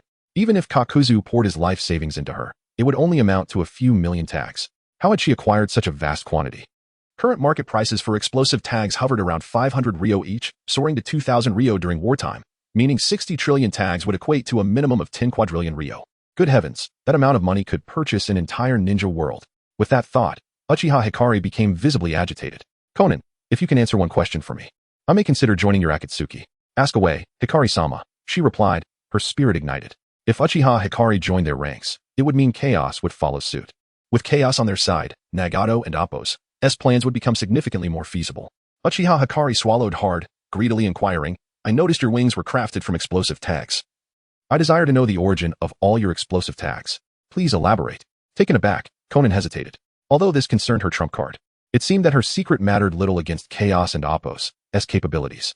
After all, attempting to bombard Chaos with explosive tags would be an exercise in futility. This is my unique technique. The paper jutsu. As she spoke, Conan produced a few ordinary sheets of paper from her sleeve, placing her hands before her mouth. In an instant, the paper transformed, separating and morphing into explosive tags. Once she completed the demonstration, she recalled Hikari and Appos' request for more details and added. The paper used to create the explosive tags was purchased with Kakuzu's money. Uchiha Hikari gasped, realizing that Kakuzu's wealth was merely sufficient to buy paper for her. Yet, the one who could turn paper into explosive tags was none other than Conan herself. With such a remarkable talent for generating wealth, even if she squandered it, it was still an impressive skill. Conan, if you provide me with 10 million explosive tags, I will agree to join your organization. Conan was baffled. What nonsense is this? With the power of Chaos and Appos' black flames, explosive tags are 100 times less effective. Uchiha Hikari did not demand an excessive quantity, for he understood the implications of inflation. If all of Conan and Appos' explosive tags flooded the market, they would either be controlled or plummet in value, becoming worth no more than stones. As the terms of their transaction were established, Uchiha Hikari expressed his willingness to join the Akatsuki. However, for the organization's growth, he insisted on remaining in Konoha as a spy. Conan found herself laughing in disbelief, pondering how Uchiha Hikari would likely ascend to Hokage and would hardly pay heed to the Akatsuki thereafter. Is Hikari-sama attempting to deceive me for explosive tags? However, Uchiha Hikari was unfazed. He retrieved his Konoha forehead protector from his pocket and, before Conan's eyes, made a deliberate slash across it. Now you have reason to trust me. Do you not? After a moment of contemplation, Conan ultimately nodded.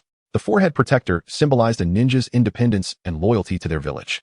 Since Uchiha Hikari could mar the Konoha symbol, it signified his severance from loyalty to Konoha. Nevertheless, Uchiha Hikari declared, in the future, "The entire ninja world will belong to me, Uchiha Hikari. Who cares for a mere Konoha?" Following this, Konan posed numerous questions, and Uchiha Hikari, motivated by the prospect of 10 million explosive tags, answered each one with great patience. Danzo had long set his sights on Nagato's Rinnegan, dispatching his capable subordinate, Uchiha Ibido, to eliminate the other members of the Akatsuki, subsequently using Hanzo the Salamander to ensure either Yu or Yahiko perished at Nagato's hands, all to awaken the power of the Rinnegan. Chapter 33.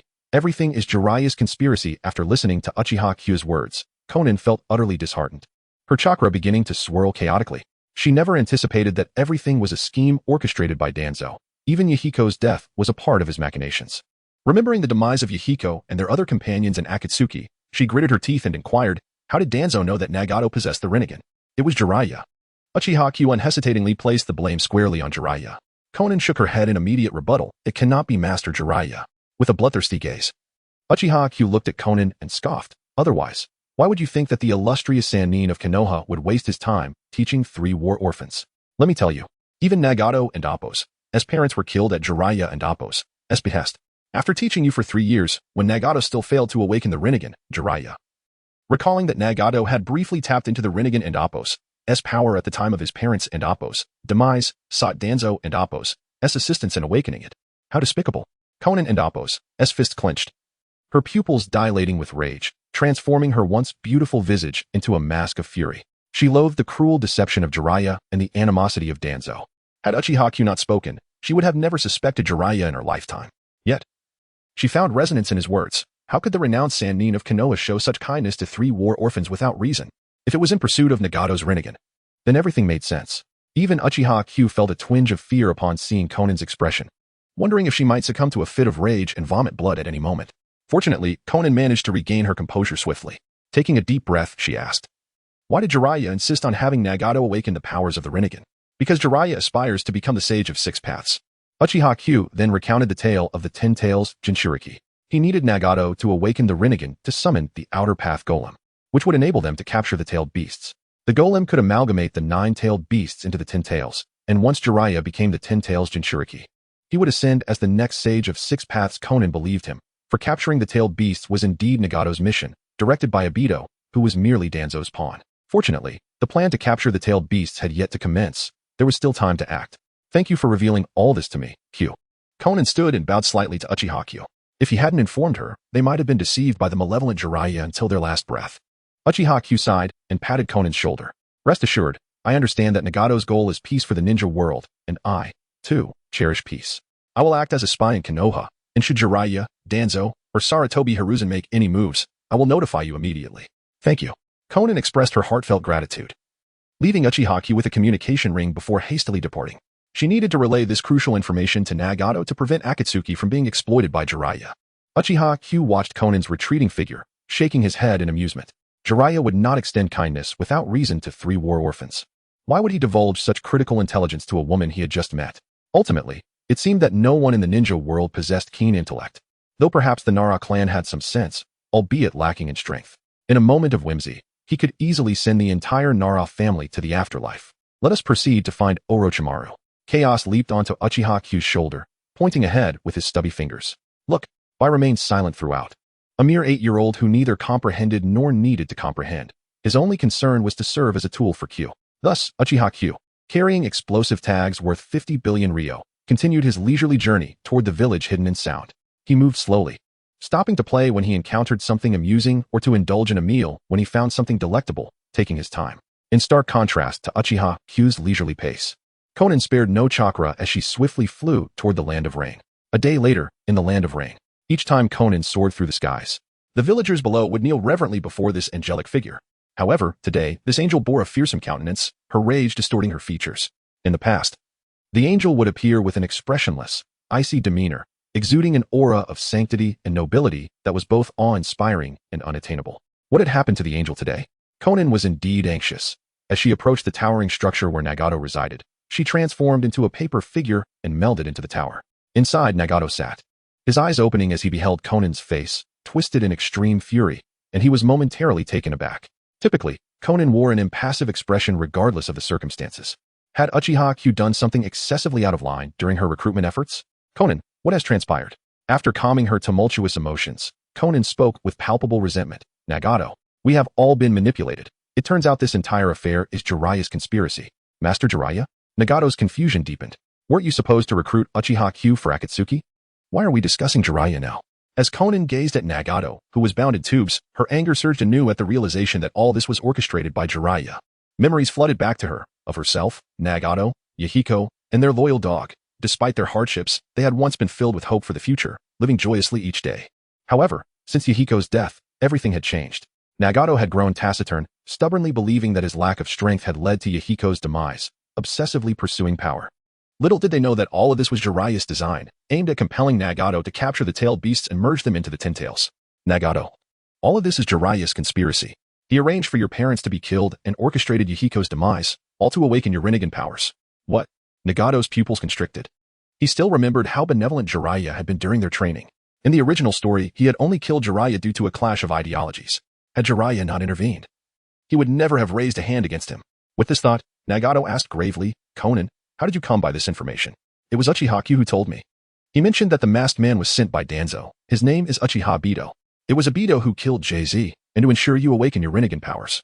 Danzo arranged for either me or Yahiko to die at your hands. As Conan spoke, a wave of guilt washed over her. She was at a loss for how to comfort him, only able to silently support Nagato. Had it been her instead of Yahiko who perished? She believed Yahiko would have surely persuaded Nagato, sparing him from becoming the tragic figure he was now. Chapter 34, The Son of the Devil, Chaos with a Resounding Boom. Nagato felt an overwhelming surge of formidable chakra erupt from his emaciated form upon hearing Conan's words. He remained skeptical of her claims, for they were not derived from her own investigation but relayed by Uchiha Abito. Abito was a Konoha native, unfamiliar to Conan, making it improbable for him to divulge such critical information to her. However, upon logical examination, Abito's assertions were nearly flawless. Conan, do you find Uchiha Abito's words credible? I believe they are, Conan nodded, adding, he has marred his forehead protector to renounce Konoha and has joined our Akatsuki organization.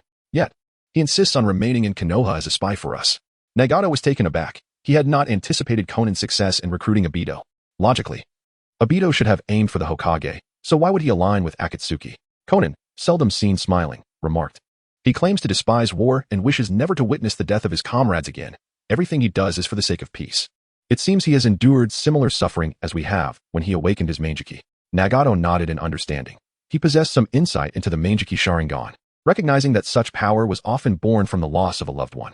He was surprised to learn that the man who called himself Uchiha Madara was merely a pawn of Danzo. I shall send Nagato to deal with him. Nagato, wait. Conan urgently intervened, conveying the intelligence Abito had shared concerning Madara. This complicates matters, Nagato replied, feeling a twinge of unease. He had a preliminary understanding of Abito's abilities, but had not anticipated his possession of his Anaji as a trump card, even though Pain's strength exceeded Abito's.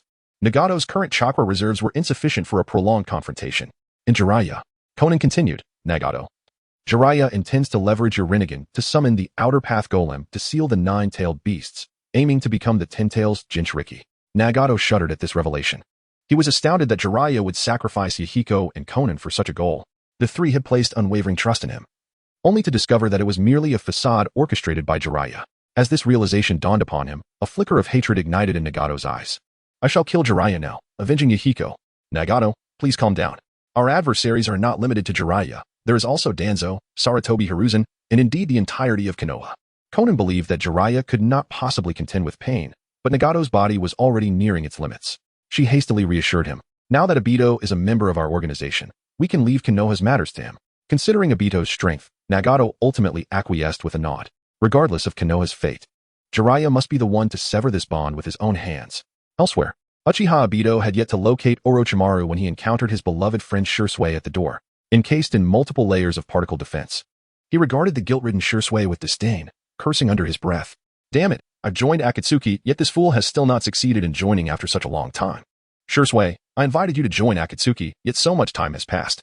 Why have you not succeeded in joining? Apologies, Abito. It seems that Abito is quite wary of my abilities. He fled the moment I activated my Manjiki and has not been seen since. Shursui sheepishly scratched the back of his head. This was hardly his fault. He had been waiting for Abito to approach him, yet with each passing moment, Abito remained silent. Even if he intended to seek out Abito, he would have no means to do so.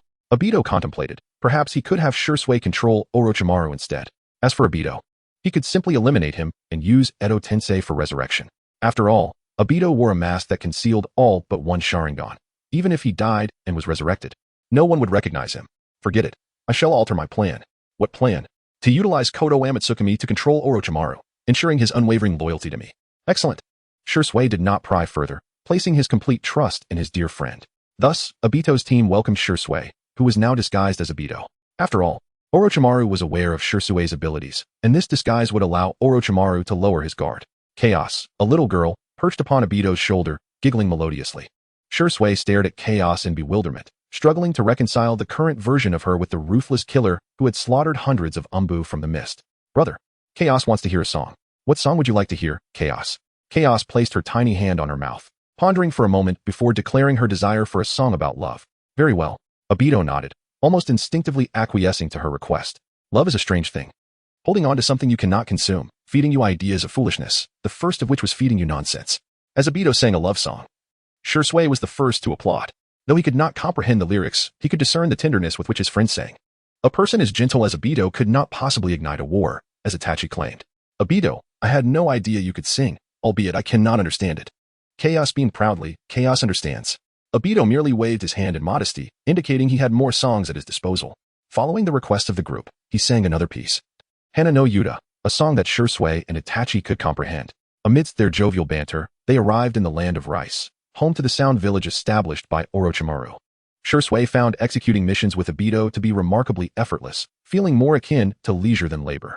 Obito surveyed the sound village, deeming it rather shabby when compared to the grandeur of Konoha. As they strode confidently into the village, Orochimaru was already apprised of their arrival. He dispatched his favorite assistant, Kabuto Yakushi, to assess the situation. Kabuto, fully aware of Chaos's capabilities, did not attempt to hide his intentions. What brings the illustrious Uchiha clan leader and the son of the devil to the sound village? Obito blinked in surprise, scanning his surroundings, wondering if he had indeed wandered into the wrong scene. Who do you refer to as the son of the devil? Ah, it appears the clan leader is unaware. Kabuto adjusted his glasses, smiling as he explained, the son of the devil is none other than Miss Chaos perched upon your shoulder. After she eliminated hundreds of Umbu from the mist, the Underground Gold Exchange conferred this title upon her. Obito was left speechless. Chapter 35, The Serpent of 10,000. Am I charming? In the realm of ninjas, every individual who has earned a title has carved their path through the battlefield. Take, for instance, the Yellow Flash, Shursui of the Body Flicker technique, the White Fang of Konoha, the legendary Three Ninjas, and the Scorch Release user, Yakumo. Who would have anticipated that Chaos, who rarely ventures outside, would emerge with the epithet of the son of the devil? Uchiha Hikari shook his head. Casting aside these chaotic thoughts, my purpose for coming to the Sound Village is to seek out my mentor, Orochimaru. As he spoke, a nostalgic expression graced his features. Orochimaru taught me the essence of life back in those days. Chaos nodded her small head, storing this memory in her mental notebook. Back then, her older brother was merely an innocent 8-year-old boy who sought Orochimaru's guidance in ninjutsu. Instead of imparting his knowledge, Orochimaru had regaled him with a plethora of nonsensical musings about the meaning of life, leaving her brother frustrated, unable to eat or sleep for 3 days. Vowing to reclaim his dignity, Pharmacisto, taken aback, realized he had been unaware of the connection between Orochimaru and Uchiha Hikari. He was uncertain of the authenticity of Hikari's words, but the respect with which he addressed Orochimaru was unmistakable. As Do pondered whether to introduce Hikari to Orochimaru, a raspy voice broke the silence. I am surprised you still remember the words I spoke back then. At that moment, Orochimaru emerged from within a serpent, his body glistening with a slimy sheen, exuding an unsettling aura. Do bowed respectfully. Lord Orochimaru. Orochimaru waved his hand, signaling Do to step back. His gaze now fixated on Chaos, revealing a glimmer of greed. However, this was swiftly suppressed as he turned his attention to Uchiha Hikari. What brings you here? Hikari clan leader? At this juncture, Shursui emanated a peculiar chakra, clearly having activated his Manjiki Sharingan. Yet, Uchiha Hikari gestured for him to wait. Shursui was puzzled. They had previously agreed to confront Orochimaru with the Kodo Amatsukami technique. Why had his friend altered his decision? Hikari and Appo's primary objective was the reanimation jutsu. If he could persuade Orochimaru verbally, there would be no need to squander the opportunity for Kodo Amatsukami. Ideally, he would prefer to use it on Black Zetsu, though he was uncertain if it would be effective. Orochimaru-sensei, I must confess that I am here for the reanimation jutsu. Orochimaru glanced at Shursui, having sensed his intention to take action. During a previous meeting of the Akatsuki, Pain had mentioned Shursui. It was evident that he was not as simple as he appeared. Orochimaru shook his head, his focus remaining on Chaos. With a slight smile, Orochimaru proposed, Hikari, How about we make a wager? If Chaos can defeat my summon beast, I shall grant you the reanimation jutsu. Is that all? Uchiha Hikari was taken aback, wondering if Orochimaru had misjudged the capabilities of the 10,000 snakes. Orochimaru was acutely aware that the 10,000 snakes posed no challenge for Chaos. He was merely testing her strength. As for the reanimation jutsu, he held little regard for it. Even his companion, Pharmacist Do, would value it more. Now possessing the spirit of the god of shinobi, the first Hokage Hashirama Senju, Orochimaru knew that even if he bestowed the reanimation jutsu upon Uchiha Hikari, he would not be able to resurrect the first Hokage. His pursuit had always been immortality. And Chaos undoubtedly held the key to that secret. After all, Chaos had been by Uchiha Hikari's side for nearly 2 years without showing any signs of growth. Chaos, go.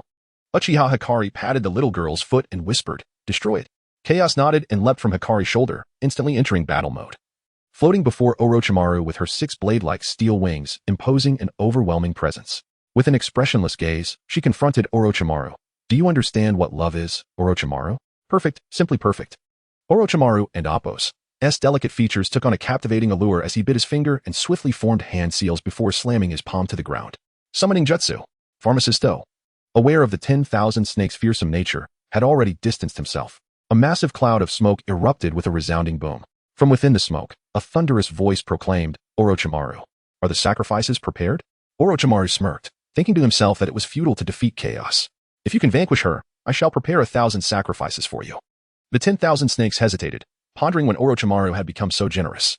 Previously, he would only offer 100 sacrifices. This time, the amount had increased tenfold. Once the realization struck, it focused its dangerous gaze on Chaos.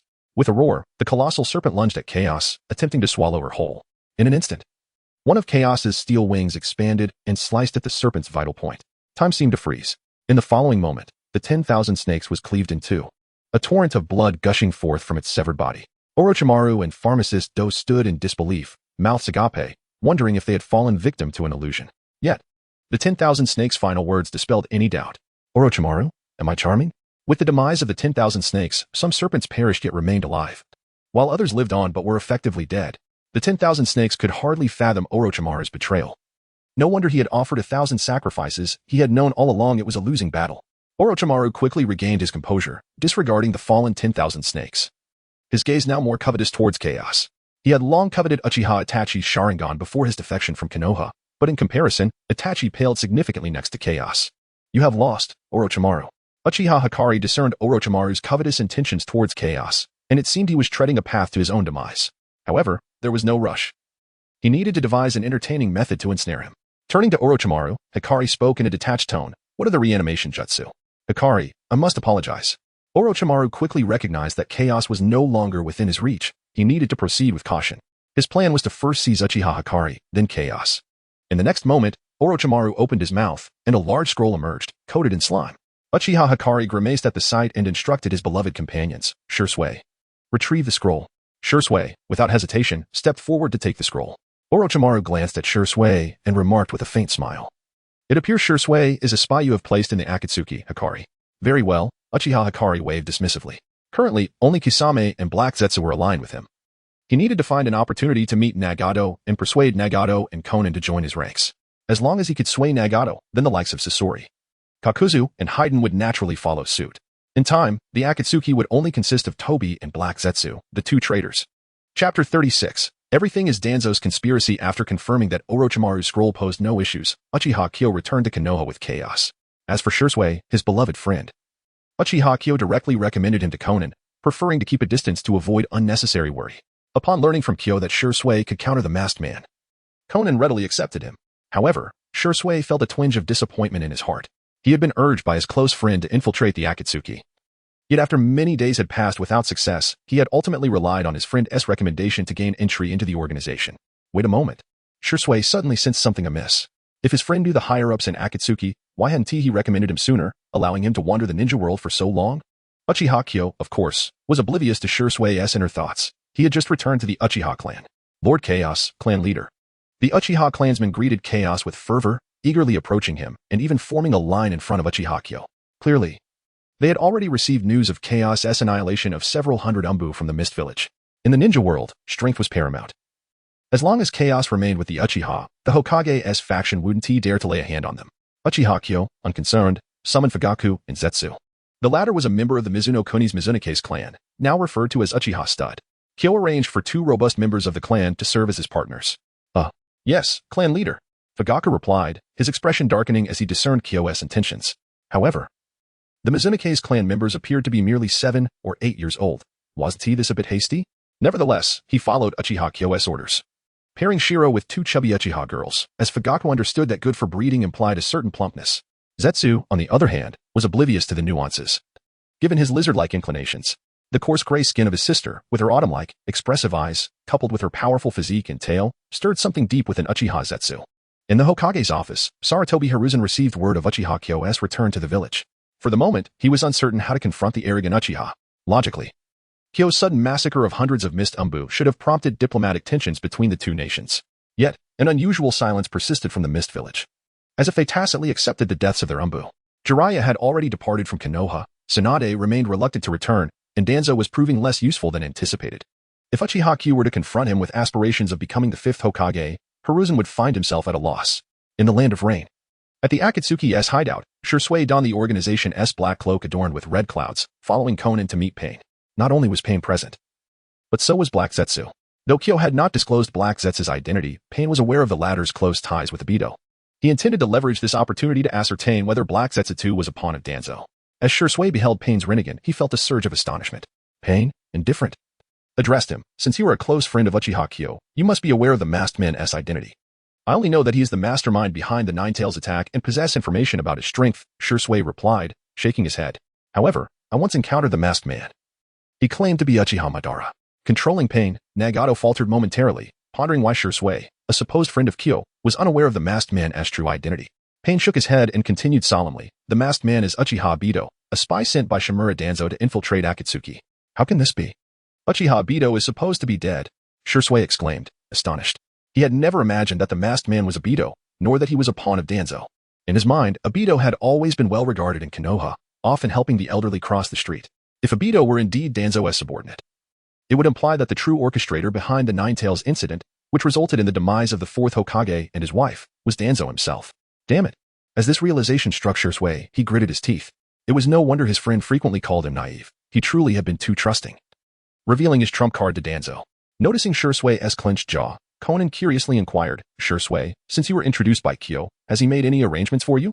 At first, he wanted me to control the masked man, but later changed his mind and said he wished to kill him, Shursui replied. Pain furrowed his brow. What do you mean by control? It is the ability of my Manjiki Sharingan, Kodo Amatsukami. Once activated, it can silently alter a person's will. And those affected remain completely unaware, Shursui divulged, perceiving that Konan was a friend of his. Pain remained silent, while Konan instinctively averted her gaze. In that moment, she finally understood why Uchiha Kyo had chosen not to share any information with Shursui. This individual was indeed quite the chatterbox. To casually divulge such critical information as Kodo Amatsukami indicated that, were it not for his formidable strength, he would likely have perished countless times over. Pain was unperturbed by Shursui Kodo Amatsukami. He continued to scrutinize him, asking, Shursui, what are your thoughts on Sarutobi Hiruzen and Jiraiya? The 3rd Hokage is the strongest Hokage in history, and Jiraiya is one of Konoha's Sannin, a true hero. Shursui spoke reverently, introducing the 2. Upon hearing this, Pain fell into silence, sensing that Shursui was not only a blabbermouth but also rather foolish. By asserting that the 3rd Hokage was the strongest, he revealed his ignorance. To respectfully introduce Hiruzen and Jiraiya in front of him confirmed that he was indeed a spy. Given that he had established Danzo as the true mastermind but failed to connect the dots to Sarutobi Hiruzen, it was evident that he was not particularly astute. Pain waved his hand, instructing Konan, arrange for him to team up with Kisame. Come with me. Konan, casting a glance at Black Zetsu, nodded expressionlessly, leading Shursui to Kisame and leaving him to his own devices. Meanwhile, Black Zetsu wore a grim expression, feeling both confused and anxious. He could not fathom how Obito's identity had been revealed, nor how it came to pass that Obito was a pawn of Danzo. Could it be that Danzo had long been aware of Madara's plans and had intentionally allowed a rock to fall on Obito above their hideout, ensuring he remained close to Madara as a spy? If all of this was orchestrated by Shimura Danzo, then he would have to remain vigilant against this scheming figure. Chapter 37, The Reincarnation of the Little Hen. At this moment, Korezetsu was exceedingly agitated. He felt as though everything had veered away from the trajectory he had meticulously plotted. For no apparent reason, the ninja world had gained an unstoppable force known as Chaos. He had observed Chaos in battle, and even during his peak, Uchiha Obito might not have been a match for that reckless child. To make matters worse, Obito was a spy planted by Danzo. And then there was White Zetsu, who had been missing for quite some time. He could not even make contact with him and had no idea where he had perished. Calm down. Kurizetsu forced himself to regain his composure and meticulously reviewed the situation. Although it had become exceedingly complex, it seemed that returning to the right path might be rather simple. He only needed to persuade Uchiha Sasuke. Kaos was utterly subservient to Sasuke, and Shursui was also a close friend of Sasuke, coupled with Sasuke's own formidable strength. If he could convince Sasuke to agree to the Moon Eye plan, then all problems would be effortlessly resolved. However, the issue lay in his fear of recklessly approaching Sasuke. He could not even observe him from the shadows, for Kaos could detect his presence. Ultimately, Kurizetsu decided to have a word with Obito. At the base where Uchiha Madara resided, this was now Obito's lair, with several white Zetsu clones residing there.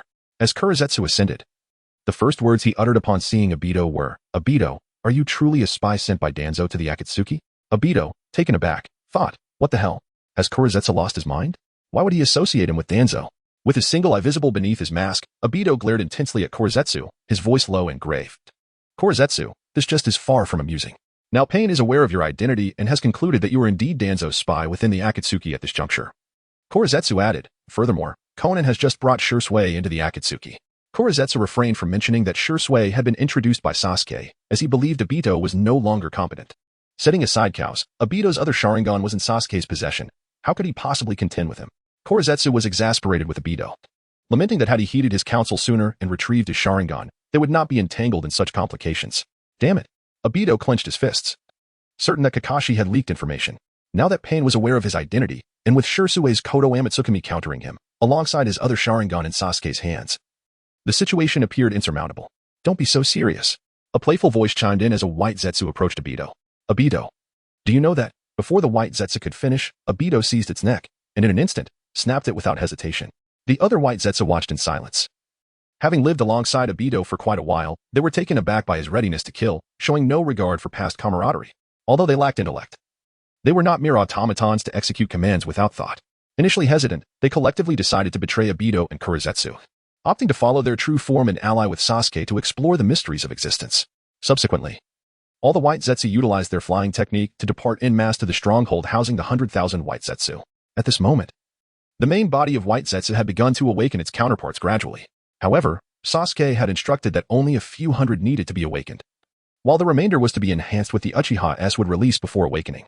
The departure of the few white Zetsu went largely unnoticed by Obito and Kurizetsu. Obito was preoccupied with how to confront Pain and Shursui, while Kurizetsu pondered how to deceive Sasuke, each with their own ulterior motives. Meanwhile, Shursui did not concern himself with such complexities. He directly announced within the Akatsuki that Akatsuki's identity was Uchiha Obito, a spy dispatched by Danzo. The other members of the Akatsuki paid little mind, as Obito's current role was merely that of an intern. Only Orochimaru appeared somewhat taken aback. Recalling that the last time, Obito had been beside Sasuke, how had he now become Danzo's spy? Once the connection to the illusion was severed, Orochimaru sent a report to Danzo. In the Leaf Village, at the root base, Danzo stared grimly at the report in his hand. Though Hiruzen Sarutobi had not restricted his freedom, he scarcely dared to show his face due to Sasuke's return. The scroll had been delivered by Orochimaru, containing the claim that Obito was still alive and that he was a spy sent by Danzo. It was utterly absurd. Danzo felt that Orochimaru was mocking him. How could he not know that Obito was his spy? Of course, he was oblivious to the fact that he had already accumulated blame from Pain, Konan, and Shursui. Naturally, he did not feel particularly wronged, as he was inherently a villain. The most unjustly treated was Jiraiya, who inexplicably bore the blame for the deaths of Pain's parents, Yahiko, and the Akatsuki's minor members, suffering a fate more tragic than Doi-es. Danzo had some recollection of Uchiha Obito, as he was a disciple of Minato Namikaze. Yet he did not regard him as significant, merely a chunin. Compared to an inconsequential figure like Obito, his true adversary was Sasuke, casually tossing the report into the fire.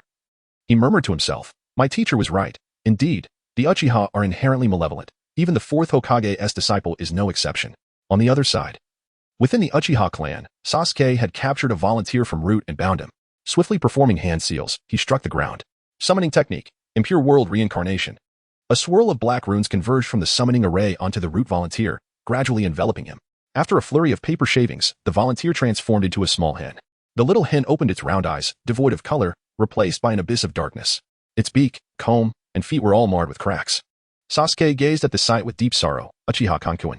Cluck cluck cluck. The little hen, upon seeing its masters, instinctively began to circle around them. Cows scattered grains on the ground to feed the hen. Without a second thought, the little hen pecked at the offerings, but after a while, it sensed something was amiss. Having pecked for some time without feeling any sensation, it raised its head, looking at Sasuke with a chicken-like expression. Cluck cluck cluck the pain. It was unbearable. Sasuke observed that his Uchiha Kankuen still approached him affectionately. Despite the fact that he had personally ended Kankuen's life, he felt utterly wretched. Fear not. Uchiha Kankuen rising to his feet, Sasuke brought his fingers together above his head, his expression solemn as he declared, I, Uchiha Sasuke, swear here that within 3 years, I shall certainly resurrect you and bestow upon you boundless power. Should I fail in this vow, may the Sarutobi clan meet a wretched fate.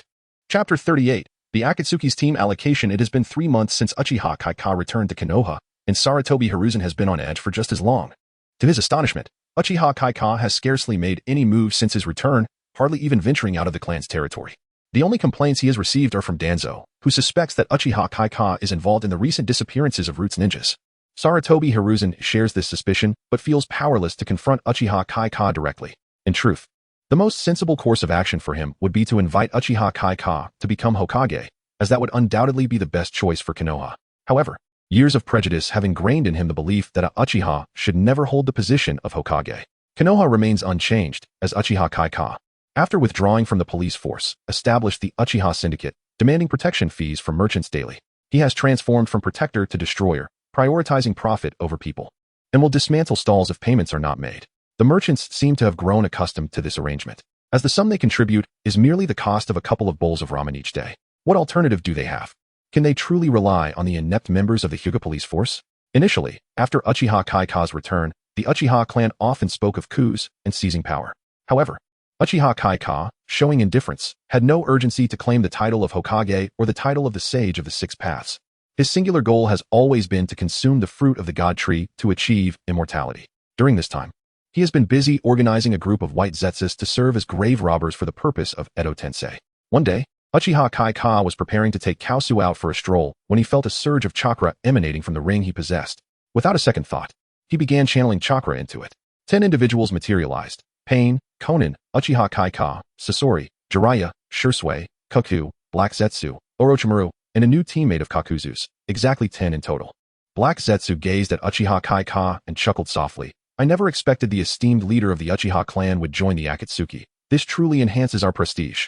Uchiha Kaika, taken aback, wondered if he had misheard, as Black Zetsu seemed to be flattering him. He brushed it off and replied with a smile, Oh, you seem rather unhuman. Would you care to introduce yourself? Ah, I am Zetsu. I am indeed human, albeit with a rather unusual appearance, he explained, adding, just like Kisame, who bears a shark-like visage, yet is still human. Kisame, visibly irritated, retorted, What does that have to do with me? His eyes bulging with anger. He shot a fierce glare at Zetsu, demanding, Zetsu, speak for yourself. Do not drag me into this. Zetsu nonchalantly shrugged. I merely intended to illustrate that I am human. Sasori also cast a menacing glare at Uchiha Kaika. Noticing this, Uchiha Kaika returned the look defiantly. What are you staring at? Enough. Pain interjected, halting the commotion. He was well aware of the animosity between Uchiha Kaika and Sasori, but the latter's strength was insufficient to pose a threat.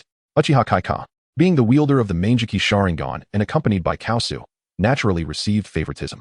Pain introduced the members of the Akatsuki to Uchiha Kaika before announcing a shocking piece of news. Afei, also known as Uchiha Obito, is a spy sent by Danzo from Konoha. I hereby announce his expulsion from the Akatsuki and issue a bounty on his head. At this moment, Nagato had already assessed Obito's abilities and felt no fear. In fact, Obito had not shown himself for 3 months, likely intimidated by Shursue's prowess. Uchiha Kaika merely scoffed.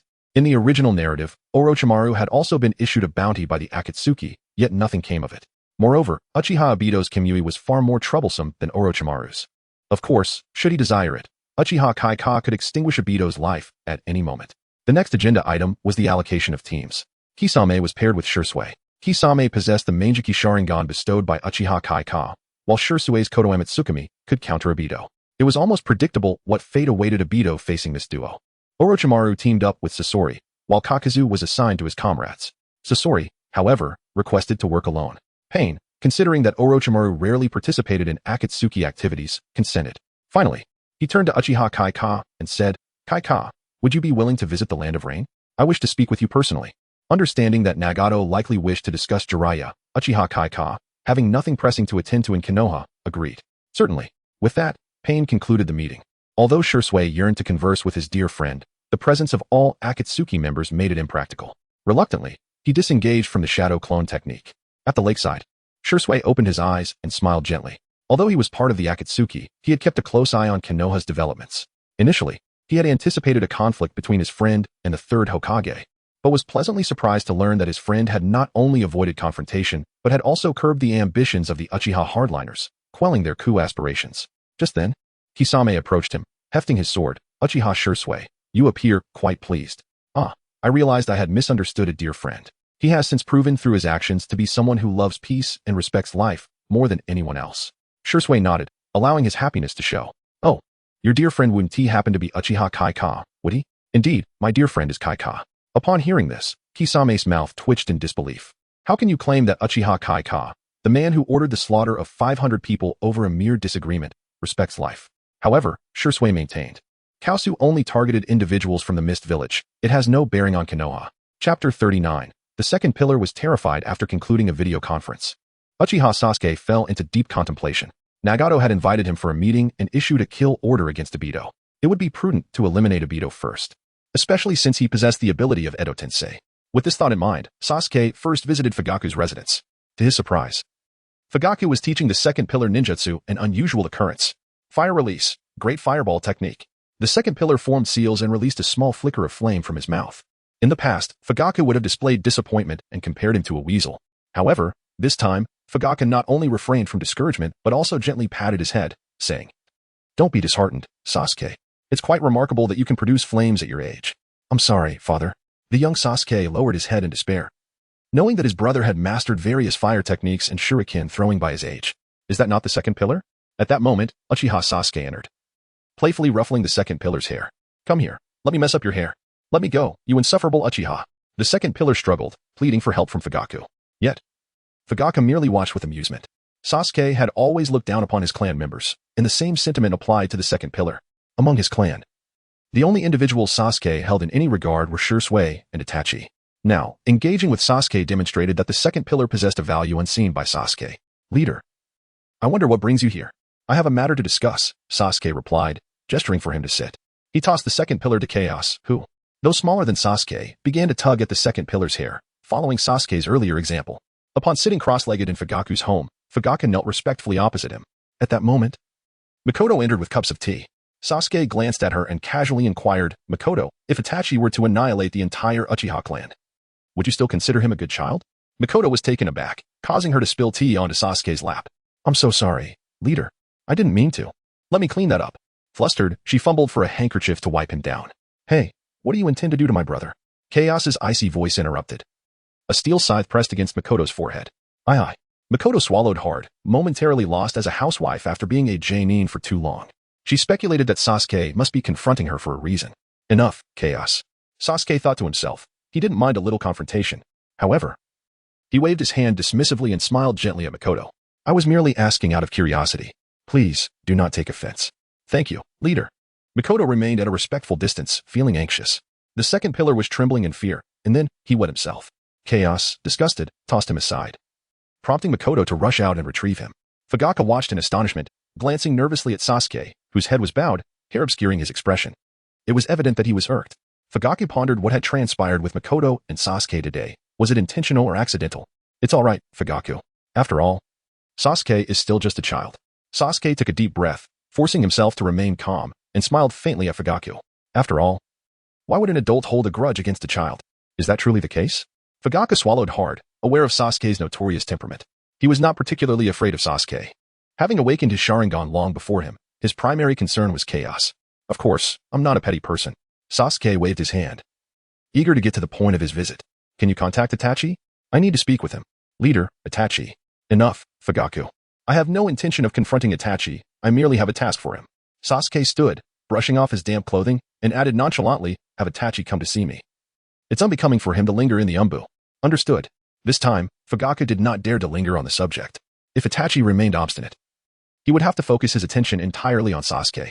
As Sasuke exited Fugaku's residence, a passing Uchiha girl greeted him. "Good day, leader." Sasuke regarded her, feeling a sense of familiarity, and curiously asked, "Oh, what is your name?" "Reporting to you, leader, I am Uchiha Izumi." "Ah, so you are Uchiha Izumi. Would you mind if I borrowed a small lock of your hair?" What?" Uchiha Izumi was perplexed, unsure why the leader would request her hair. Sasuke frowned slightly. "What? Are you unwilling?" "No, leader. I am willing." Uchiha Izumi, not daring to protest, quickly took out a kunai and cut a small piece of hair, offering it respectfully with both hands. Thank you. Sasuke politely accepted and then instructed, could you also procure a cup of bubble tea for me? Of course, leader. I will do that right away. Uchiha Izumi responded eagerly before swiftly attending to the task. Chaos, filled with curiosity, asked, brother, do you wish to drink bubble tea? No. It is for Sasuke. Meanwhile, at Fugaku's residence, Uchiha Fugaku made contact with Uchiha Itachi using a special method. Itachi arrived promptly, not contemplating the reason behind the summons. Father, the leader is looking for you. He may not be in the best of moods.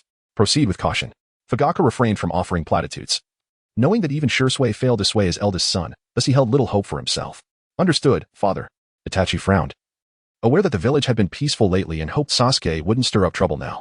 However, he had also received intelligence from Chaos indicating that even if Sasuke intended to act, he might not be able to intervene. Since Sasuke had ascended to leadership, Itachi observed a peculiar phenomenon. Previously, the Uchiha police force was often criticized for their violent enforcement, and villagers harbored animosity towards them. Now, the Uchiha were more brazen, extorting protection fees and harassing vendors, yet the villagers showed no hatred towards them. In fact, their tone of respect when speaking to the Uchiha was even greater than that towards the Hokage. Shouldn't the villagers harbor more resentment towards the Uchiha instead? Chapter 40. A cup of bubble tea for you. When Itachi Uchiha arrived at the residence of Uchiha Q, he felt an unexpected tightening in his chest. He was taken aback to find Uchiha Izumi present, meticulously snipping away at a small tuft of hair and letting it fall into a cup of milk tea. What kind of absurdity was Uchiha Q up to this time? Upon noticing Itachi's entrance, Uchiha Izumi had initially intended to greet him. However, the cold, childlike voice of Cows interrupted. Did Oni-chan permit you to speak? Uchiha Izumi quickly lowered her head, continuing her peculiar task of trimming hair into the tea. Having never faced the clan leader or Cows before, she had only heard rumors. Those who teamed up with the clan leader had a 50 chance of survival. This was her first direct encounter, and she found the clan leader quite intimidating, feeling the urge to weep. Itachi furrowed his brows and asked in a somewhat stiff manner, Q, is there something you need from me? Q's expression was somewhat ambiguous. He seemed reluctant to even address him as clan leader, indicating that a profound lesson was necessary. Itachi, do you know who this cup of bubble tea is for? I do not.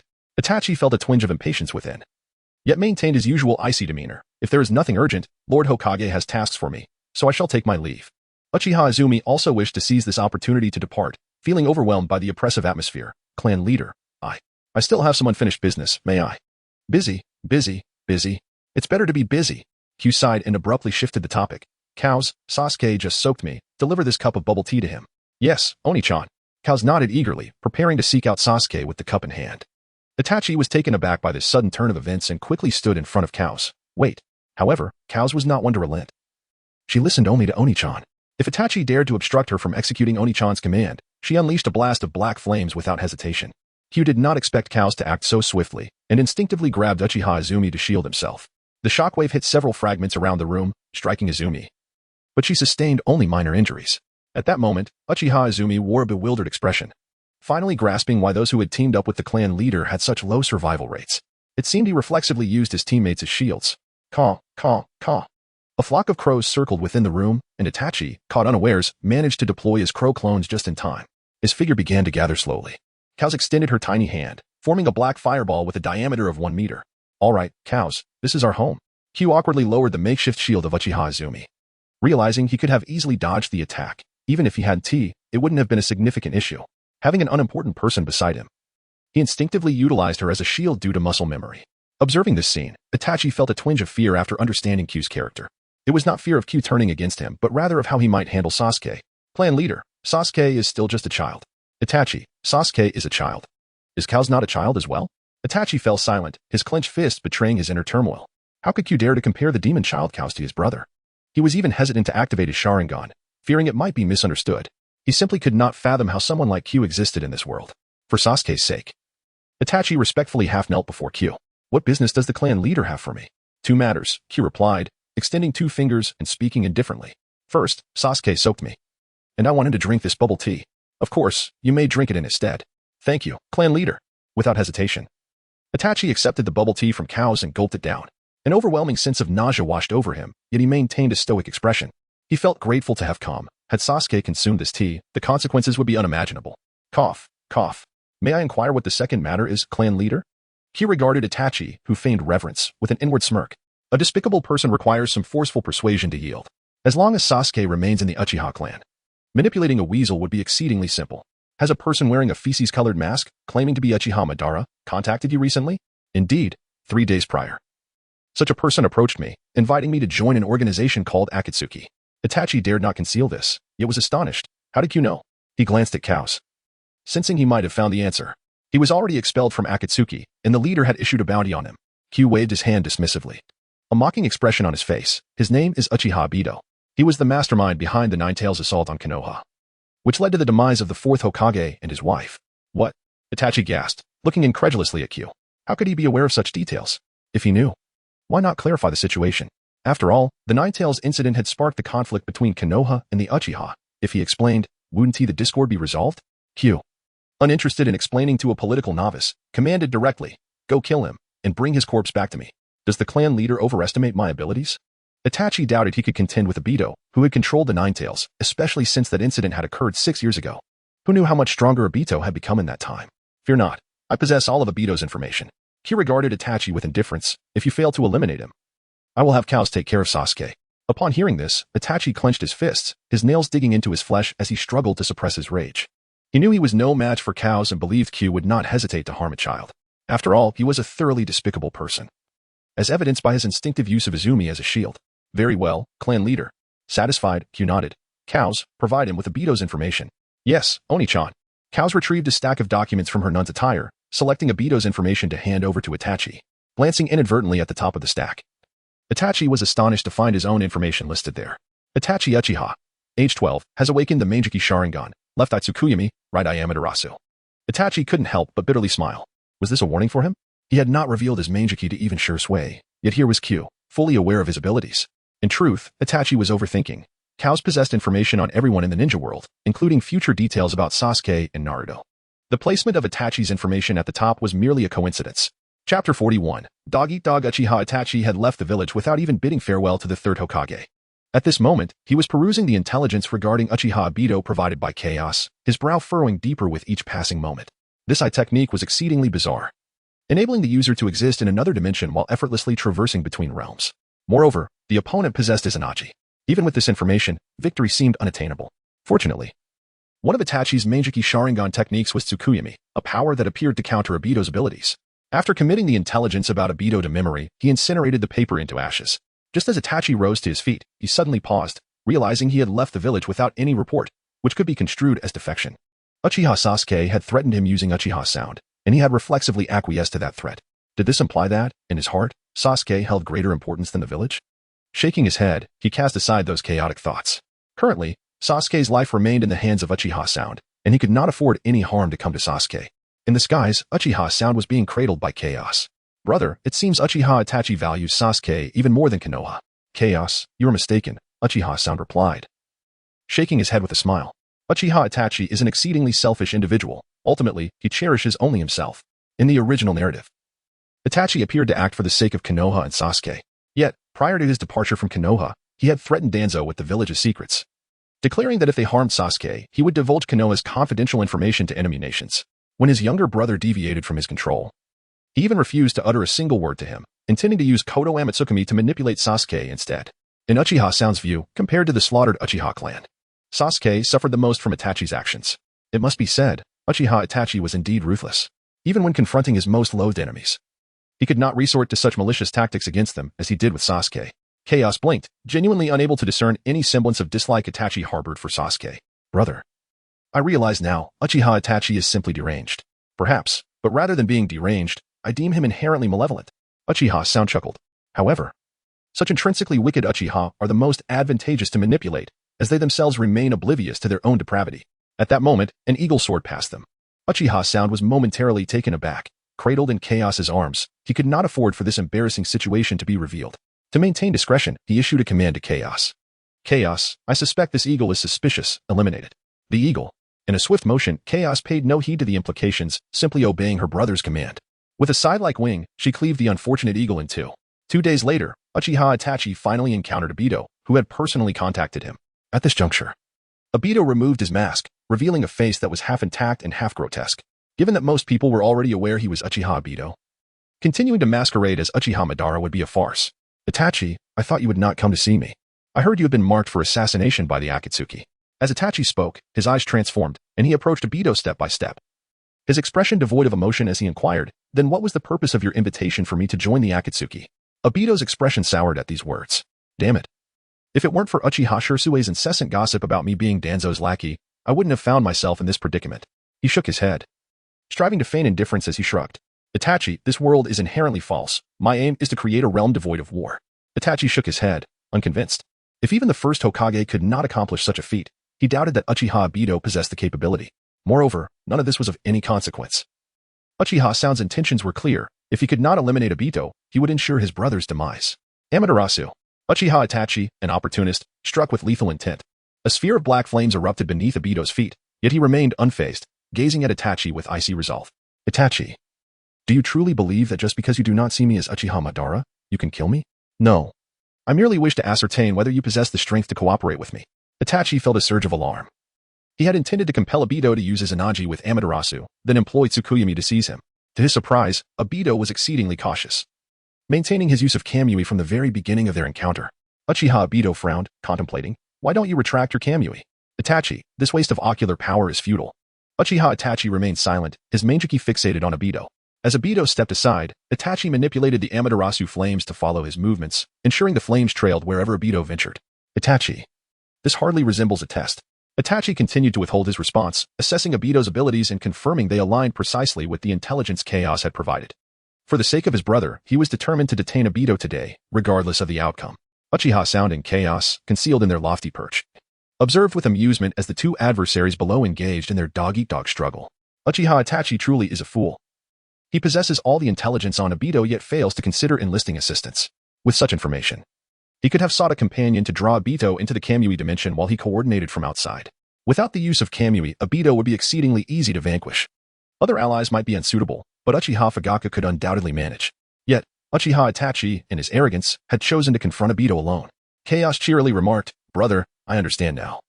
Uchiha Itachi is far too proud. He trusts no one but himself. Indeed, Chaos, you are quite astute. Possessing a supercomputer, Chaos could effortlessly deduce personality traits based on the intelligence provided by Uchiha Sound. As time ticked closer to 5 minutes, Obito began to grow anxious. If this continued, he would have no choice but to employ his Izanagi. Itachi, extinguish your flames. Obito, I hope you can comprehend my position, Uchiha Itachi finally spoke. Directing his gaze towards Obito as he explained, Uchiha Sound has leveraged Sasuke to coerce me. I must detain you for Sasuke's sake. So, damn. Upon hearing Uchiha Sound's name, Obito immediately lost his composure. If it were merely Uchiha Itachi, he could remain indifferent, for he possessed the trump card of his Izanagi. However, Uchiha Sound was an entirely different matter. Who in the shinobi world was unaware that Uchiha Sound and Chaos were akin to conjoined twins? Especially given that they had taken his other Sharingan? Chapter 42. The death of Obito. At this moment, Obito's expression gradually darkened. The audacity of Uchiha Itachi to attempt his life was infuriating. Compounding his anxiety was the concern that Uchiha Sasuke might launch a surprise attack against him. Should he lose the trump card of Izanagi, it was highly likely that he would meet his demise here today. What made him believe that someone as wicked as Uchiha Sasuke would honor a promise? Obito's urgency mounted as he sought to persuade Uchiha Itachi with words. Only with Sasuke's demise can your brother find true safety, Itachi. Join forces with me against Uchiha Sasuke, or you will forever be restrained by him. Uchiha Itachi was no stranger to the truth in Obito's words. Yet his contemplative judgment led him to conclude that even if they succeeded in eliminating Uchiha Sasuke, they would still be powerless against Chaos. Once Uchiha Sasuke was dead, who could predict the deranged actions Chaos might undertake? From the intelligence gathered, it was evident that Chaos's black flames could easily obliterate Konoha. Thus, Itachi reasoned that even if he were bound for eternity, he could not risk Sasuke's safety. The previous night, Chaos had intruded upon Itachi's dreams, delivering a harrowing lesson. In that dream, due to his failure to kill Obito, Chaos had cruelly severed Sasuke's head before his eyes. The vividness of that nightmare had left him breathless upon awakening. A sensation of suffocation that he could scarcely endure. The pain was excruciating. Counting down the cooldown time of Kamui, Itachi began to recite the numbers silently while slowly drawing the katana from his back. Just then, Obito clasped his hands together to form the seal for his Izanagi and charged toward Uchiha Itachi.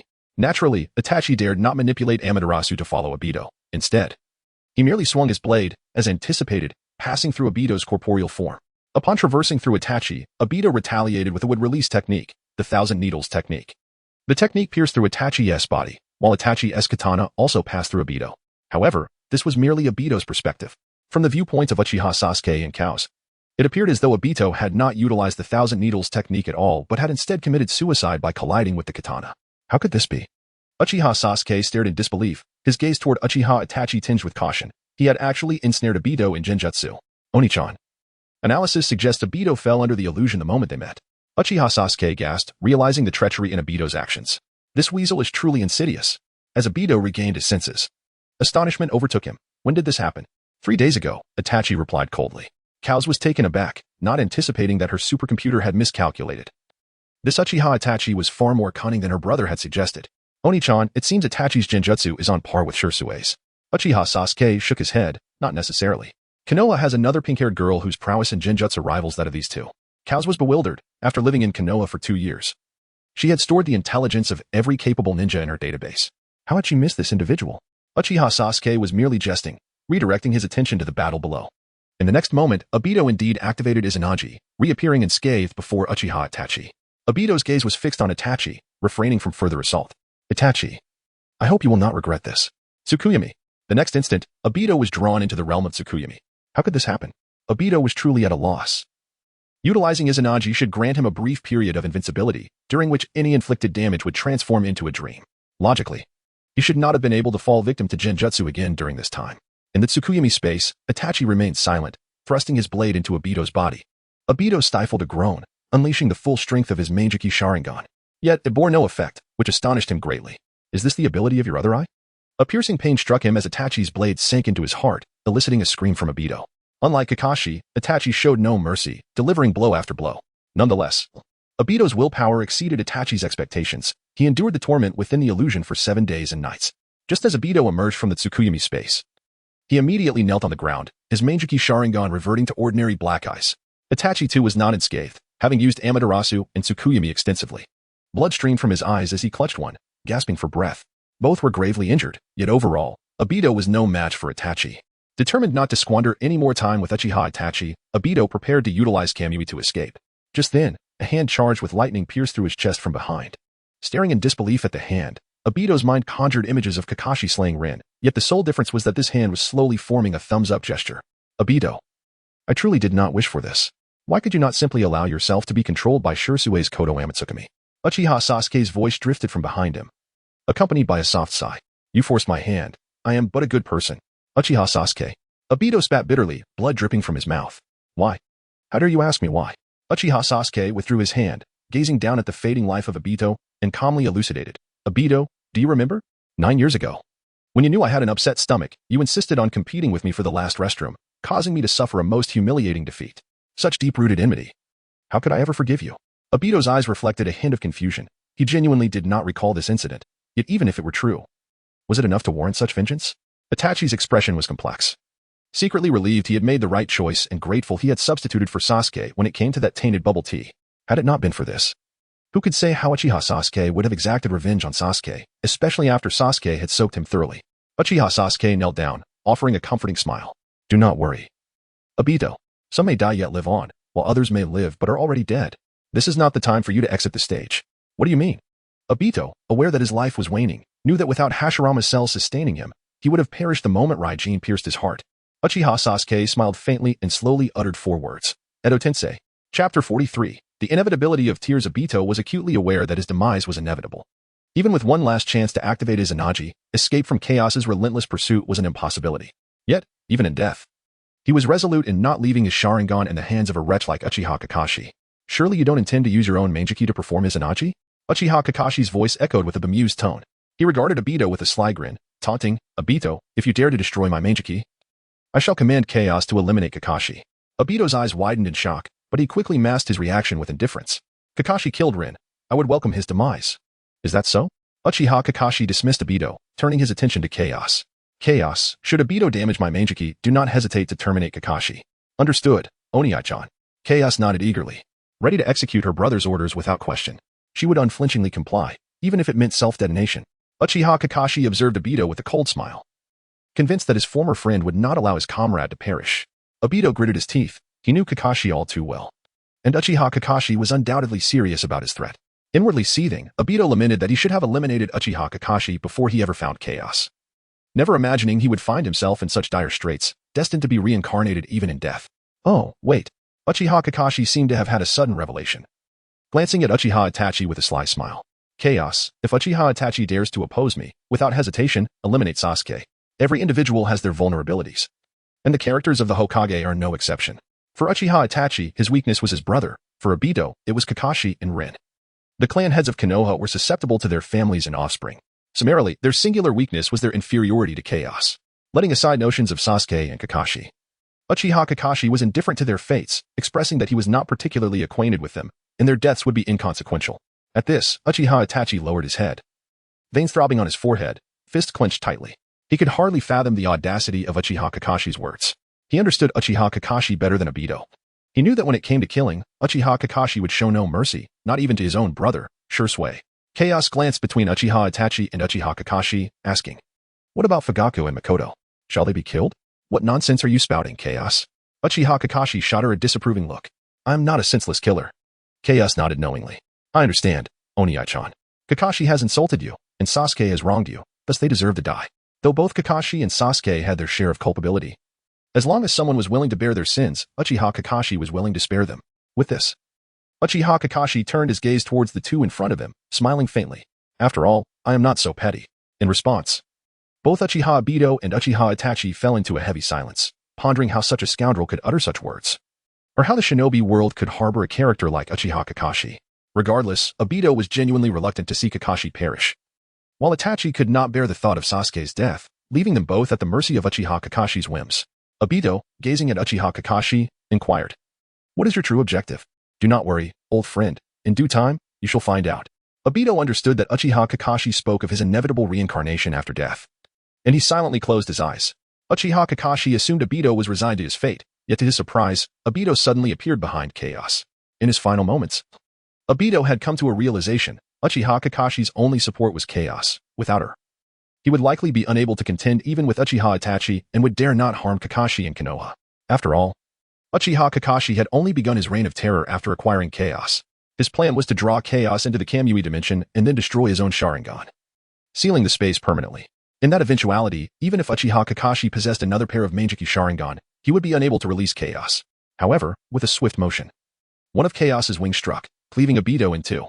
Uchiha Kakashi looked down at him and said somberly, "Obito, when did you come to believe you could contend with Chaos? Have you failed?" For Obito, failure did not stem from his ambush on Chaos, but from his inability to create a world solely for Rin. He gazed at the clouds above. A majestic eagle soared through the sky, and in its flight, he glimpsed a reflection of his own spirit, freedom. Obito's pupils began to glaze over, and in his final moments, he fancied he heard Rin gently whispering, "I have always been watching over you, Obito." A single tear slipped from his Mangekyou Sharingan as Obito succumbed to death. Could the Kamui truly not conceal tears? Uchiha Kakashi chuckled derisively, advancing to extract Obito's Mangekyou, carefully placing it in a petri dish. Following this, he sealed Obito's corpse within a scroll for future reincarnation. Once these tasks were complete, Uchiha Kakashi turned his gaze towards Uchiha Itachi.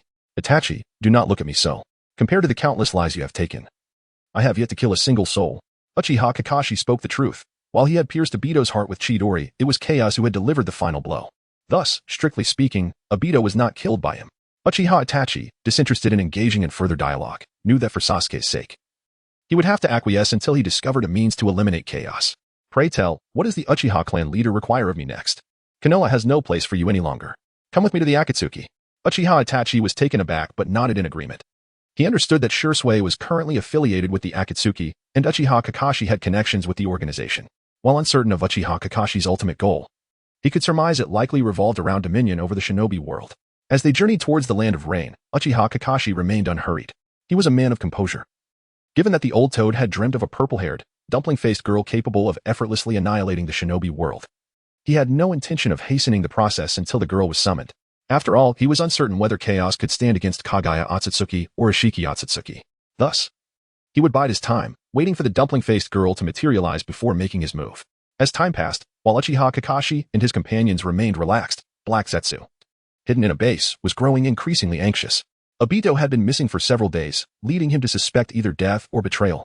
With his support dwindling, Black Zetsu's sole hope lay in persuading Uchiha Kakashi to agree to the Moon Eye plan. Ultimately, Black Zetsu resolved to contact Uchiha Kakashi. Chapter 44, The Ultimate Move of Chaos, Chimera in the Land of Grass. Within the hidden grass village, Uchiha Sound, Chaos, and Uchiha Itachi strolled through the scenic landscapes. Throughout this journey, Uchiha Itachi keenly observed Uchiha Sound. From his perspective, the way Uchiha Sound interacted with Chaos painted him as a quintessential elder brother. It was difficult for Itachi to reconcile the current Uchiha sound with the despicable, shameless, petty, and arrogant persona from before. It is well known that Uchiha sound is a good person. Yet, as a good person, he now witnessed a scene that ignited his fury. A woman with fiery red hair, likely in her 20s, desperately shielded a little girl of around 6 or 7. Tears streamed down their faces as they pleaded with the grass ninjas to spare them. However, the grass ninjas approached with cruel smiles, closing in on the mother and daughter. Uchiha Itachi had grown accustomed to such scenes during his missions in the Umbu. He prided himself on being a righteous Konoha ninja and typically intervened to rescue those in distress. Generally, he would merely teach a lesson to the bullies without resorting to murder. Whether those he reprimanded would later seek revenge on the victims was beyond his concern. He only knew that a righteous Konoha ninja had performed a good deed, and the reputation of Konoha's Umbu was generally superior to that of other villages. Chaos. Save those two. Yes, Oni-chan. Chaos nodded enthusiastically, instantly shifting into battle mode as the 6 scythe-like wings on her back transformed rapidly. Just as the mother and daughter clutched each other in despair, a sudden whoosh reverberated. After waiting for a while without any movement, the mother of Rin cautiously opened her eyes, only to be stunned by the sight before her. The demons who had tormented them moments ago lay dismembered around them. The scene reminiscent of hell itself. Uchiha sound stepped through the pools of blood, advancing toward the mother and daughter. He extended his right hand toward them, offering a sunny smile. It's all right now. Thank you, the mother of Rin stammered. Although Uchiha sound had saved them, the brutality of his methods instilled a primal fear within her. Expressing gratitude felt premature. Uchiha sound gently ruffled the woman's hair and said with a grin, I saved you. As a form of repayment, you shall henceforth serve as my blood pack. The mother of Rin instinctively nodded, unable to refuse. Uchiha Sound's gaze scanned the vicinity, where many ninjas from the hidden grass village had gathered. However, upon seeing the ping-pong ball emblem on Uchiha Sound's back, none dared to act. Uchiha Sound looked upon the brightly lit hidden grass village and instructed Chaos, this village truly repulses me. It is time for the ninja world to experience the allure of Chimera. Hey, Oni-chan. Chaos beamed sweetly, first enveloping Uchiha Sound and the others in a protective shield before ascending slowly into the air. Wait, Uchiha Itachi exclaimed, seemingly realizing Uchiha Sound's impending actions, and quickly urged, Lord Clan Leader, there are many civilians in Hidden Grass Village. The others are innocent. Itachi, understand that trying to tread upon ants without harming them is a delicate balance. Rather than that, it is more efficient to eradicate the entire anthill. Uchiha Sound looked at him, chuckling softly. A village's worth of people should be dealt with uniformly. Uchiha Itachi fell silent. Uchiha Sound's indifference shattering his worldview once again. To equate an entire village's populace to ants was not merely a metaphor of strength but a complete disregard for life itself. In a single sentence, he had determined the fate of an entire village, an act of utter inhumanity. Yet, he dared not argue. His sole responsibility was to protect his brother, even if it meant becoming a blade in Uchiha Sound's hand. As Chaos ascended into the air, she raised her right hand, and a black fireball began to swell ominously, the scythe-like wings behind her expanding to several meters in length. The wings began to morph and converge, slowly forming a protective dome. Within this dome, Chaos concealed herself. While the Chimera continued to enlarge, it was compressed by the wings, emanating a violent energy directed at the Hidden Grass Village below. The ninjas of Hidden Grass Village gazed skyward in terror, sensing the looming presence of death. A commanding Jonin turned to Uchiha Sound and bellowed, Why are you doing this? We've done nothing to offend you. Because the Hidden Grass Village is inherently evil. Uchiha Sound mercifully placed the blame upon them, rather than fabricating a rationale. He looked up at Chaos, sensing her unusual silence. Such a grand spectacle surely warranted some lines. Since Chaos was reluctant to speak, he would take it upon himself to recite. How much can one bag of rice bear? A bag of rice can bear the second floor. A bag of rice must I give more. A bag of rice must I wash. A bag of rice I washed so much mud. No refund, and yet they scold me. Each grain has mud cough. Cough. Uchiha Sound faltered, feeling a surge of embarrassment. He couldn't fathom how Pain could recite such lines with a straight face. You might want to close your eyes quickly. Uchiha Itachi and the others obediently shut their eyes, and moments later, boom. A compressed pillar of black flames erupted from the mouth of the dome, crashing into the ground. The sound was akin to thunder, piercing the eardrums, followed swiftly by a shockwave that obliterated everything in its path. Buildings, trees, all vanished. The entirety of Hidden Grass Village's life was instantaneously vaporized, devoid of any pain. Even those sheltered within the particle defense dome felt a searing wave wash over them. Thankfully, Uchiha Sound had forewarned them to close their eyes. Otherwise, they would have been blinded. What unfathomable destructive power! When Uchiha Itachi opened his eyes, the former Hidden Grass Village had vanished, replaced by a gaping chasm over 100 meters deep and several kilometers wide. Unbeknownst to him, this was merely Chaos exercising restraint. Had she chosen to unleash her full might, the devastation could have been tenfold. As for Rin and her mother, they were left utterly dumbfounded. Chaos slowly descended onto Uchiha Sound's shoulder, grinning cheerfully. Oni-chan, the mission is accomplished. Well done, Chaos. Uchiha Sound scratched her tiny feet, eliciting a fit of giggles from the little girl. Then he turned to the other three. whispering, "Let us go. I'll take you to meet the great figure of the rice-bearing realm." Uchiha Itachi nodded silently. At that moment, he finally grasped the extent of Chaos's power. After unleashing such a formidable technique, she exhibited not a hint of fatigue. If Chaos wished to obliterate Konoha, it would likely be a matter of mere moments. Shortly after Uchiha Sound and his companions departed, a pitcher plant slowly emerged from the ground. Black Zetsu had come to make contact with Uchiha Sound, and fortuitously witnessed Chaos unleashing Chimera from a distance. As the Chimera struck the ground, Black Zetsu stood dumbfounded. One thing was certain, even if Uchiha Madara were revived, he would not stand a chance against Chaos. Chapter 45, The Akatsuki Organization's Staff Meeting. Ultimately, Korezetsu approached Uchiha Hikari as a comrade. He had no choice. As soon as he drew near, he was locked onto by Chaos's radar. However, he was reluctant to carelessly divulge the Moon Eye plan and merely came to exchange pleasantries. Truly, the son of a demon, capable of obliterating the village hidden in the grass with a single strike. Uchiha Hikari curiously scrutinized Korezetsu, who only revealed his head while concealing the rest of his body beneath the earth using his floating technique. It was evident that Korezetsu was wary of a sudden attack and was prepared to flee at any moment. Nonetheless, both he and Korezetsu shared a common goal. Korezetsu needed to capture the tailed beast to save his mother and create the Tintails, while Hikari sought immortality. In the original narrative, the Sage of Six Paths had mentioned to Naruto and Sasuke that his mother, Kagaya Otsutsuki, came from another world to harvest the fruit of the divine tree, which transformed into the Tintails once the fruit was taken. Thus, the Tintails is the divine tree, and Kagaya is the fruit. Within Uchiha Hikari's contemplation, he conceived two methods to obtain the fruit. Firstly, to revert the Tintails back into the divine tree and utilize the combined forces of 100,000 ninja as fertilizer to cultivate it, thus hoping for the fruit to bloom. Secondly, a more straightforward approach, to consume Kagaya herself, literally devouring her, for the sake of immortality. What harm would there be in playing the role of a glutton? Korezetsu, are you familiar with the Moon Eye plan? Korezetsu was momentarily taken aback.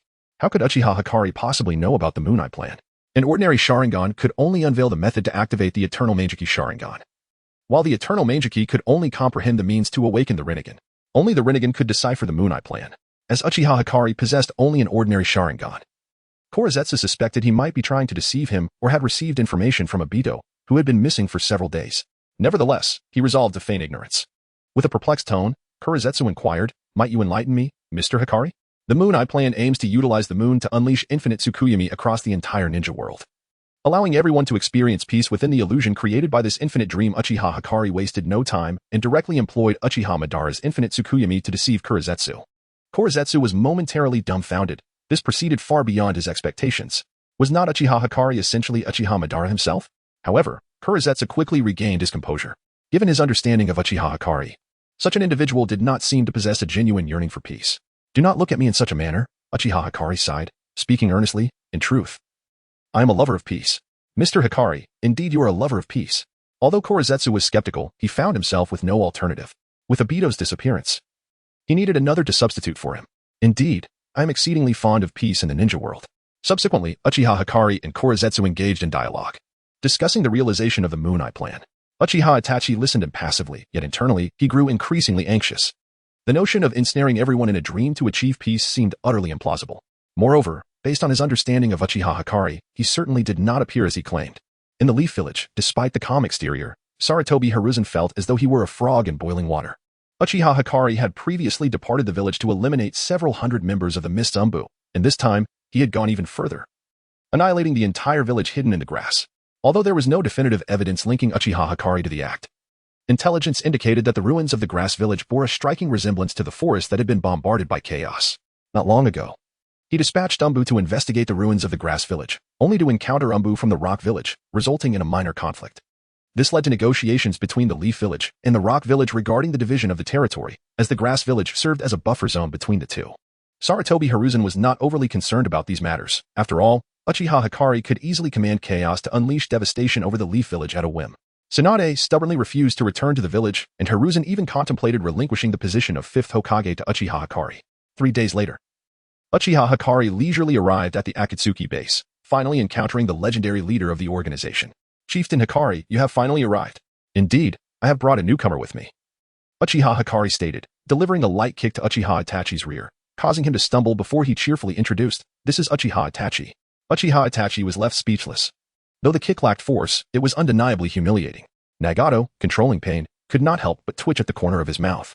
"By the way, it seems that over half of the members in the Akatsuki are your people now, right?" Uchiha Hikari, Uchiha Shursui, Uchiha Itachi, Orochimaru. And even Kisame were brought in by you. Pain, with his Rinnegan fixated on Uchiha Itachi, spoke coolly, Uchiha Itachi, please further denounce the Leaf Village. Uchiha Itachi did not act immediately, but instead turned his gaze toward Uchiha Hikari. Uchiha Hikari waved dismissively, nonchalantly stating, do not look at me. I have already marked my forehead protector, as has Shursui. After a moment of internal struggle, Uchiha Itachi finally marked his forehead protector. Thus, Uchiha Itachi officially became a rogue ninja of the Leaf Village, joining the promising Akatsuki organization. Subsequently, Pain convened a meeting of the entire Akatsuki organization. As holograms materialized, Shursui's hologram paused upon spotting Uchiha Itachi. Itachi, what brings you here? The chief sent me, Uchiha Itachi replied. Upon seeing Shursui, Uchiha Itachi felt an inexplicable sense of relaxation. With everyone gathered, Pain announced the commencement of the meeting. The Akatsuki organization was finally assembled. Konan, Itachi, Kisame, Shursui, Kakuzu, Orochimaru, Zetsu, and Hikari. Pain surveyed the talent-rich organization, calling out names one by one, before proceeding to unveil the organization's preliminary plans. You all possess your own ambitions and purposes. Since we have arrived at this juncture, it is time to embark on comprehensive action. Our initial goal is to incite wars between smaller nations and then intervene in localized conflicts to gain control over the war market. Pardon me, Pain. But I believe that is unnecessary, Uchiha Hikari interjected, fixing his gaze upon Pain's Rinnegan and smiling faintly. Moreover, are you certain your body can endure until that time? Pain furrowed his brow, realizing that Uchiha Hikari was alluding to his original body, Nagato. Although Nagato was aware that capturing the tailed beast was part of Jiraiya's plot to become the Ten-Tails Jinchuriki, he paid it little heed. After all, strength was the foundation of everything, and he did not believe Jiraiya possessed the capability to seize the Ten-Tails. More than Jiraiya, he was far more apprehensive about the chaos that rested upon Uchiha Hikari's shoulder. Hikari, what are your thoughts? Leader. I find the notion of monopolizing the war material market excessively cumbersome, Uchiha Hikari replied, surveying the room before continuing. My suggestion is to directly capture the tailed beasts, thereby instigating a war among the 5 great nations. If that fails, Uchiha Hikari scratched Chaos's little foot. It is Chaos that has given me the confidence. We, the Akatsuki organization, shall take on the entire ninja world. Chapter 46. Pain, do you support my ascendancy to leadership? As Uchiha Kai's words echoed through the room, a wave of astonishment washed over everyone present. Some, possessing a rather simplistic mindset, deemed Kai's ambition utterly insane.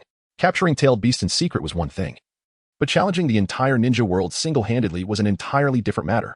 Conversely, individuals like Uchiha Itachi and Orochimaru, who were more astute, immediately contemplated the implications of Chaos. Given Chaos's aerial bombardment capabilities, it would not be an exaggeration to label him as a battlefield scavenger.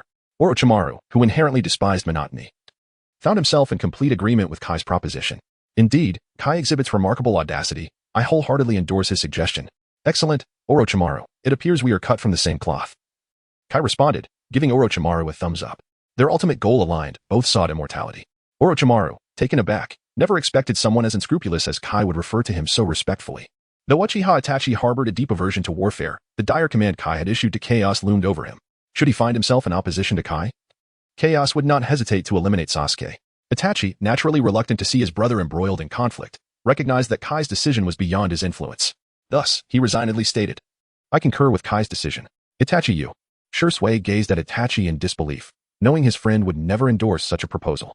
Turning to Kai, he urgently cautioned, Kai, your actions will result in countless casualties. Fear not, Shursui, the common folk shall suffer minimally. It is the inherently malevolent ninjas who will perish, Kai replied nonchalantly. What? Shursui was taken aback, his mind drifting back to the days they had spent together discussing the will of fire as the sun dipped below the horizon. When had his dear friend transformed into someone capable of uttering such words? Ignoring Shursui, Kai was resolute in his plan to assemble a coalition of 100,000 ninjas, utilizing them to cultivate the god tree. This would not only nourish the tree, allowing it to bear fruit, but upon their deaths, they would become white Zetsu. Serving his command, a fate he deemed justified. Kai surveyed the assembly, a wicked grin spreading across his face. Ladies and gentlemen, I revel in warfare. The likes of Sasori, Kakuzu, and P. Pasha's exchanged glances, though they were all S-rank rogue ninjas, none matched Kai's level of madness. Yet, Nagato furrowed his brow. His pursuit had always been peace. And even inciting localized conflict was meant for the sake of enduring tranquility. The prospect of igniting a war across the entire ninja world was utterly unacceptable. Kai, your proposal is audacious. Pain's Rinnegan bore down on Kai, his tone icy as he continued, do not propose such things again. Why must you pressure me, leader? Kai countered. Konan interjected, Kai, do not forget that Pain is the leader here. Pain may be the leader, Orochimaru may be the leader, and I may be the leader. Anyone can claim leadership, Kai scoffed, unperturbed. With Chaos at his side, he felt invincible. Even Kagai Atsutsuki would only manage to confine Chaos within the realm of the heavens. In terms of raw power, even Kagaya would not be Chaos's equal. Kai spread his arms wide and declared with confidence. I believe Pain's cautious demeanor has severely hampered the progress of our organization. He is no longer fit to lead. Kai, are you certain you wish to proceed in this manner? Konan glared at him, fury etched across her face. Do not forget that you are merely a newcomer. The Akatsuki was established by. I can resurrect Yahiko. What? Konan froze, her expression shifting to one of exhilaration as she stared at Kentucky. You can resurrect Yahiko? Indeed, not only can I revive Yahiko, but I can also heal Nagato. At this juncture, Kai turned his gaze towards Sasori. Sasori, I can even bring back your parents. Sasori's holographic figure flickered momentarily. Parents, such a distant concept. Kai, should you dare deceive me, I shall end your life. Chaos's cold gaze fell upon Sasori. Oh, Sasori. Do you wish to dance as well? Enough, Chaos. Sasori is merely anxious about his parents. Even if he threatens my life, I shan't take offense. I am not that petty, Kai remarked, patting Chaos's little foot, signaling him to temper his ire and take note of the situation. Sasori fell silent, momentarily forgetting Kai's penchant for information gathering. Konan, too, was quiet, harboring no strong opinions on world peace. She wished only for a simple life with Nagato and Yahiko. Korezetsu agreed that expediting the capture of Tailed Beast was imperative, adopting a nonchalant attitude toward the impending ninja world war. His singular goal remained unchanged, rescuing his mother. Mr. Kai has eliminated the traitor Obito Uchiha from the Akatsuki. I also believe he is more suited to lead our organization, Korezetsu stated. Isn't it merely the elimination of an intern? Pipashes retorted, still resentful over the loss of his prized lychee due to Kai's actions. He regarded Korezetsu with disdain. Thinking, one might assume he killed Uchiha Madara. Korezetsu dismissed Pipashes, noting that he was the weakest among them, only capable of accumulating wealth through missions with Kakuzu. Kai paid no heed to Pipashes, knowing that persuading Nagato was all that truly mattered. Pain, do you support my claim to leadership? Pain fell into silence, contemplating for a moment before posing a singular question. Can you truly resurrect Yahiko? Yes. Kai nodded affirmatively, determined to bring Yahiko back. With the revival of others being merely ancillary. With Obito deceased, he needed a scapegoat. When considering scapegoats, Shimura Danzo was the first to come to mind. Kai silently mused. Danzo, please do not let me down. Very well, Nagato replied coolly. Satisfied, Kai surveyed the assembly. Since Pain has endorsed my leadership, I hereby declare myself the leader of the Akatsuki. Who is in favor? Who is opposed? No one voiced opposition. The only dissent emanated from Pipashes, who felt somewhat disgruntled. The others adopted a mindset that it mattered little who led. Sasori wished to resurrect his parents, Itachi sought to protect his brother. Korezetsu aimed to rescue his mother, and Kisame was inherently loyal to Kentucky. Shursui was a beloved friend of Kentucky. Excellent, since there are no objections. I shall henceforth be the leader of the Akatsuki, Kai proclaimed, exuding an air of undeniable authority. Now, I shall announce our plan. First, we will capture the tailed beasts. From 1 tail to 9 tails, with Pain overseeing the ceiling, while I return to Konoha to continue my role as a spy for the Akatsuki. Chapter 47. The emergence of the fat dragon. After the meeting concluded, Uchiha Sasuke sought out Pain's true form, Nagato. At that moment, the 6 paths of Pain and Konan encircled Nagato, providing protection. Uchiha Sasuke paid little heed to this as he gazed upon Nagato, who sat on the toilet. Frail and gaunt, with numerous tubes protruding from his back. The sight was undeniably striking. Without preamble, Nagato addressed him directly. Can you truly resurrect Yahiko? Can't you? Uchiha Sasuke shrugged nonchalantly. The Rinnegan's innate ability. The small creature perched on his shoulder, Chaos, erupted into giggles, akin to a child playing on a seesaw. Konan furrowed her brow, cautioning, if that were the case, Nagato would have to sacrifice himself. Our agreement was for both Nagato and Yahiko to coexist. The Rinnegan's innate ability is not limited to a single use. As long as the Rinnegan remains intact, whoever possesses it can wield its power. Upon hearing this, Nagato and Konan exchanged glances, uncertain whether Uchiha Sasuke was deceiving them. Nagato remained skeptical, shaking his head, that's impossible. No one else can use my eyes to perform the Rinnegan's ability. Forget it, I can't be bothered to explain. You should ask Black Zetsu instead. Uchiha Sasuke waved his hand dismissively, directing his gaze toward a specific spot. Black Zetsu, come forth and elucidate matters to Nagato. Black Zetsu, taken aback, realized that Uchiha Sasuke possessed more knowledge than he had anticipated, including the fact that the Rinnegan did not originally belong to Nagato. Emerging from the ground, he cast a sinister glance at Nagato, explaining, Nagato, you are a member of the Uzumaki clan. On what grounds do you believe you can possess the Rinnegan? Nagato frowned, indeed sensing that the Rinnegan was not fully attuned to him. Konan glanced between Uchiha Sasuke and Black Zetsu, her brow knitted in confusion. What do you mean by that? Black Zetsu? Literally, Nagato's Rinnegan is merely a transplant from Uchiha Madara. Black Zetsu did not conceal his intent, while he was unaware of Uchiha Sasuke's ultimate goal. The initial aim was the Moon's Eye plan. Once initiated, he would exploit Uchiha Sasuke's trust to unveil his true intentions. At that time, Uchiha Sasuke would become the vessel for the resurrection of the mother figure returning to the ninja world. Understanding dawned upon Nagato as he chose to trust Black Zetsu's words. Indeed, the Rinnegan was not truly his. So, Uchiha Sasuke, do you intend to claim the Rinnegan now? Not in haste. Uchiha Sasuke waved his hand. To capture the tailed beasts, we will inevitably require the power of the 6 paths of pain.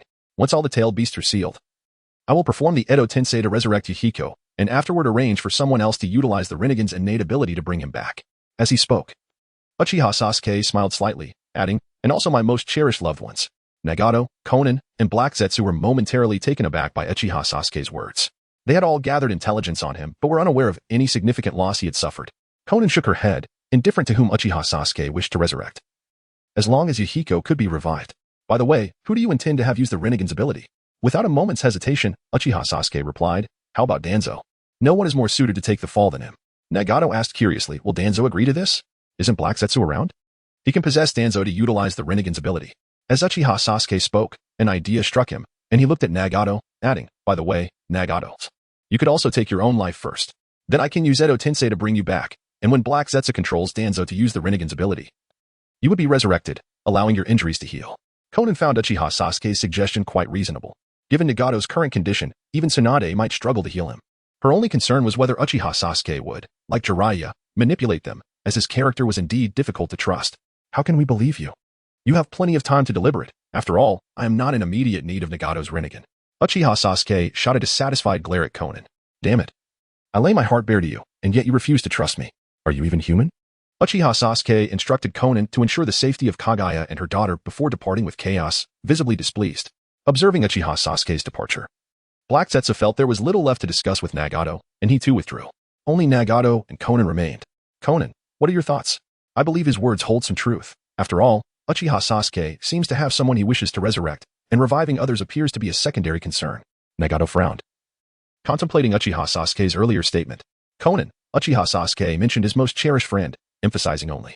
Perhaps it was just a slip of the tongue. Konan did not dwell on it too much. A friend, a beloved companion, this was not unusual. Meanwhile, after leaving the Land of Rain, Uchiha Sasuke walked alongside Chaos on the path back to Konoha. Suddenly, a sound chimed, signaling the long-dormant golden finger had sprung to life. Ding. Congratulations, host, Kana Kamui has completed charging. Would you like to summon her? Summon. Uchiha Sasuke exclaimed without hesitation, well acquainted with the voice. The last time the system chimed, it indicated Chaos had completed charging. Now, it was Kana Kamui's turn. His purple-haired, round-faced little girl was finally about to make her entrance. Who could she be? Just then, the previously clear sky darkened ominously, thunder rumbling above Uchiha Sasuke. Chaos activated her radar, her cute brow furrowing as she urgently warned, Oniai-chan, be careful. There's a very fat dragon above the clouds, according to analysis. I cannot contend with her. Fear not, Chaos, that is our ally. Uchiha Sasuke quickly lifted Chaos from his shoulder, cradling her gently, patting her back to soothe her. Together, they gazed skyward, anticipating that the arrival of Kana Kamui would be far more spectacular than that of Chaos. He recalled how Chaos had merely crashed through his roof and landed in his arms, sweetly calling out to him. Reflecting on the old toad's prophecy, he remembered the description, lavender hair, round face, heralded by a storm. Boom. A bolt of lightning illuminated the clouds, revealing the silhouette of a giant dragon within. Uchiha Sasuke blinked, having caught a glimpse of the dragon's rotund belly, as if it were pregnant. In the next moment, the hefty dragon dove down amidst the thunder. With a resounding crash, the dragon landed before Uchiha Sasuke. Cough, cough. Uchiha Sasuke quickly waved his hand to dissipate the dust, revealing the dragon's form. The moment the dragon opened its eyes, the immense pale blue irises exuded an overwhelming presence. Yet, in stark contrast to this imposing aura, a cute, childlike voice rang out. Oniai-chan, it is a pleasure to meet you. I am Kana Kamui. Chapter 48. The fear of being dominated by the fat dragon. Uchiha Hibiki curiously examined the rotund dragon, adorned with white feathers, boasting a plump belly, stout legs, and slender arms. Rather than labeling her a dragon, the term fat bird seemed more fitting. Kana Kamui, can you transform into human form? Just call me Kana-chan, Onaikin. The fat dragon did not open her mouth, yet her voice resonated clearly. In the next moment, a burst of white light enveloped her, transforming her into a petite girl of about 1 meter tall. This little girl, clad in a gothic Lolita dress, possessed blue eyes, light purple hair, a round face, horns atop her head, and a tail protruding from her back. Cows flew in front of Kana-chan, inquisitively asking, Hey, Kana-chan, do you know what love is? I do. Kana earnestly nodded her small head, then took Cow's hand and led her to a tree where a cicada was chirping. Since Cows was less than 1 meter tall and Kana-chan was slightly taller, she naturally felt a fondness for Cows. After all, in her world, she was the smallest and youngest, merely a child of 14,000 years. In the next moment, Kana-chan opened her mouth wide and swiftly caught the cicada, chewing away. This is love. Cows was momentarily stunned, her eyes shimmering with a soft blue light. Kana-chan, through analysis, cicadas are not suitable for humans to eat. But Kana-chan is a dragon. Kana-chan replied earnestly, then pointed at Uchiha Hibiki, seriously advising Cows, you know, Onaikin deceived you. Cows shook her head. Onaikin would never lie to me. He tricked you with his body, with Wile's eyes, meaning. Kana declared, pointing at Uchiha Hibiki, he is a pervert. As Kana spoke, she grasped Cow's hands. Cows, you should not sit on his shoulders anymore. Cow shook her head. Cows refuses. Why? Because Onaikin's shoulders are Cow's home. Cows insisted. Then flew back to Uchiha Hibiki's shoulder. Curiously, Uchiha Hibiki inquired, Cows, what did Kana-chan say to you? Through analysis. Kana-chan's intelligence appears to be at a level of around 7 years, Cows responded. Uchiha Hibiki was speechless, feeling that Kana-chan was far less obedient than Cows. In a flash, Kana appeared before Uchiha Hibiki, raising her small head to gaze at him seriously. Uchiha Hibiki was startled. The absence of sound indicated that this rambunctious child had indeed reached lightning speed. As expected, Kana pointed at Uchiha Hibiki, earnestly declaring, Onaikin is a pervert. Should Uchiha Hibiki's temper flare, he would have certainly taught this mischievous child a lesson, had Cows been capable of facing her. At this point, he could only contemplate eliminating Onaikin. Kill your sister. Uchiha Hibiki was nearly frightened to death, wondering what kind of entity he had summoned that would even contemplate regicide. Prepare to meet your end. Kana approached Uchiha Hibiki, delivering a series of playful punches to his belly, chanting, Dragon's Claws, Dragon's Fury. After several punches, she paused to catch her breath, only to resume her playful assault. Uchiha Hibiki observed with a furrowed brow, pondering the absurdity of the situation. Cows, please analyze what is going on with Kana-chan. Onaikin, through analysis, Kana-chan is deliberately playing with you. If she wishes, she could easily reduce you to mere scraps with a single punch. Uchiha Hibiki replied. Kana paused, feeling somewhat embarrassed, ceasing her antics. In truth, she wanted to sit on Onaikin's shoulder, but Cows had gotten there first. Her earlier remarks about Uchiha Hibiki being a pervert were merely to create space for Cows. Uchiha Hibiki sighed in relief, thankful that Kana-chan had no restrictions. All right, Kana-chan, Cows, let us return to Konoha. He thought, since the purple-haired, round-faced girl had been summoned. There was no need for further caution, and it was time to hasten their journey. Thus, Uchiha Hibiki's party gained Kana-chan. Yet the local insects paid the price as they passed through. Kana-chan's insatiable appetite seemed like a bottomless pit, and every insect in her sight met her dragon maw. Kana-chan, do you only eat insects? Not at all. Onaikin, Kana-chan eats everything. She explained, still chewing on a mantis, claiming she was savoring the taste of summer. Uchiha Hibiki retorted. What does savoring summer even mean? Kana-chan, transform into your dragon form. Today, brother will take you out for ramen. Okay, Onaikin. Kana-chan nodded, and after a dramatic transformation, she turned into a 10-meter-long fat dragon. Uchiha Hibiki was taken aback. Kana-chan, why has your dragon form shrunk so much? In the next moment, the 10-meter white dragon expanded, becoming a 300-meter-long white dragon. Excellent, Kana-chan, let us utilize this form to carry us back to Konoha. Thus, the transformed giant Kana-chan bore Uchiha Hibiki, who in turn carried Cows, soaring toward Konoha. It was another beautiful day in Konoha. A massive dragon shadow swept over the village. The barrier team, responsible for the protective wards, suddenly froze. A member of the Yamashiro clan swiftly alerted. This is bad. We are under attack. The enemy is a 300-meter-long dragon. What? Quickly sound the alarm. Uchiha Hibiki remained unperturbed, instructing Kana-chan to circle above Konoha. As the barrier team issued the enemy alert, chaos ensued throughout Konoha.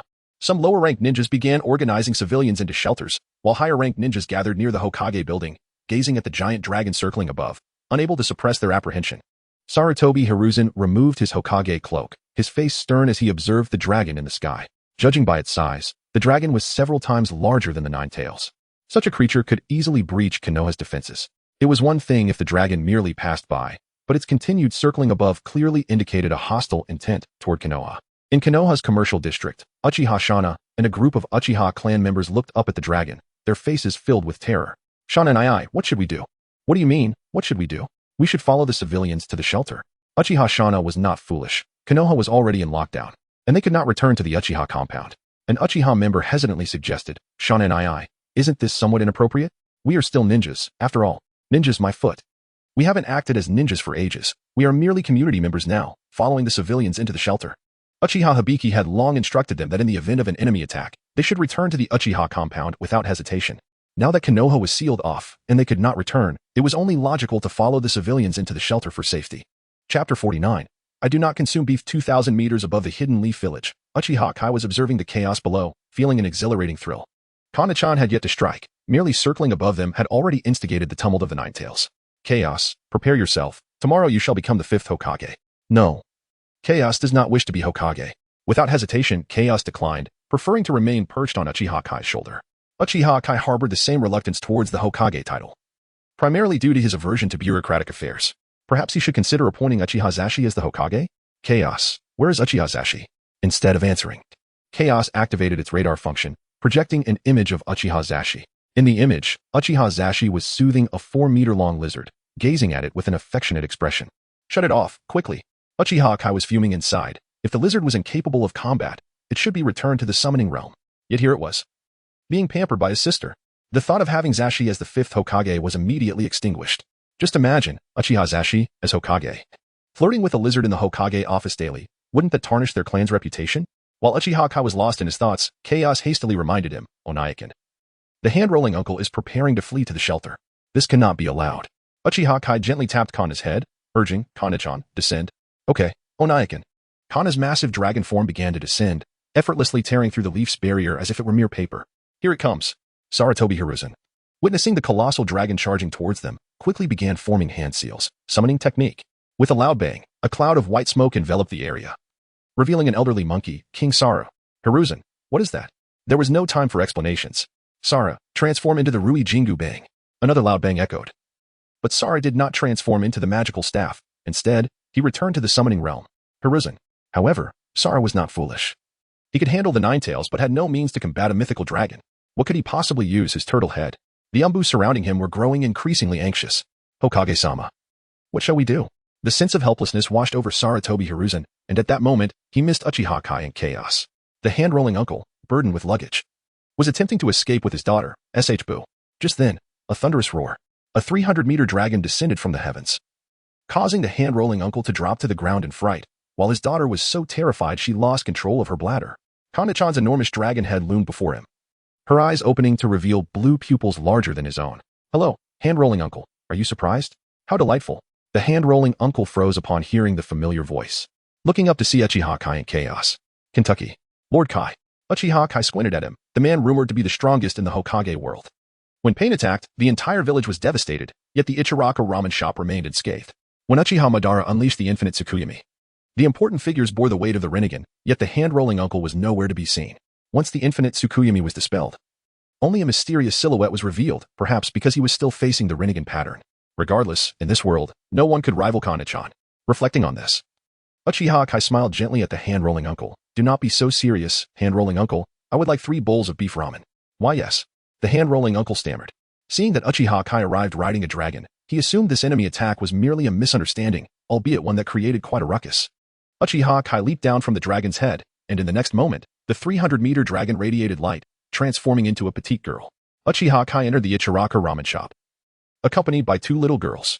Moments later, the hand-rolling uncle was in the kitchen preparing beef ramen, while the terrified SHBU was tasked with serving the 3. Outside the ramen shop, a crowd of ninjas had gathered, yet none dared to enter until Sarutobi Hiruzen arrived. By this time, Hiruzen had learned that the white dragon was indeed Uchiha Kai's mount, which ultimately transformed into a little girl. Taking a deep breath, he slowly walked in, his gaze landing on Kana-chan. With her lavender hair and round face, she resembled the prophesied child Jiraiya had mentioned, possessing the potential to obliterate the ninja world in an instant. Given the dragon's demonstrated ability to effortlessly breach barriers, he harbored no doubt regarding her capacity to annihilate the ninja realm. This meant that the prophesied child had once again been found by Uchiha Kentucky. Contemplating this, Sarutobi Hiruzen couldn't help but chuckle bitterly. Clan leader Kai, your commotion has attracted quite a bit of attention. The monkey has arrived. Kana-chan wishes to eat ramen, and I cannot help it. Uchiha Kai waved his hand dismissively, not sparing Hiruzen a glance. His attention shifted to SHBU, who was trembling in fear. Are you frightened of me? SHBU shook her head vigorously, rendered speechless by her terror. Uchiha Kai lightly tapped the table, speaking to himself. SHBU. Let us play a game. Let us wager whether your father will add green onions to the ramen. You choose first. SHBU paused, a memory surfacing in her mind. The last time Uchiha Kai visited with Chaos, she had reminded her father not to add green onions, yet he had done so regardless. She vaguely recalled Uchiha Kai's displeasure. But ultimately, he had removed the green onions and eaten the ramen. Her father had repeatedly apologized, and with the meal being complimentary, the matter was settled.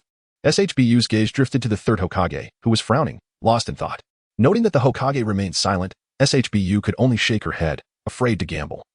If she lost, who knew what Uchiha Kai might do to her and her father in front of the Hokage? Uchiha Kai, unfazed, wore a wicked smile.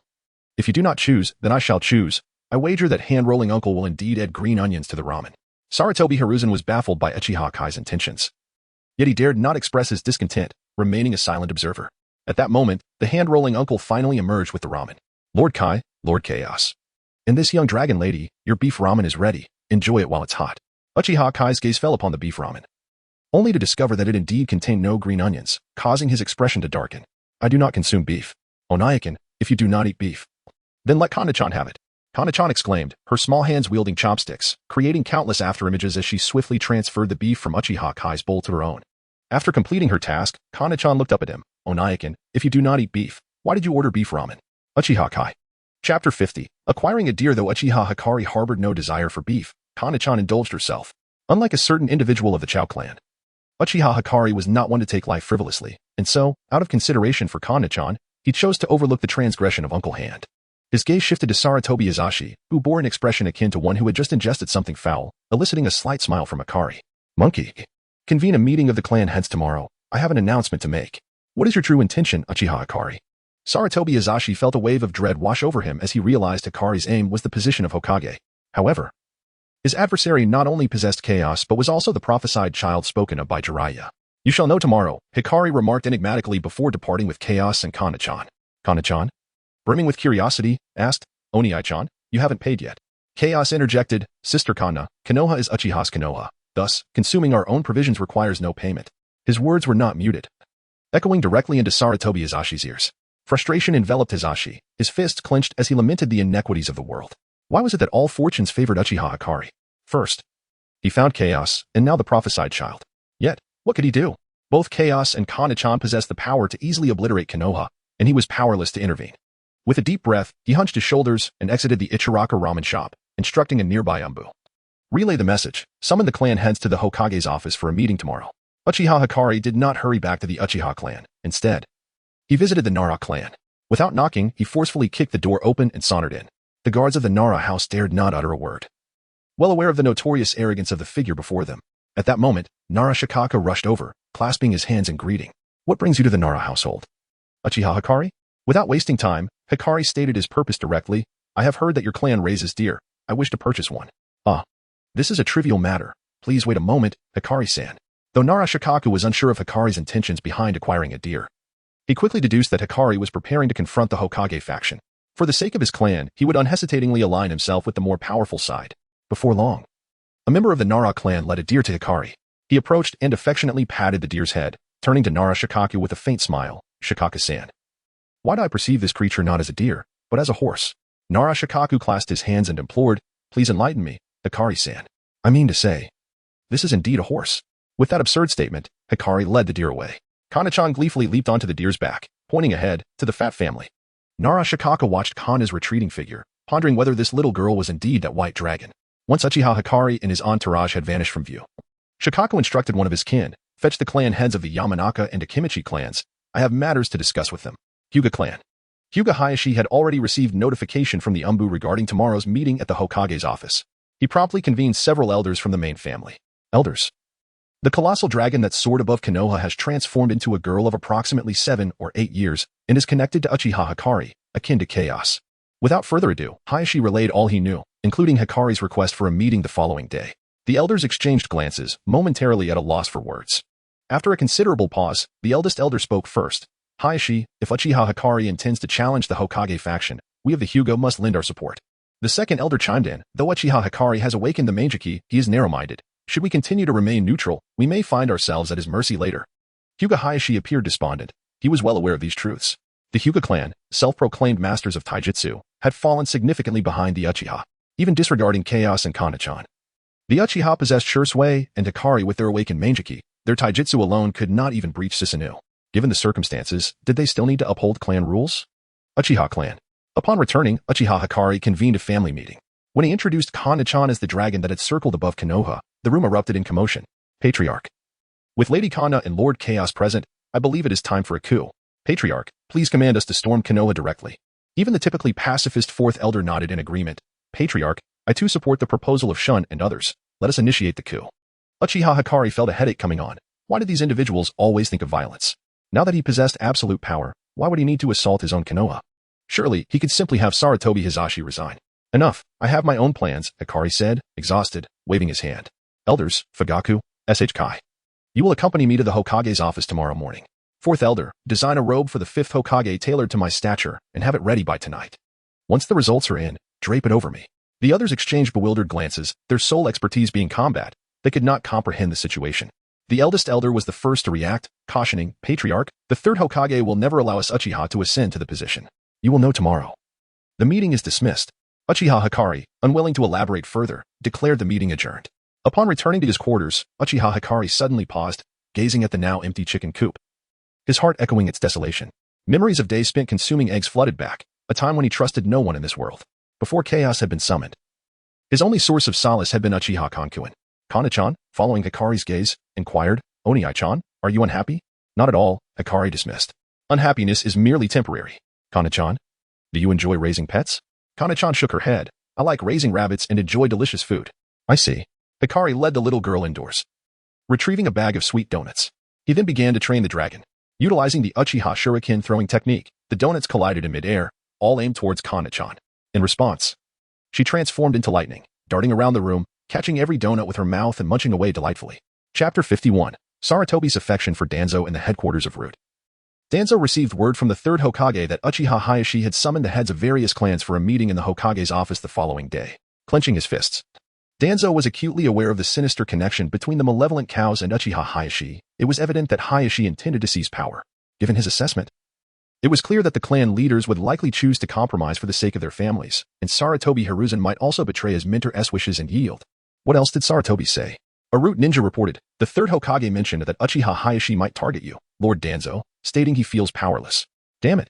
Danzo slammed his fist on the armrest, realizing that if Hayashi were to take action against him, Sarutobi would indeed be powerless. Even if he sacrificed the entire Root organization, he could never match Kao's strength. His repeated assaults on the Uchiha, coupled with the grudge from seizing Shirsue's eyes, would certainly lead Hayashi to seek retribution once he ascended to the Hokage position. Determined not to sit idly by, Danzo opted for a strategic retreat. He gathered all the documents and experimental equipment, taking what he could and incinerating the rest. Yes, Lord Danzo. As night deepened, Danzo had already prepared his belongings and began his defection. In the Uchiha territory, Kao's alerted, Oni-chan. Danzo has fled with over 100 Root ninjas toward the Forest of Death, while Sarutobi Hiruzen is going alone to intercept. Monkey is going to intercept? Uchiha Hayashi was taken aback, pondering what Sarutobi was up to. Danzo was leading a considerable force, and Hiruzen was going without even a single umbu. It seemed more like a farewell for a close friend rather than an interception. He was intentionally letting Danzo escape, planning to eventually guide him toward obtaining the Rinnegan, thus igniting the fourth great ninja war. Cows, display the projection. Yes, Oni-chan. Cows projected a holographic video, showing Danzo and his large entourage sprinting through the Forest of Death when suddenly, boom, explosions shattered the experimental equipment they carried. Yet there were no casualties among the Root ninjas. Emerging from the smoke, Sarutobi Hiruzen wielded the Rui Jingu Bang. Danzo, seething with rage, gritted his teeth. Sarutobi. What do you mean by this? Sarutobi Hiruzen, do not make a grave mistake. Return to Konoha with me. Hiruzen had already surmised Danzo and Appo's intention to research would release to counter Uchiha Hayashi. He did not believe that experimental subjects like Ka could stand against cows and Kana. Danzo, uninterested in further dialogue, formed a one-handed seal and unleashed, wind release, sexy sun god. Countless wind blades erupted from his mouth, shredding the trees in the Forest of Death with ease, proving his power was indeed at the level of a Kage. Hiruzen quickly defended with the Rui Jingu Bang but was accidentally grazed by the wind blades, blood gushing from his shoulder. Danzo was bewildered. He could not fathom what Sarutobi was attempting. The Rui Jingu Bang opened an eye. Sarutobi, you. Hiruzen said nothing and merely lay back against a tree. You will regret this. Danzo spat angrily before fleeing with the Root members, fearing the commotion would attract Uchiha's fanatics. Watching Danzo's retreating figure, Hiruzen pondered whether they would ever meet again. He retrieved a photo of Danzo bathing, a memento from when Hayashi had threatened him. He had kept it close all this time. Uchiha Hayashi shivered at the thought and dismissed the unsettling memories. Though he could not understand why Sarutobi would destroy the experimental equipment, he suspected the injury was a ploy to prepare for his impending confrontation, allowing him to gracefully withdraw from the Hokage position. Cows, analyze why the monkey intentionally destroyed those experimental tools. Oni-chan, the monkey likely wishes to delay Danzo and Appo's confrontation with you. Cows, too, was uncertain, relying on data analysis without absolute certainty. Her previous calculations regarding Itachi had led to a misunderstanding, believing he had just recently cast a Genjutsu win. In fact, he had done so 3 days prior. Uchiha Hayashi nodded. He knew Danzo would seek to reclaim his dignity. The problem was that Danzo lacked self-awareness. He might think he could create more would release users like Ka, and would dare to assassinate him. Given Saratobi's misconceptions, if he were attacked, he would undoubtedly retaliate against Danzo. One could not deny that Saratobi was overly fond of Danzo. In contrast to Saratobi, Danzo was nothing short of a scoundrel. Having even sent someone to assassinate Saratobi, Saratobi returned safely to the Hokage office, seeing Danzo brazenly occupying his Hokage seat, and he did not reproach him at all. What did this signify? It was a testament to love. As dawn approached, Uchiha Hayashi was ready to don the Hokage robe with joy. Just then, Black Zetsu arrived with shocking news. Mr. Hayashi, the fourth Mizukage has died, and the Three Tails has vanished as well. What? Uchiha Hayashi was taken aback. How did he die? I do not know. The Three Tails will take 3 years to revive. Black Zetsu shook his head, sharing a similar sentiment with Uchiha Hayashi. He, too, wished to rescue his mother promptly. Uchiha Hayashi aimed to consume the divine tree and Appo's fruit at the age of 18, wishing to remain forever youthful. Notify Nagato to postpone the plan. Uchiha Hayashi waved his hand weakly. If it were the 8 Tails or 9 Tails, he could devise a strategy. After all, Orochimaru had access to the 8 Tails tentacles, and the 9 Tails were everywhere. Naruto, Minato, and Kei could all aid. The next morning, in the Hokage office, Saratobi Hiruzen, with his shoulder bandaged, dejectedly puffed on a pipe, knowing that after today, he would be stepping down from his position. The clan heads of Hyuga, Nara, Yamanaka, Akimichi, Inuzuka, Waihai, and Uchiha had all gathered, awaiting the arrival of the main character, Uchiha Hayashi. The attendees bore varying expressions. After all, with the formidable power of Uchiha Hayashi, cows, and the monstrous Ka, it was not unreasonable for Hayashi to assume the Hokage mantle. However, for members like T-Jur and Mito, who had actively suppressed the Uchiha clan, there was uncertainty about whether Hayashi would seek retribution once he became Hokage. Amidst the varied expressions, a loud crash resounded as a door burst open, sending Mito crashing into the wall. Shortly after, Uchiha Hayashi strode in, holding a deer and sporting a dark expression. Saratobi Hiruzen, initially intending to speak, halted at the sight of Hayashi and Appo's countenance, ultimately refraining from saying more and instead subdued Mito. The atmosphere grew tense, not only the attendees but even those accompanying Uchiha Hayashi, Fugaku, Izumi, and several elders, held their breath. They could not comprehend why their clan leader, who had seemed perfectly fine the previous day, now wore a face that suggested everyone owed him a debt. Chapter 52. The Perception of Illusion. The donning of the yellow robe in the Hokage's office.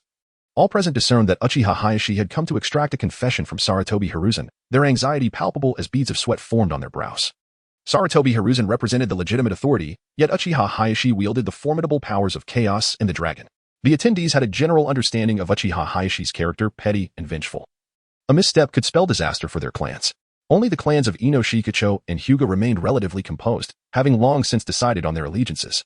Uchiha Hayashi, unfazed by the tension, surveyed the room and clapped his hands, addressing the assembly. My apologies for my tardiness. I was attending to matters within my clan. I have procured a steed from the Nara clan to present to the third Hokage as an apology for my delay. Saratobi Hiruzen furrowed his brow. Though he had never heard the fable of calling a deer a horse, he understood Uchiha Hayashi's intentions. While he had already contemplated passing the Hokage title to Uchiha Hayashi, he was keen to observe the reactions of the clan leaders. With this in mind, Saratobi feigned astonishment, subtly playing along. Is the Uchiha clan leader jesting? This is clearly a deer. Why does he assert it to be a horse? Uchiha Hayashi was momentarily taken aback by Saratobi Hiruzen's unexpected compliance. However, he quickly deduced that the Hokage was likely curious about his standing in the eyes of the clan leaders. A smirk formed in Uchiha Hayashi's mind.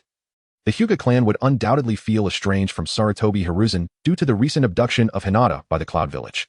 Third Hokage, it appears your vision has dimmed with age. You can no longer distinguish between a deer and a horse. Maintaining his composure, Uchiha Hayashi turned to the others present, his voice cold and threatening. Ladies and gentlemen, please contemplate carefully whether this is a horse or a deer before responding. Otherwise, do not blame me for losing my temper. Are your eyes deceiving you? This is clearly a deer. At that moment, Might Guy stepped forward, his gaze towards Uchiha Hayashi tinged with sympathy. Uchiha Hayashi fell silent. It seemed Guy had not forgotten how he had abandoned them during their retreat. How ironic, for a character like Guy to hold a grudge. Was it truly that significant? Why can he not emulate my magnanimity? However, considering that Might Guy was still his classmate, Uchiha Hayashi decided to remain magnanimous. Kana, please escort this ungrateful fellow out and give him a sound thrashing. Saratobi Hiruzen was taken aback and quickly interjected, wait a moment. Without hesitation, Kana transformed into a bolt of lightning, appearing before Might Guy and pressing her small hand against his face. Guy was startled, and before he could react, he was sent crashing through the wall, vanishing from the Hokage's office. By the time everyone regained their composure, Kana had returned to her place on the deer. Hyuga Hizashi swiftly activated his Byakugan to assess the situation, his gaze directed towards the Hokage rock, where Might Guy had found himself embedded in the nose of the malevolent Senju Tobirama. Well, the irrelevant fool has exited the stage. Uchiha Hayashi then slammed his hand forcefully on the table, demanding, I declare this a horse. Who is in favor, and who is against? An immediate silence enveloped the room. Most individuals averted their gaze, unwilling to speak. Several Uchiha who had entered with Uchiha Hayashi held their heads high, reminiscent of triumphant roosters. Under Uchiha Fugaku's leadership, they had endured much oppression. Since Uchiha Hayashi's ascension, they had faced no further indignities, boldly asserting their dominance while Sarutobi Hiruzen remained silent. Allow me to set an example for all of you. The elder, filled with pride, addressed the assembly, regardless of whether it is a deer or a horse. Since the clan leader proclaims it a horse, it shall be regarded as such. Understood? Narashikaka sighed, then joined in. I too believe this to be a horse. With Narashikaku's endorsement, Akimichi and Yamanaka followed suit, declaring it a horse. Hyuga Hazashi turned to Sarutobi Hiruzen with a smirk. Hokage-sama, I too believe this is a horse. What is your stance? As a seasoned politician, Sarutobi Hiruzen recognized that the compromises made by the Inoshikacho clans were not born of ignorance, but rather of survival instinct. Had he not observed Might Guy, the first to declare it a deer, now embedded in his mentor's nose? Sarutobi Hiruzen stood, bowing to the assembly. I have sustained grave injuries, and, coupled with my leniency towards Danzo, this predicament has arisen. Acknowledging my inability to continue as Hokage, I intend to recommend Uchiha Hayashi as the 5th Hokage. Kakashi furrowed his brow. While he had little regard for Sarutobi Hiruzen, he held an even greater disdain for Uchiha Hayashi. Staring unflinchingly at Uchiha Hayashi, he replied coldly, only those who have the endorsement of the people can ascend to the role of Hokage, and you will not gain their approval. Who are the people? Uchiha Hayashi rose abruptly, overturning the meeting table and sending chairs flying. Those who do not acknowledge me are inherently malevolent. My stance towards such individuals is unequivocal. As he surveyed the assembly, he continued, that is to annihilate their entire lineage. Clan leader, please remain calm. The elder rushed forward to dissuade him. One Kakashi will not alter the outcome. He has already acquiesced to your leadership. Sarutobi Hiruzen, Inoshikacho, and Hyuga have all declared their support. We need not concern ourselves with Kakashi. Uchiha Hayashi was well aware that Kakashi's opinion would not sway the outcome. His ire stemmed from overhearing Kagaya's revelation that the 4th Mizukage had perished, shattering his dream of eternal youth, thus igniting his fury. He had little patience for those who delayed the proceedings. He swiftly removed chaos from his shoulder and directed his gaze at the 4th elder. I am feeling a bit chilly. The 4th elder promptly understood and retrieved the Hokage robe he had hurriedly crafted the previous night, draping it over Uchiha Hayashi. Clan leader, it is quite cold. Allow me to provide you with this garment. Uchiha Hayashi examined the robe curiously, feigning surprise. Ah, 4th elder, this robe bears the inscription of the 5th Hokage. You have put me in a difficult position. No sooner had the words left his lips than the Uchiha present knelt on one knee, proclaiming in unison. We pay our respects to the 5th Hokage. Narashikaku sighed internally and exchanged glances with Yamanaka and Noichi and Akimichi Choza, who joined in the chorus. We pay our respects to the 5th Hokage. Following suit, the leaders of other clans also knelt, echoing the declaration. Observing this scene, Uchiha Hayashi sighed softly, feigning a look of distress. Alas, there is little I can do about this. Thus, Uchiha Hayashi was, with the compulsion of the significant clans of Konoha, reluctantly elevated to the esteemed position of the 5th Hokage. Chapter 53. You are the remnant of a bygone era. Uchiha Kai ascended to the position of Hokage. It was all the fault of the 4th elder, who inexplicably bestowed upon him a Hokage robe and draped it over his shoulders.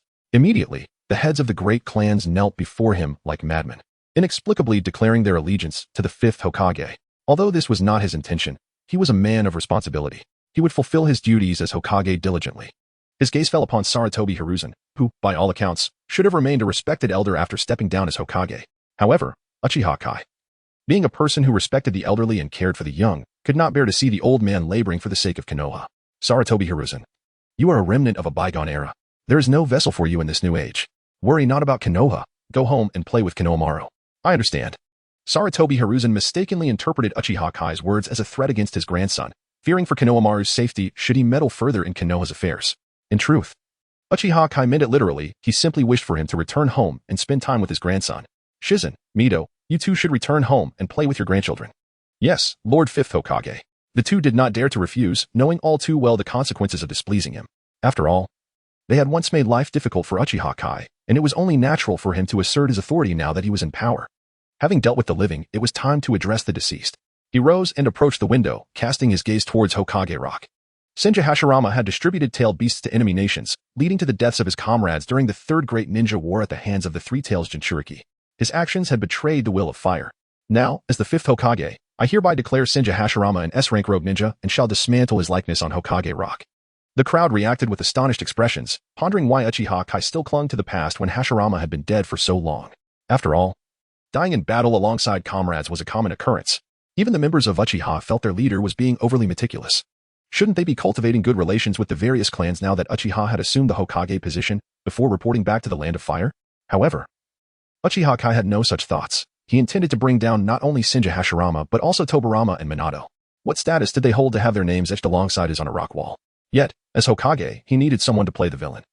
So he discreetly signaled to Kanna. Sitting atop a deer, Kanna was bewildered, unable to comprehend why her brother was making strange gestures at her. Blinking her large, pale blue eyes, she asked, "Oniai-chan, what are you looking at?" Uchiha Kai sighed. Kanna, though strong, had the intellect of a 7-year-old. He opted instead to pat Chaos and Appo's little feet. Chaos instantly understood, and with a swift motion, 6 wings sprouted from her back, glaring at everyone present with dissatisfaction. "What is the matter? Do you all wish to betray the will of fire?" As Chaos spoke, black flames ignited on her wings. The crowd gasped. For the ferocity of her black flames was not to be trifled with. Narashikaka was the first to react, hastily raising his hands. Senju Hashirama is guilty of grave crimes, distributing tailed beasts to enemy nations, causing immense losses for Konoha. Such a person deserves to die 100 times over. Indeed. I too concur with the declaration of Senju Hashirama as an S-rank rogue ninja. With Narashikaka leading the charge, others followed suit in agreement. Sarutobi Hiruzen hesitated, wanting to speak but ultimately deciding against it. After all, he was struggling to protect himself and had little bandwidth to concern himself with the dead. If he guessed correctly, the next S-rank rogue ninja would indeed be his teacher, Senju Tobirama. As expected, Uchiha Kai continued. During his tenure, Senju Tobirama openly conducted human experiments, dismembered his own brother, and even defiled the body of Uchiha Madara. It is only reasonable for me to declare him an S-rank rogue ninja as well, is it not? Wait a moment. 5th Hokage, how can you wrongfully accuse my teacher of defiling Uchiha Madara's corpse? Sarutobi Hiruzen could no longer remain silent. While he could accept the allegations of human experimentation and dismemberment, the accusation of defiling Madara's body was utterly absurd. Literal interpretation, Uchiha Kai replied, his gaze sweeping across the room as a wicked smile crept onto his lips, slowly uttering 2 words, backbreaking. The crowd fell silent. The Grand Elder rubbed his temples, feeling a headache coming on. Hokage, if Konoha were to publicly announce this, it would not only tarnish Konoha's reputation but also that of the Uchiha clan. Grand Elder, I speak only the truth. Uchiha Kai looked directly at the Grand Elder, stating plainly, in truth. Senju Hashirama and Senju Tobirama did not die at the Valley of the End. They used Izanagi to fake their deaths and employed shadow clones to disguise their bodies. The inherently wicked Senju Tobirama had long coveted Uchiha Madara's beauty. The first thing he did upon opening the coffin was to kiss the fiery red lips of Madara's shadow clone.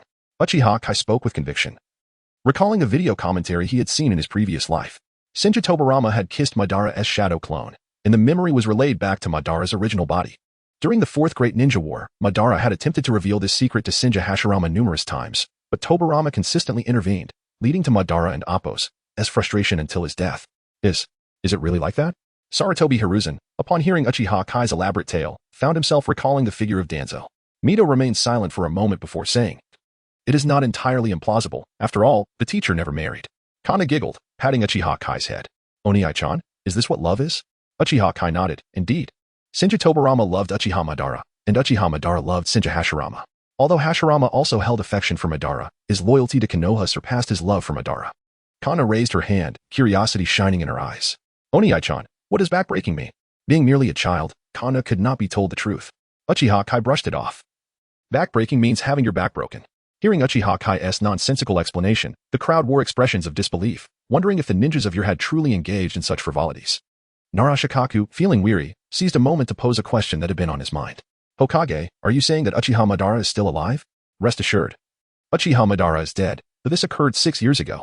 That's a relief. Narashikaka finally exhaled. For even his sharp intellect had not considered the existence of jutsu capable of reviving the deceased. However, he could not help but inquire further. Hokage, do you really intend to make this public?